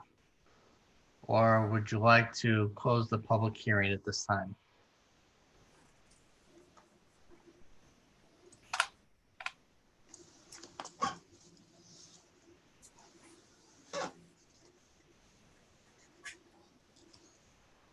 Mr. Mayor, Councilman Borton. it does not sound like there's requests for additional information from staff, so I will move that we close the public hearing on item 7B, H 2019-0027. Mr. Mayor? Councilman Hoagland. I'll second. I have a motion second to close the public hearing. Is there any discussion on the motion? If not, all those in favor signify by saying aye. Aye. Aye. Aye. Opposed, nay.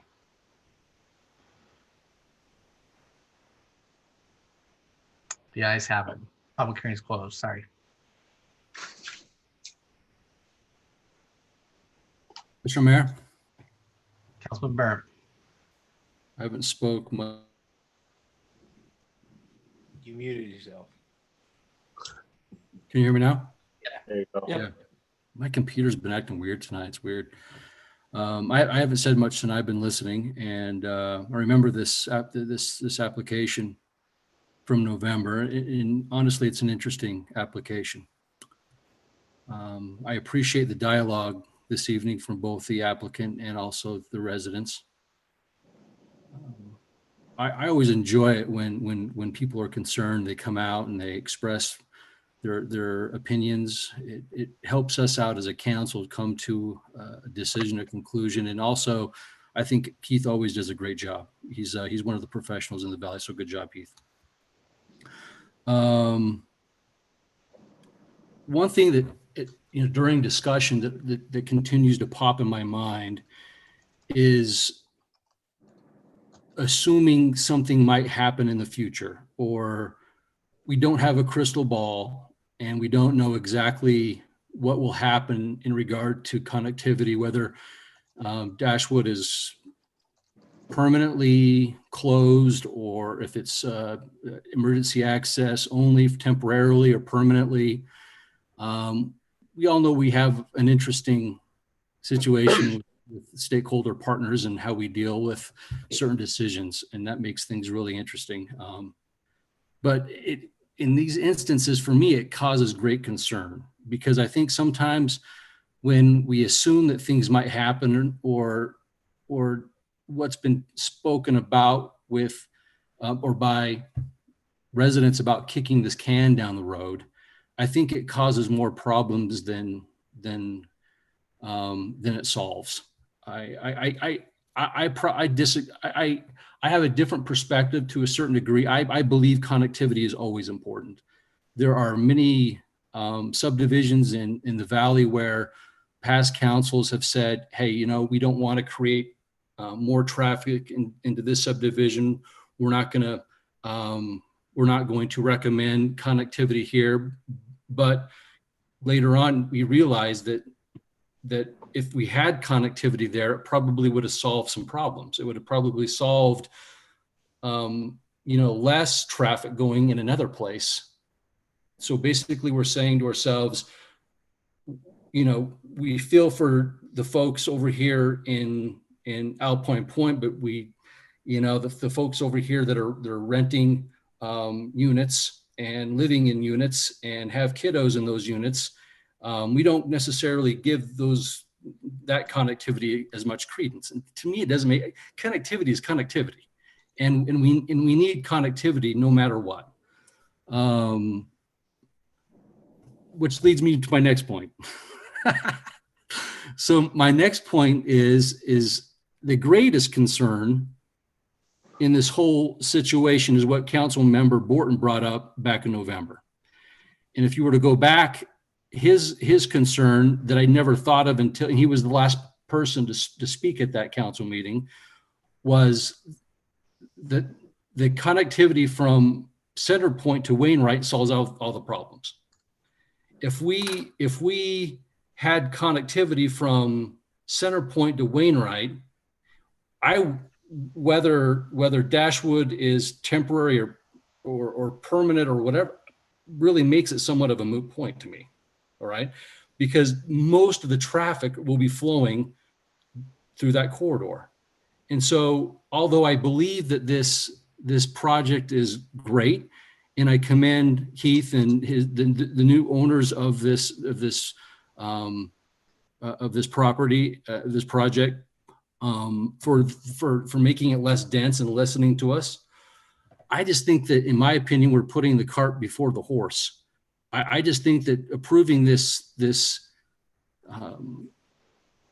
project this evening, for me, in my opinion, is just premature.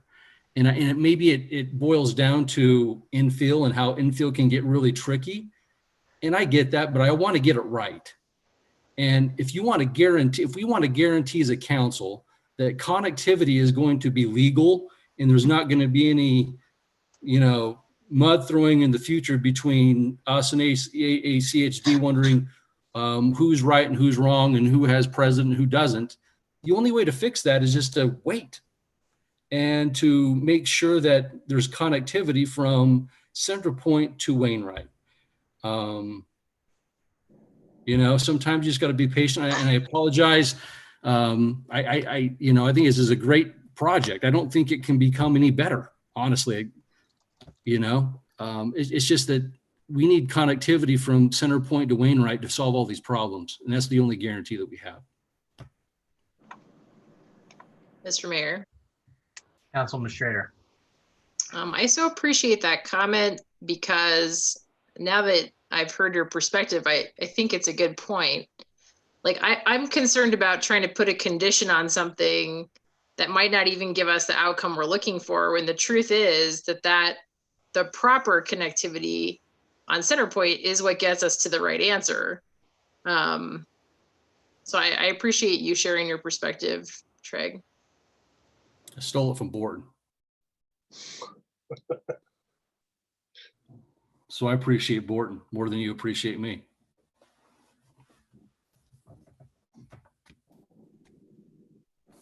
Mr. Mayor. Councilwoman Pro. So I have the same situation. I live in a community that's off of a section of Pine that does not connect between Black Cat and 10 Mile. And our neighbors for years have taken Pine out to Black Cat and exited one way in and out of a very large community. And I don't see any issue with the residents of a future Delano subdivision exiting on Center Point to the south out to Ustick up until the time that Center Point is connected to Wainwright. They can do that. That's essentially going to become, Center Point's essentially going to become a dead end up to the Delano subdivision until it's connected. There's going to be just that one option for them to get out to Ustick or to get out to Eagle Road. And so I'm in favor of removing the word temporary in the modifying the condition 1.f, removing the word temporary and allowing dashboard to be emergency access only. And that's at the request of the applicant. That's at the request of the neighbors. A lot of the neighbors have said, if you can't or aren't willing to close it, which I don't think that we as a city should make that determination. And obviously the Deputy Chief Bongiorno said that we can't do that. We've got to have that secondary access.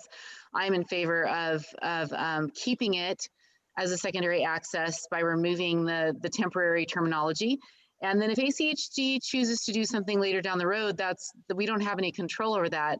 But by really, to me, that's the middle ground.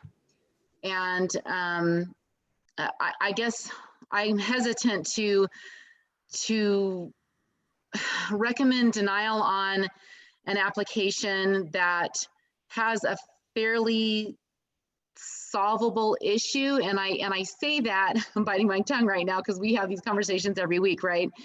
I say that because there also have been situations in the past where we considered an application, denied the application, and then something else came in its place that was not as beneficial as what was presented originally. So I'm thinking about that element of it as well.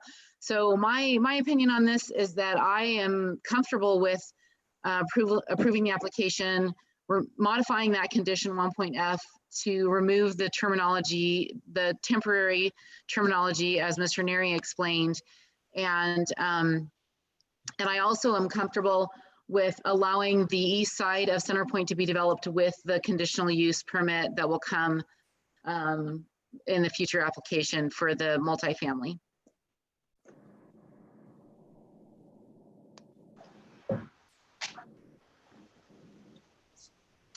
Oh, Mr. Mayor. Councilman Pearl. Before, one more thing. So in the notes for this evening, staff had mentioned that they would like council to address regarding the existing trees, whether they should be removed, whether they're going to be removed by the applicant or by the owner, whether we are going to require mitigation for both. And I believe that we should, if I'm understanding that request correctly.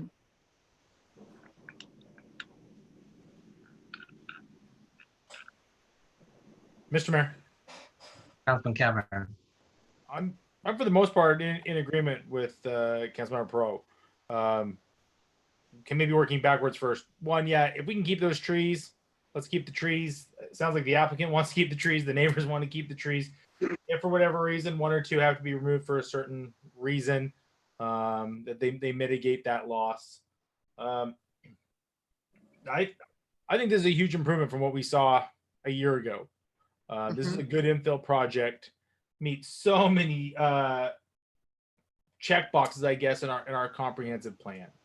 The ongoing conversation that we're going to continue to have and can probably have for another year is about the connectivity. And Councilmember Byrne, I appreciate your comments tonight. I know you gave credit to Councilmember Borton, but I appreciate you sharing them.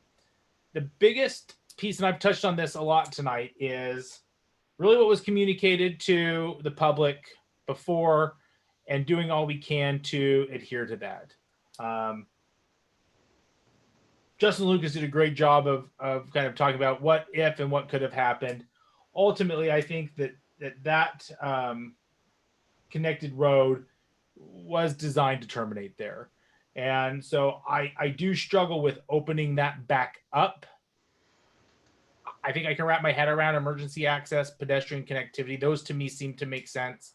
But your point about, our residents who live in that apartment complex not having access to that connectivity and putting on them to find some other place is well heard.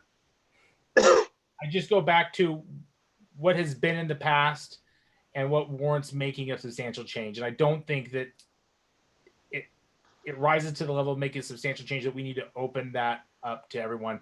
Leave it set, removing the condition as I think has been articulated. allow ACHD to make any decision that they think is necessary. But again, I don't think we can get much better of an infill project. And I'm really pleased to support it. Hope we can see it move forward. Mr. Mayor? Councilman Byrne. So basically, whether we leave that Dashwood as temporary permit, that's fine. But depending on that northern parcel and when it develops, and adding, that R40 project to the east, we're essentially saying this entire project will have one access. Yeah. That's essentially what we're saying. That's Put yourself in the shoes of those people who will be living in those apartments with kiddos, just like we all do. I mean, that is a lot of traffic to be putting in a subdivision that size with one access point. And if I could just weigh in a little bit, I'm not going to say anything that's popular in this case, but quite frankly, I don't think any of us got elected just to be popular. But I'm going to take Councilman Kavner, looking at the aerial of that property. To me, it's clear that that road was intended to be moved forward in the future. It is not a traditional cul-de-sac. There's no homes at the end. The sidewalks aren't completed around it. If you take all those things into consideration, now the naming structure that was put to it, perhaps gave that different impression. But to me, that road was meant to be improved. When you look at the two cul-de-sacs on the east and west of it, they are both very much cul-de-sacs. This one is not in the same vein as those two. One of the issues with Alpine Point that I think is different than many other areas is every home in this subdivision is facing the road. There is no clear collector street in this area. So if you look at someone on the far southwest corner and how they have to navigate through the subdivision, someone moving anywhere in the subdivision from the interior has to drive by approximately anywhere from 10 to 30 homes that are all front facing in order to exit the subdivision. So I don't have a solution to say what direction you should or should not go. And I'm not saying one right, or maybe things that should have been put in when the development was first done, try to fix it. But going back to connectivity, to me, is huge. And if I was put on my hat, and if you had that road fully connected, I can see about maybe half the people going through that direction and half the people going out through another direction, depending upon which way they're going to go. I don't think it'd be everybody, but once Wainwright is put together all the way. Until then, different story, completely. So it's just an observation. It's not anything more than that from my perspective. Mr. Mayor. Mr. Kavner. I appreciate your comments on this because quite frankly, I think where you are is where I was at the start of this meeting. The design of that cul-de-sac, I think, would lead anybody to believe that street is going to go through in the future. And it wasn't until I had heard the comments from Mr. Lucas and from Mr. Bongiorno about a turnaround lane that at least clicked with me. I mean, you've got a design of a cul-de-sac that leads itself to be connected through, but the name designation seems to indicate that it terminates. So they both can't be right. And so for me, at least the conclusion I got to is that it was designed to be a turnaround. I'm not saying that that's correct or incorrect. I don't think any of us know, but to me, at least that piece seemed to connect with me, and I understood that. So I appreciate your comments. I just think that we've come to two different conclusions. Yeah. I think if the sidewalk was connected throughout the entire curve, I would agree, but it's not because the sidewalk stops. Mr. Mayor. Councilman Pro. A big element of this for me is if we were to recommend that Dashwood were to be connected and vehicles would come through, and or we were to go along with ACHD's recommendation. I'm very concerned that these are private streets, that they are going to be more narrow, and it's not going to handle the amount of traffic that a public street size would. It's that's one piece of this particular project that is different as we talk about whether we allow access on Dashwood, vehicle access or not, is that it, and I know Alpine Point subdivision very well.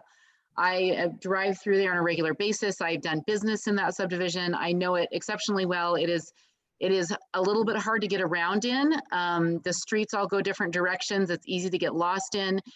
And I do anticipate that, just like we have discussed with our priority growth areas, the Magic View area, that there's a lot of traffic coming through there, from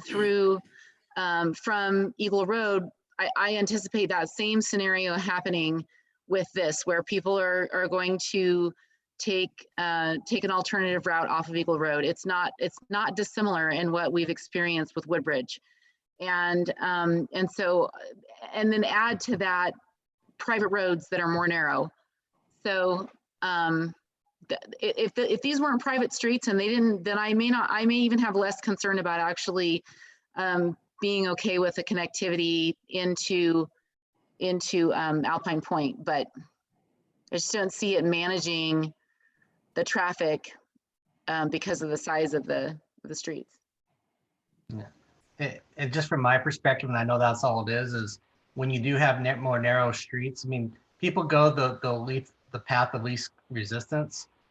And if Wainwright was open, I don't think it would ever be an issue, because people would have to go slower. They're not going to take that path to get out unless they live in that area, in my opinion.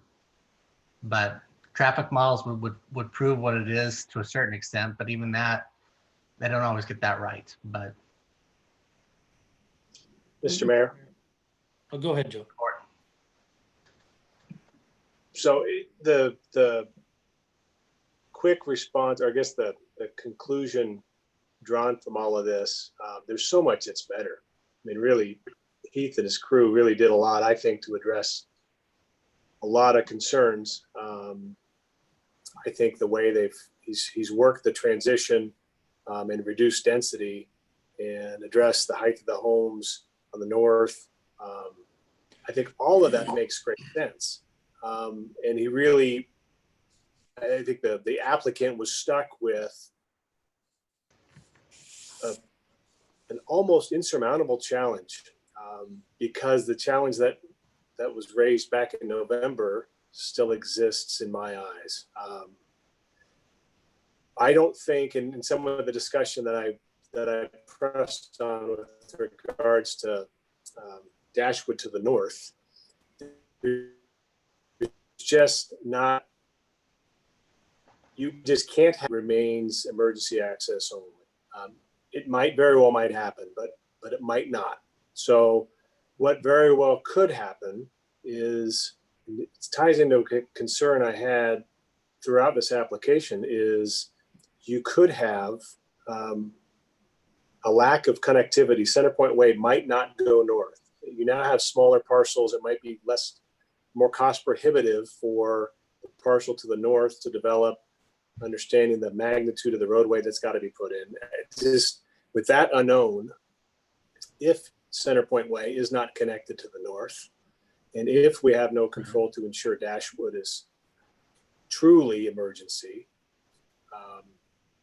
again, I phrased it the way before. This is not all the applicant's fault. The project, the footprint is what it is. But you could have generations of this development with a lot of folks connecting to Wainwright through this project and through Dashwood, because Centerpoint Way is never connecting. And that's a real possibility. And that's one of the unfortunate problems. I think I just couldn't get around last time. I can't get around it right now. the principle ultimately falls to me being it's not the right time in light of the property this project's comprised of.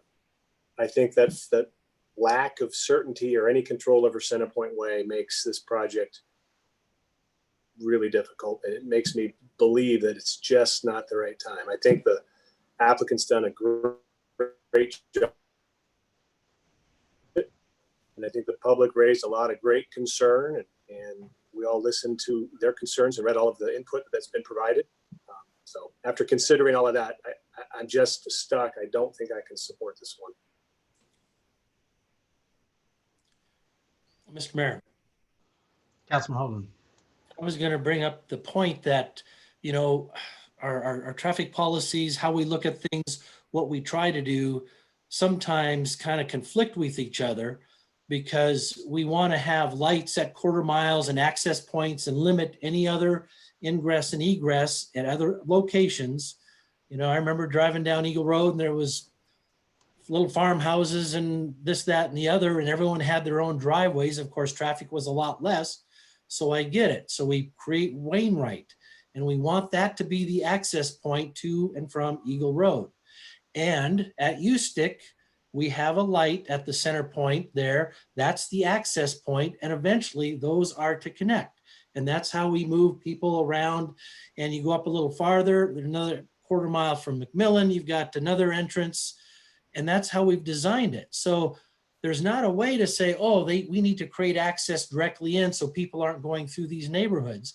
Well, we don't want that access unless it's commercial where they're just going in and out there. There has to be these through streets. Then we create a chicken and the egg. What comes first? If the businesses come in and they go, why do we need Centerpoint? There's nothing behind us, you know, or do we create the residential and, well, we're not going to do it till the businesses are there. It's kind of this difficult situation that we're in. And I remember a few months back, if you just go a mile and a quarter, mile and a half to the south on Eagle Road, on the east side, having a very long discussion about a vacant lot and connection point, and they will connect someday. And we went ahead with that proposal because someday they will connect and there will be access points. So I see it in a similar vein. There will be access. It's on our master street plan. It makes sense. If you look at the satellite map, it was the width is there. When, you're right, we have no guarantees, no certainty, but I have to close Dashwood. You got how many apartments there at the Brickyard that people will find a way. If they're going to Rocky Mountain or wherever, they find that's quicker to weave their way through, they'll do it. So to me, they're, and not having the benefit of having been through this process before, as the other three gentlemen have, I think it's a good development. They've responded well to the request and the needs of the neighborhood. So that's where I'm coming from. I respect everyone's opinion. Everyone has thought through these things, and sometimes we just come out to a different conclusion.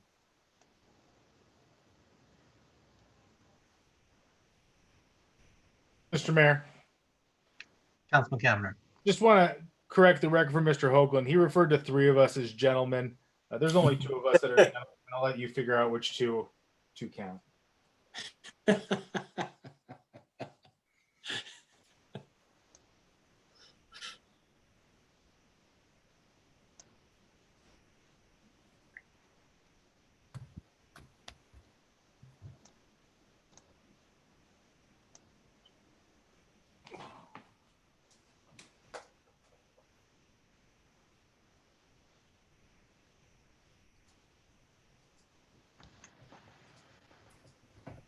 I think now's the perfect time to make a motion as Councilman Hoagland left, so it's an odd vote.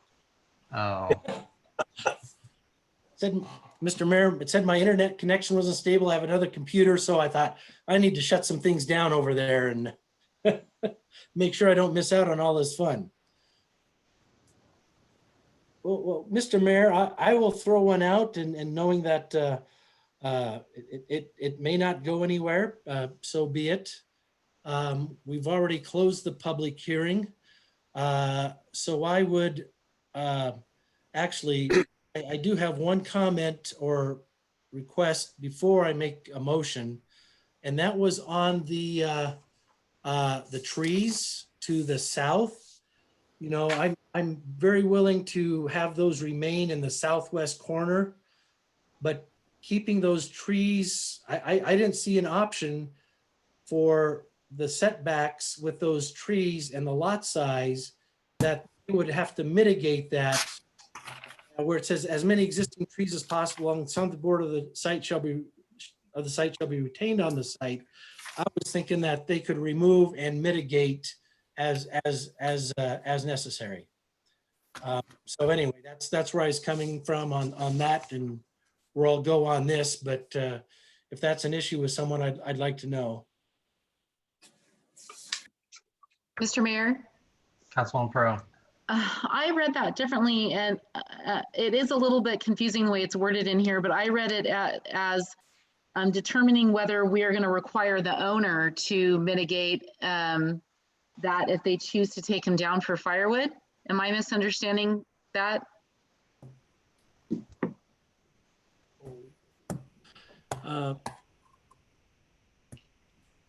Mr. Mayor?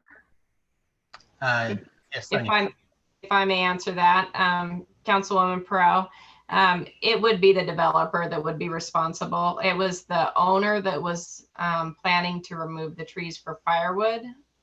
That's why staff didn't place a condition on it for mitigation, as is typical. It was a little different deal.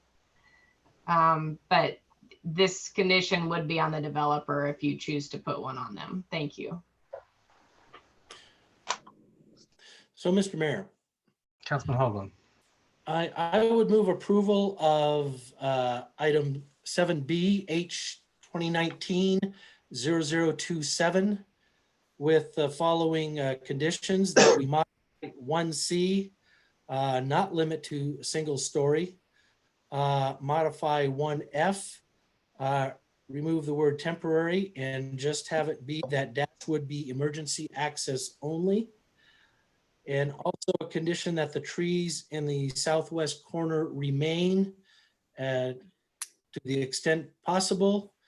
And I think on the conditions that mitigation has been pointed out, will fall to the developer if there are other trees that are removed on the site in other areas. So with those points, I would move approval of H 2019-0027. Mr. Mayor? Councilwoman Pro. Question for Councilman Hoagland. I don't have 1C in front of me. Is that the condition that allows just the northern boundary to be single level, but not the west boundary? Mr. Mayor, Councilwoman Perot, yes, that's my understanding. That referred to the northern boundary. If that's the case, then I second your motion. Excuse me, Mr. Mayor. Yes. That condition is not number 1C, it's number 1D as in David. I definitely want to get it right. I had written down 1C, so if it is 1D, I'd like to amend my motion to make that fit to the correct condition. Okay. Does the second agree? Mr. Mayor, yes, the second agrees. Thank you. I have a motion and a second. Is there discussion on the motion?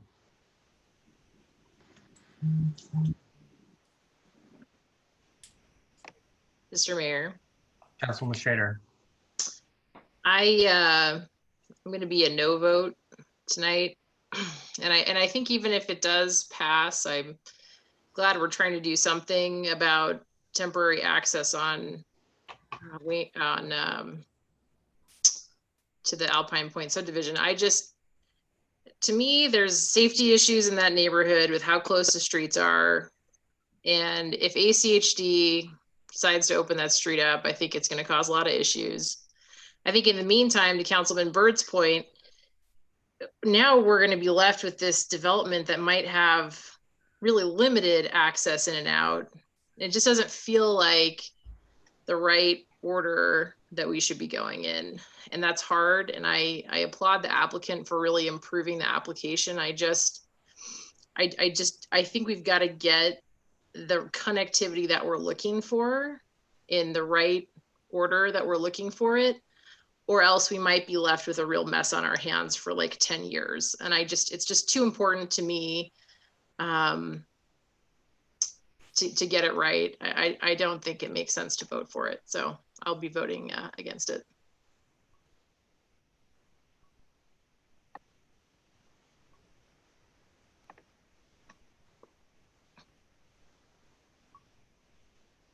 Mr. Mayor? That's McCavner.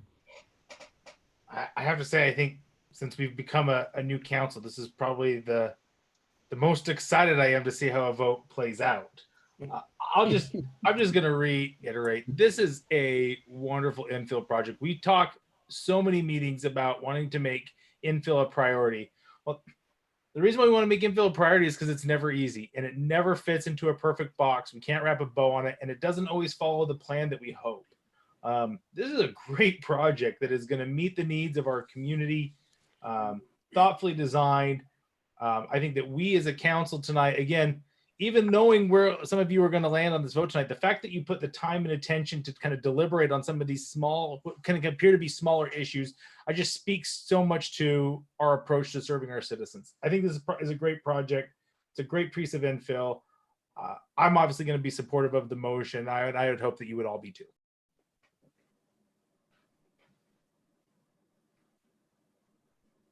Let's vote. If there's no further comments, I'll ask the clerk to call the roll. Thank you, Mr. Mayor. Borton, No. Kavanagh, Yes. Perot, Yes. Strader, No. Hoagland, Yes. Burnt, No. Mayor Simison.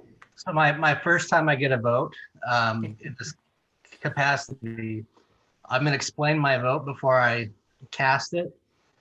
And for me, it does come down to connectivity. And Councilman Kavanagh talked about it all in terms of the pluses and minuses of infill. And there is give and take in infill. You don't always get what you want when you do it from that standpoint. And I agree with everything about the quality of the project.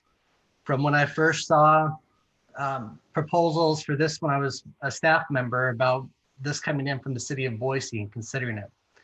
But one of my frustrations that I have in the whole land use policy discussion, and it's really born with ACHD, and I'm going to go back to last year when there was a conversation about another infill project where they picked winners and losers in terms of what roads would be connected and what roads would not be connected. And quite frankly, we all have the struggle in our subdivisions about people that drive by our homes, why we get to choose that, why we don't get to choose that. And I understand some people buy their homes with the anticipation that no one will do that. But when we have roads that are eligible to be connected and we choose not to do it, or when ACHD weighs in and chooses not to make roadway connections that are there to be established, I have a hard time, especially on an infill project, because you don't have any idea what the true nature of the movements of the people in that area are going to be. So my vote tonight is going to make probably nobody happy except for the homeowners, but I'm going to vote no, but it's because the road is not being fully connected. That to me is something that does need to occur if we're going to have connectivity in our community. I know that's not what the homeowners wanted. I know that's not what the applicant proposed, but that's the rationale for me voting no on this project is that road not being connected as an access point. So the motion fails.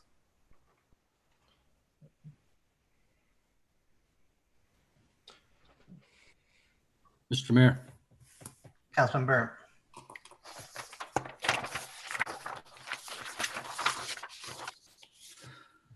I move that we deny item H-2019-0027. Second. I have a motion and a second. Is there discussion on the motion? Mr. Mayor. Mayor. Mr. Mayor, if I could just if the maker of the motion would clarify the basis for why it's not in the best interest of the city. I move that we deny item H-2019-0027 for connectivity purposes. I believe that in the best interest of our city and of that region of our community, I believe that in order to solve all of the problems that we're debating tonight, both back and forth, those that have been discussed by the applicant and also the residents, and us as decision makers on as council and the mayor himself, I believe the only way that we can solve this problem is connecting Center Point all the way to Wainwright. And so that's the basis of this denial for myself. Thank you. Does the second agree with that determination for themselves? I agree. Okay. Is there discussion on the motion? Mr. Mayor, Councilman Cavanagh. I don't want to belabor the point, but this is something that this council, the Planning and Zoning Commission, the citizens have wrestled with for a year. The applicant has made considerable changes. Again, I don't know if there's any other changes that could come to this application that would satisfy the three in opposition. I always like to give the applicant who's spent so much time and attention one last opportunity to make any changes before we push a denial. Again, I don't know if that would change anybody's mind, but I know that we typically frown on substitute motions, but I'll likely be opposing that motion just in case there's another opportunity for the applicant to have another look at this.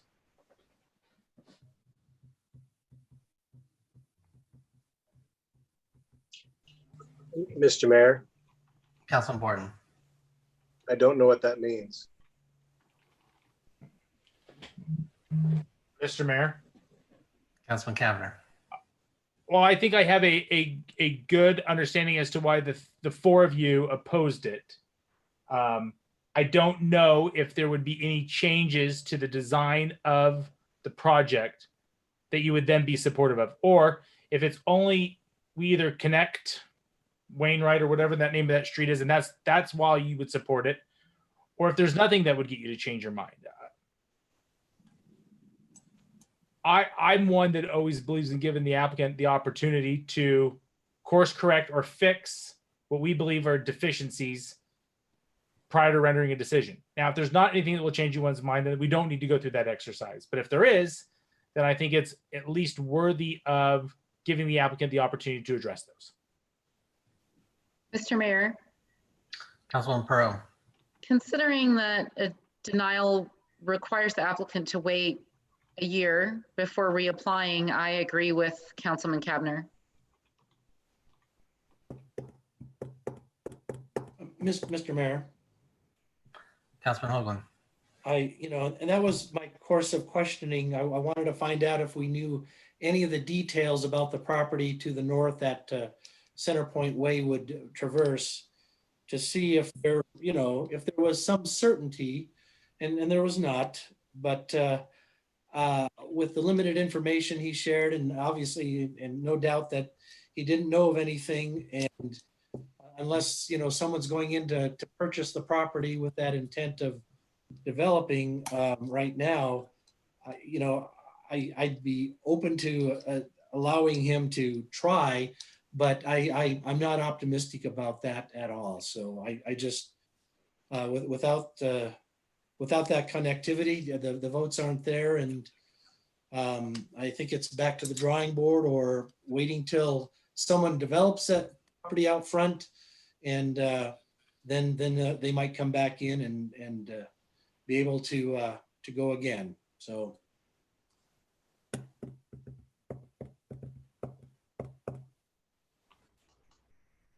Well, for the other three of you, I explained to you my main rationale for the denial, or for my no vote, but I don't think that's where the council wants to go.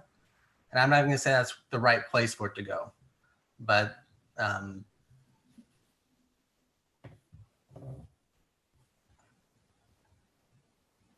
Mr. Mayor, Councilman Burr. I don't mean to beat my drum any more than I have it. That at the end of the day, there's just too many question marks for me. And we've heard this application twice, and both times it's boiled down to the same reasoning for the most part. So we've had great discussion tonight. I mean, I remember back in the day when we had these applications and they lasted 5 or 10 minutes. Like it's fantastic how we dot every I and cross every T, and I love every second of it. So I personally don't know, I don't know what else the developer could do in order to fix this issue other than connecting a road, and he has no control over that. So, Mr. Mayor. Councilman Pro. The challenge is that there's probably never going to be a point at which owners in Alpine Point are going to want that to connect. It's just, it's not going to happen. And so whether it's this application or it's another application that comes before us in the future, this conversation is not going away. And that for me is one of the elements of why I'm taking the perspective I'm taking, because I'm looking at the application itself. It's a good application. It falls within the comprehensive plan. They've made the modifications that a majority of the modifications that were recommended by the Planning and Zoning Commission, they made. The applicant has responded to nearly everything that has been requested. And so what I guess I'm saying all this to ask the question of the other council members, is this a let's wait until Wainwright goes through and all of this entire area gets developed, including the property to the north and this property jointly? Or is this a matter of Dashwood needs to connect, period? Those are, in my opinion, two very different things that affect Alpine Point, one way positively and one way negatively. But one way or the other, Alpine Point's always going to have an interest in what happens with Dashwood. And that's not going to change whether it's this application or a different one.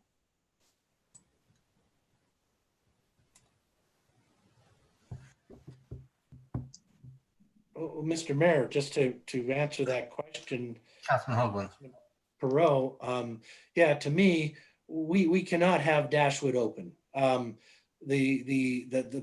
departments at the Brickyard to not have connectivity and Dashwood open, that would be a travesty for the neighborhood.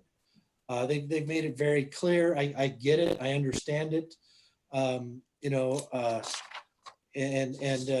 Mr. Marcos, if he's still on, we don't need to see your face and have you at City Hall, because you guys made the case very, very well. And it is a matter of having, to me, that alternate collector, that arterial, that goes through there at Center Point Way. So yeah, to me, it's not about that connectivity. That to me, I don't think should ever happen. Hear, hear.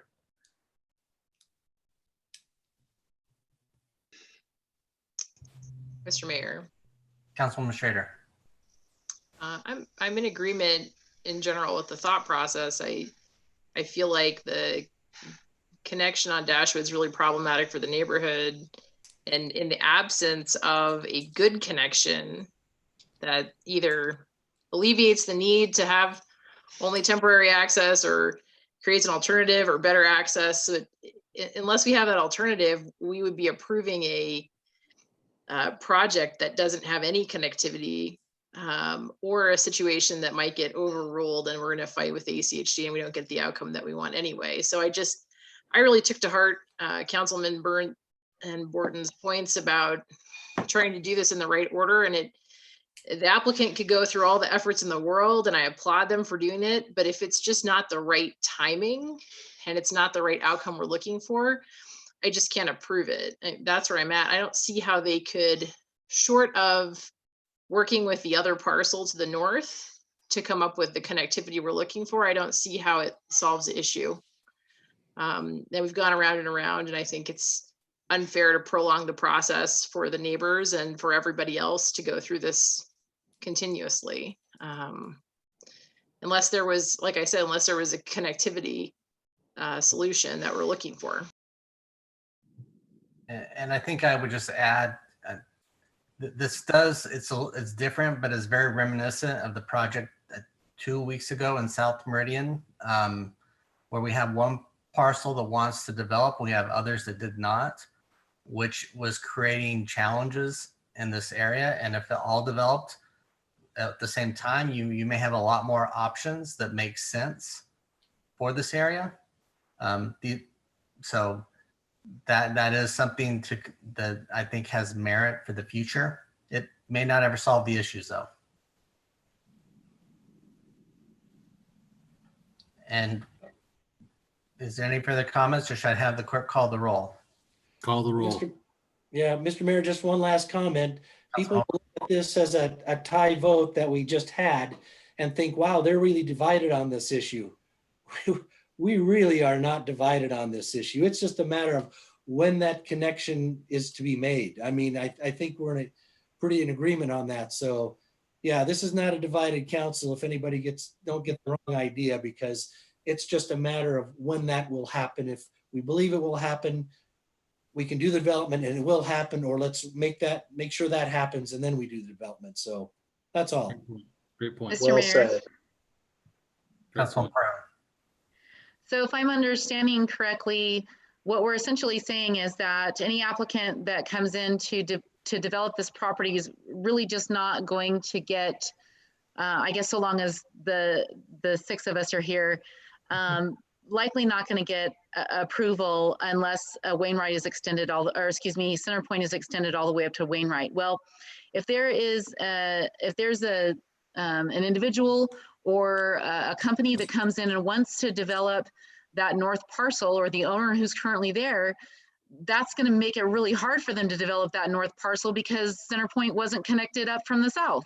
So I just see this sort of the circular, situation where the property to the north doesn't really have as value as a developable piece because Centerpoint doesn't connect to it. And so you're not going to have somebody that's going to come in and finish the north side of Centerpoint up to Wainwright if you don't have the south piece already done.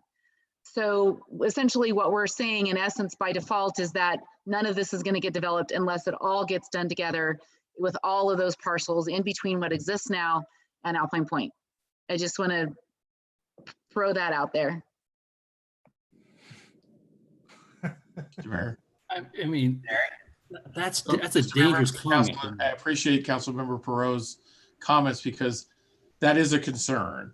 You are placing this condition that they cannot fix. It is a highway district issue. If you recall, the highway district even testified before, it wasn't tonight, so I don't want to raise it, but the roadway is designed and on their master street map, and it is a planned future, but you are essentially prohibiting this parcel from developing, even if they can meet any other means to meet the traffic conditions they are creating. Right? So, I mean, at the right time is okay. I'm not concerned about that. But the reality is you have made it so no one can develop this parcel until somebody else builds a roadway that is not on the city, is not in ACHD's 5-year work plan. And so no development of any kind can occur there, even if they can mitigate their impact. And that's a little more concerning to me from a defending it standpoint, is that's a problematic condition you're placing on this one property that has at least presented some evidence to show they are meeting their needs for safety, for the volume of traffic and all of those things. And the condition about the connectivity is a different condition that's not really their making or their ability to change. So it is a concern, but again, I understand your points. Everybody's point is valid. I get it. And annexation is a different animal, but that is problematic, not just for this developer, but for any other developer.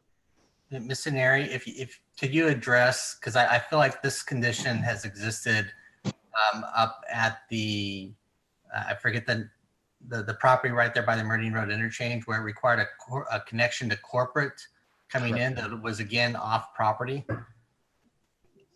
Right. And Mr. Mayor, members of the council, yeah, that's a great example. So that when that project was denied, again, it was because all of the traffic was predominantly going to spill through the subdivision, and they had very little connectivity to the other roadway system there, and they couldn't fix that.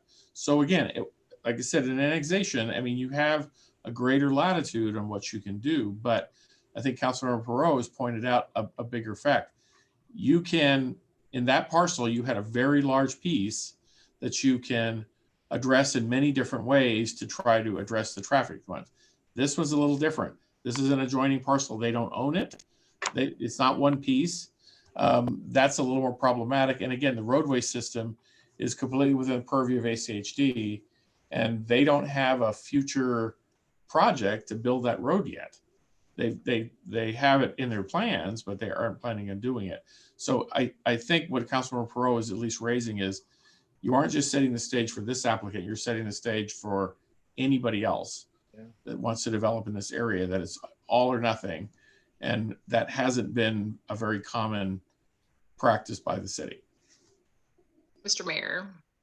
Councilwoman Schrader. I don't agree with that perspective personally. Just to share my view on it, I think that the stakes for this development are significantly higher because of its location and the specific density in this area.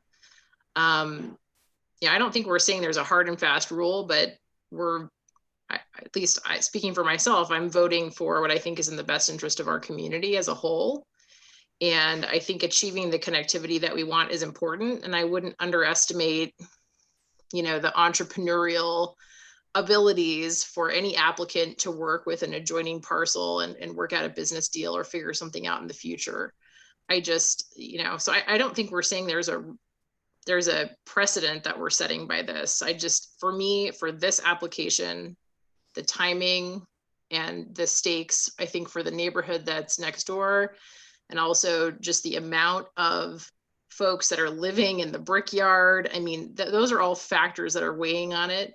And also the safety factor of the roadway, Dashwood, if that were to connect, I don't think it's an appropriate road to funnel like all of the traffic for this one development through it. And I also don't think it's workable to end up with basically one entrance and exit for a massive subdivision if we're closing Dashwood. I just think the specific circumstances warrant the vote.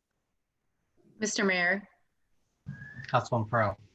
In regard to traffic from Brickwood, which is there whether this gets approved or not, there are many different exits out of that area, not just Center Point. So there's a street that runs in front of Fast Eddie's that goes out to Eagle Road. There's several exits out of the commercial area, in that there's multiple exits out of the commercial area. Some are right turn only, some are left turn onto Eagle Road, but all of the Brickyard apartments don't just have to use Center Point to get out of their community. There's already connections that exist. There's 2 or 3 different options for them to exit onto Eagle Road, as well as to exit to the south onto U-Stick. So this isn't just a one in, one out scenario on Center Point for the apartments that have already been approved. Mr. Mayor. Councilman Cavanagh. Just to maybe ask Mr. Neri about the implications or the ramifications of the motion. If I remember correctly, this initially was continued because we needed to get the okay from the city of Boise that they were comfortable with releasing this property from the city of Boise area of impact into Meridian. If the denial is approved tonight, do we prevent the applicant from going to the city of Boise and being able to explore doing a project within their jurisdiction? So, Mr. Mayor, members of Councilmember Cavanagh, the process would be the same in reverse. They would have to come to you first to request it be released from our city's area of impact. You would make that separate decision from this application on whether or not that makes sense to this council to allow this to be removed to the city of Boise, and then the city of Boise would have to agree to accept it back and do the map amendment changes that they did last fall. The other option, just throwing it out there just for your consideration, they are still in the county. I don't know what level of development is allowed in the county for what they're seeking. Obviously, there's sewer and water issues about that, but that's certainly an option they have as well. But yeah, they could certainly come back and ask for it to go back to the Boise. Although I would think that the county would not allow them to develop based upon the location and the availability of sewer and water. So I highly doubt that would occur. Yeah, the only thing I would suggest to that, Mr. Mayor, is that Central District Health is the issue on septics and not the county. And they have already stated in the past, if we won't annex them, they will allow them to build a septic. Now, again, can they build a septic for this level of development? I don't think so. No. But again, they have other options besides just the denial. Mr. Mayor? Councilman Barrett? I don't buy into the notion that we're setting any type of precedent this evening, all right? Because we are given facts on developments, proposed projects, and we deliberate, we make decisions based upon those facts. By assuming that there's a precedence being set, is that you're saying that all future projects for this area are going to be the exact same. And so, and I just don't think that, I mean, I don't know how you could ever say that or how we could even assume that. We were given a set of facts, and we listened to deliberation all night long, and we vote on what we hear. And so to say that, you know, that is going to be the same going forward and that it's going to be a no vote going forward is not, I don't believe it's a fair statement to make. Mr. Mayor. Councilman Pearl. I know that wasn't what I was communicating. What I was communicating is that as far as how these parcels are laid out, if we are going to require that Wainwright be connected in through the north parcel in order for the south parcels to be developed, whether it's this project or a different residential project, however the project is laid out is not a factor in the discussion we're having right now. The factor is that now we're tying two parcels with two different owners, and we're saying that unless both of you develop in such a way that that Centerpoint and Wainwright connect, then neither of those parcels, no matter how great their application is going to work. Because we're saying that whether it's this piece or whether it's the piece to the north, Mr. Wong's property, we're saying that Wainwright has to connect all the way through all of those parcels in order for the city to be comfortable with the connectivity. So it's not a precedent. I'm not saying we're setting any kind of precedent about how we vote regarding these types of applications. I'm saying on these specific parcels in this specific location, we are saying that the south parcel cannot develop without the north being developed because Wainwright's got to go through both of them to connect to in its current location. And Mr. Mayor, Mr. Borton. I agree with Councilman Hoagland's comments. Now it's been a while ago about, I think we are all on the same page, seeing things a little different, but this is, I think, healthy, good, robust discussion and helpful. Having said that, if I may, I would call the question on the motion. Okay, the question has been called. I'll ask the clerk to call the roll. Thank you, Mr. Mayor. Borton? Aye. Kavanagh? No. Perot? No. Strader? Aye. Hoagland? No. Burnt? Aye. Aye. Sorry.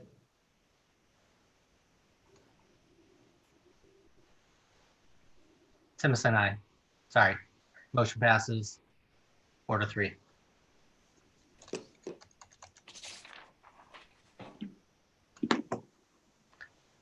Item AA is an ordinance number 20-1879. I will ask the clerk read this ordinance by title. Thank you, Mr. Mayor. Ordinance number 20-1879, an ordinance repealing and replacing Title 10, Chapter 6, Meridian City Code regarding flood damage prevention, voiding any conflicting provisions, and providing an effective date. You've heard this ordinance read by title. Would anyone like to read it in its entirety? If not, do I have a motion? Mr. Mayor, Councilwoman Strader. I move that we approve ordinance number 20-1879, repealing and replacing Title 10, Chapter 6, Meridian City Code regarding flood damage prevention. Mr. Mayor, Councilman Hoagland. second. I have a motion and a second to approve ordinance number 20-1879. Is there any discussion on the motion? If not, clerk will call the roll. Thank you, Mr. Mayor. Borton, Aye. Cavanagh, Aye. Perot, Aye. Strader, Aye. Hoagland, Aye. Burnt, Aye. Ordinance pass. Item 9, any items for future meeting topics? Mr. Mayor, Councilman Cavanagh. recognize I'm talking about future meeting topics, and I wasn't at the workshop meeting today when we talked about a future meeting topic I requested. So my apologies to council for not making the workshop. But I thought it might be beneficial. There's been a lot of dialogue amongst council members and staff about our working relationship with the school district. I know you and your staff are working really hard to fill a much needed position to help address some of that. But a thought might be, if it's worth us as a council discussing, maybe creating a council liaison role to the district. You know, we've got liaison roles with so many other boards and organizations, and perhaps this may be another step forward in trying to really build a collaborative relationship with the school district and their trustees.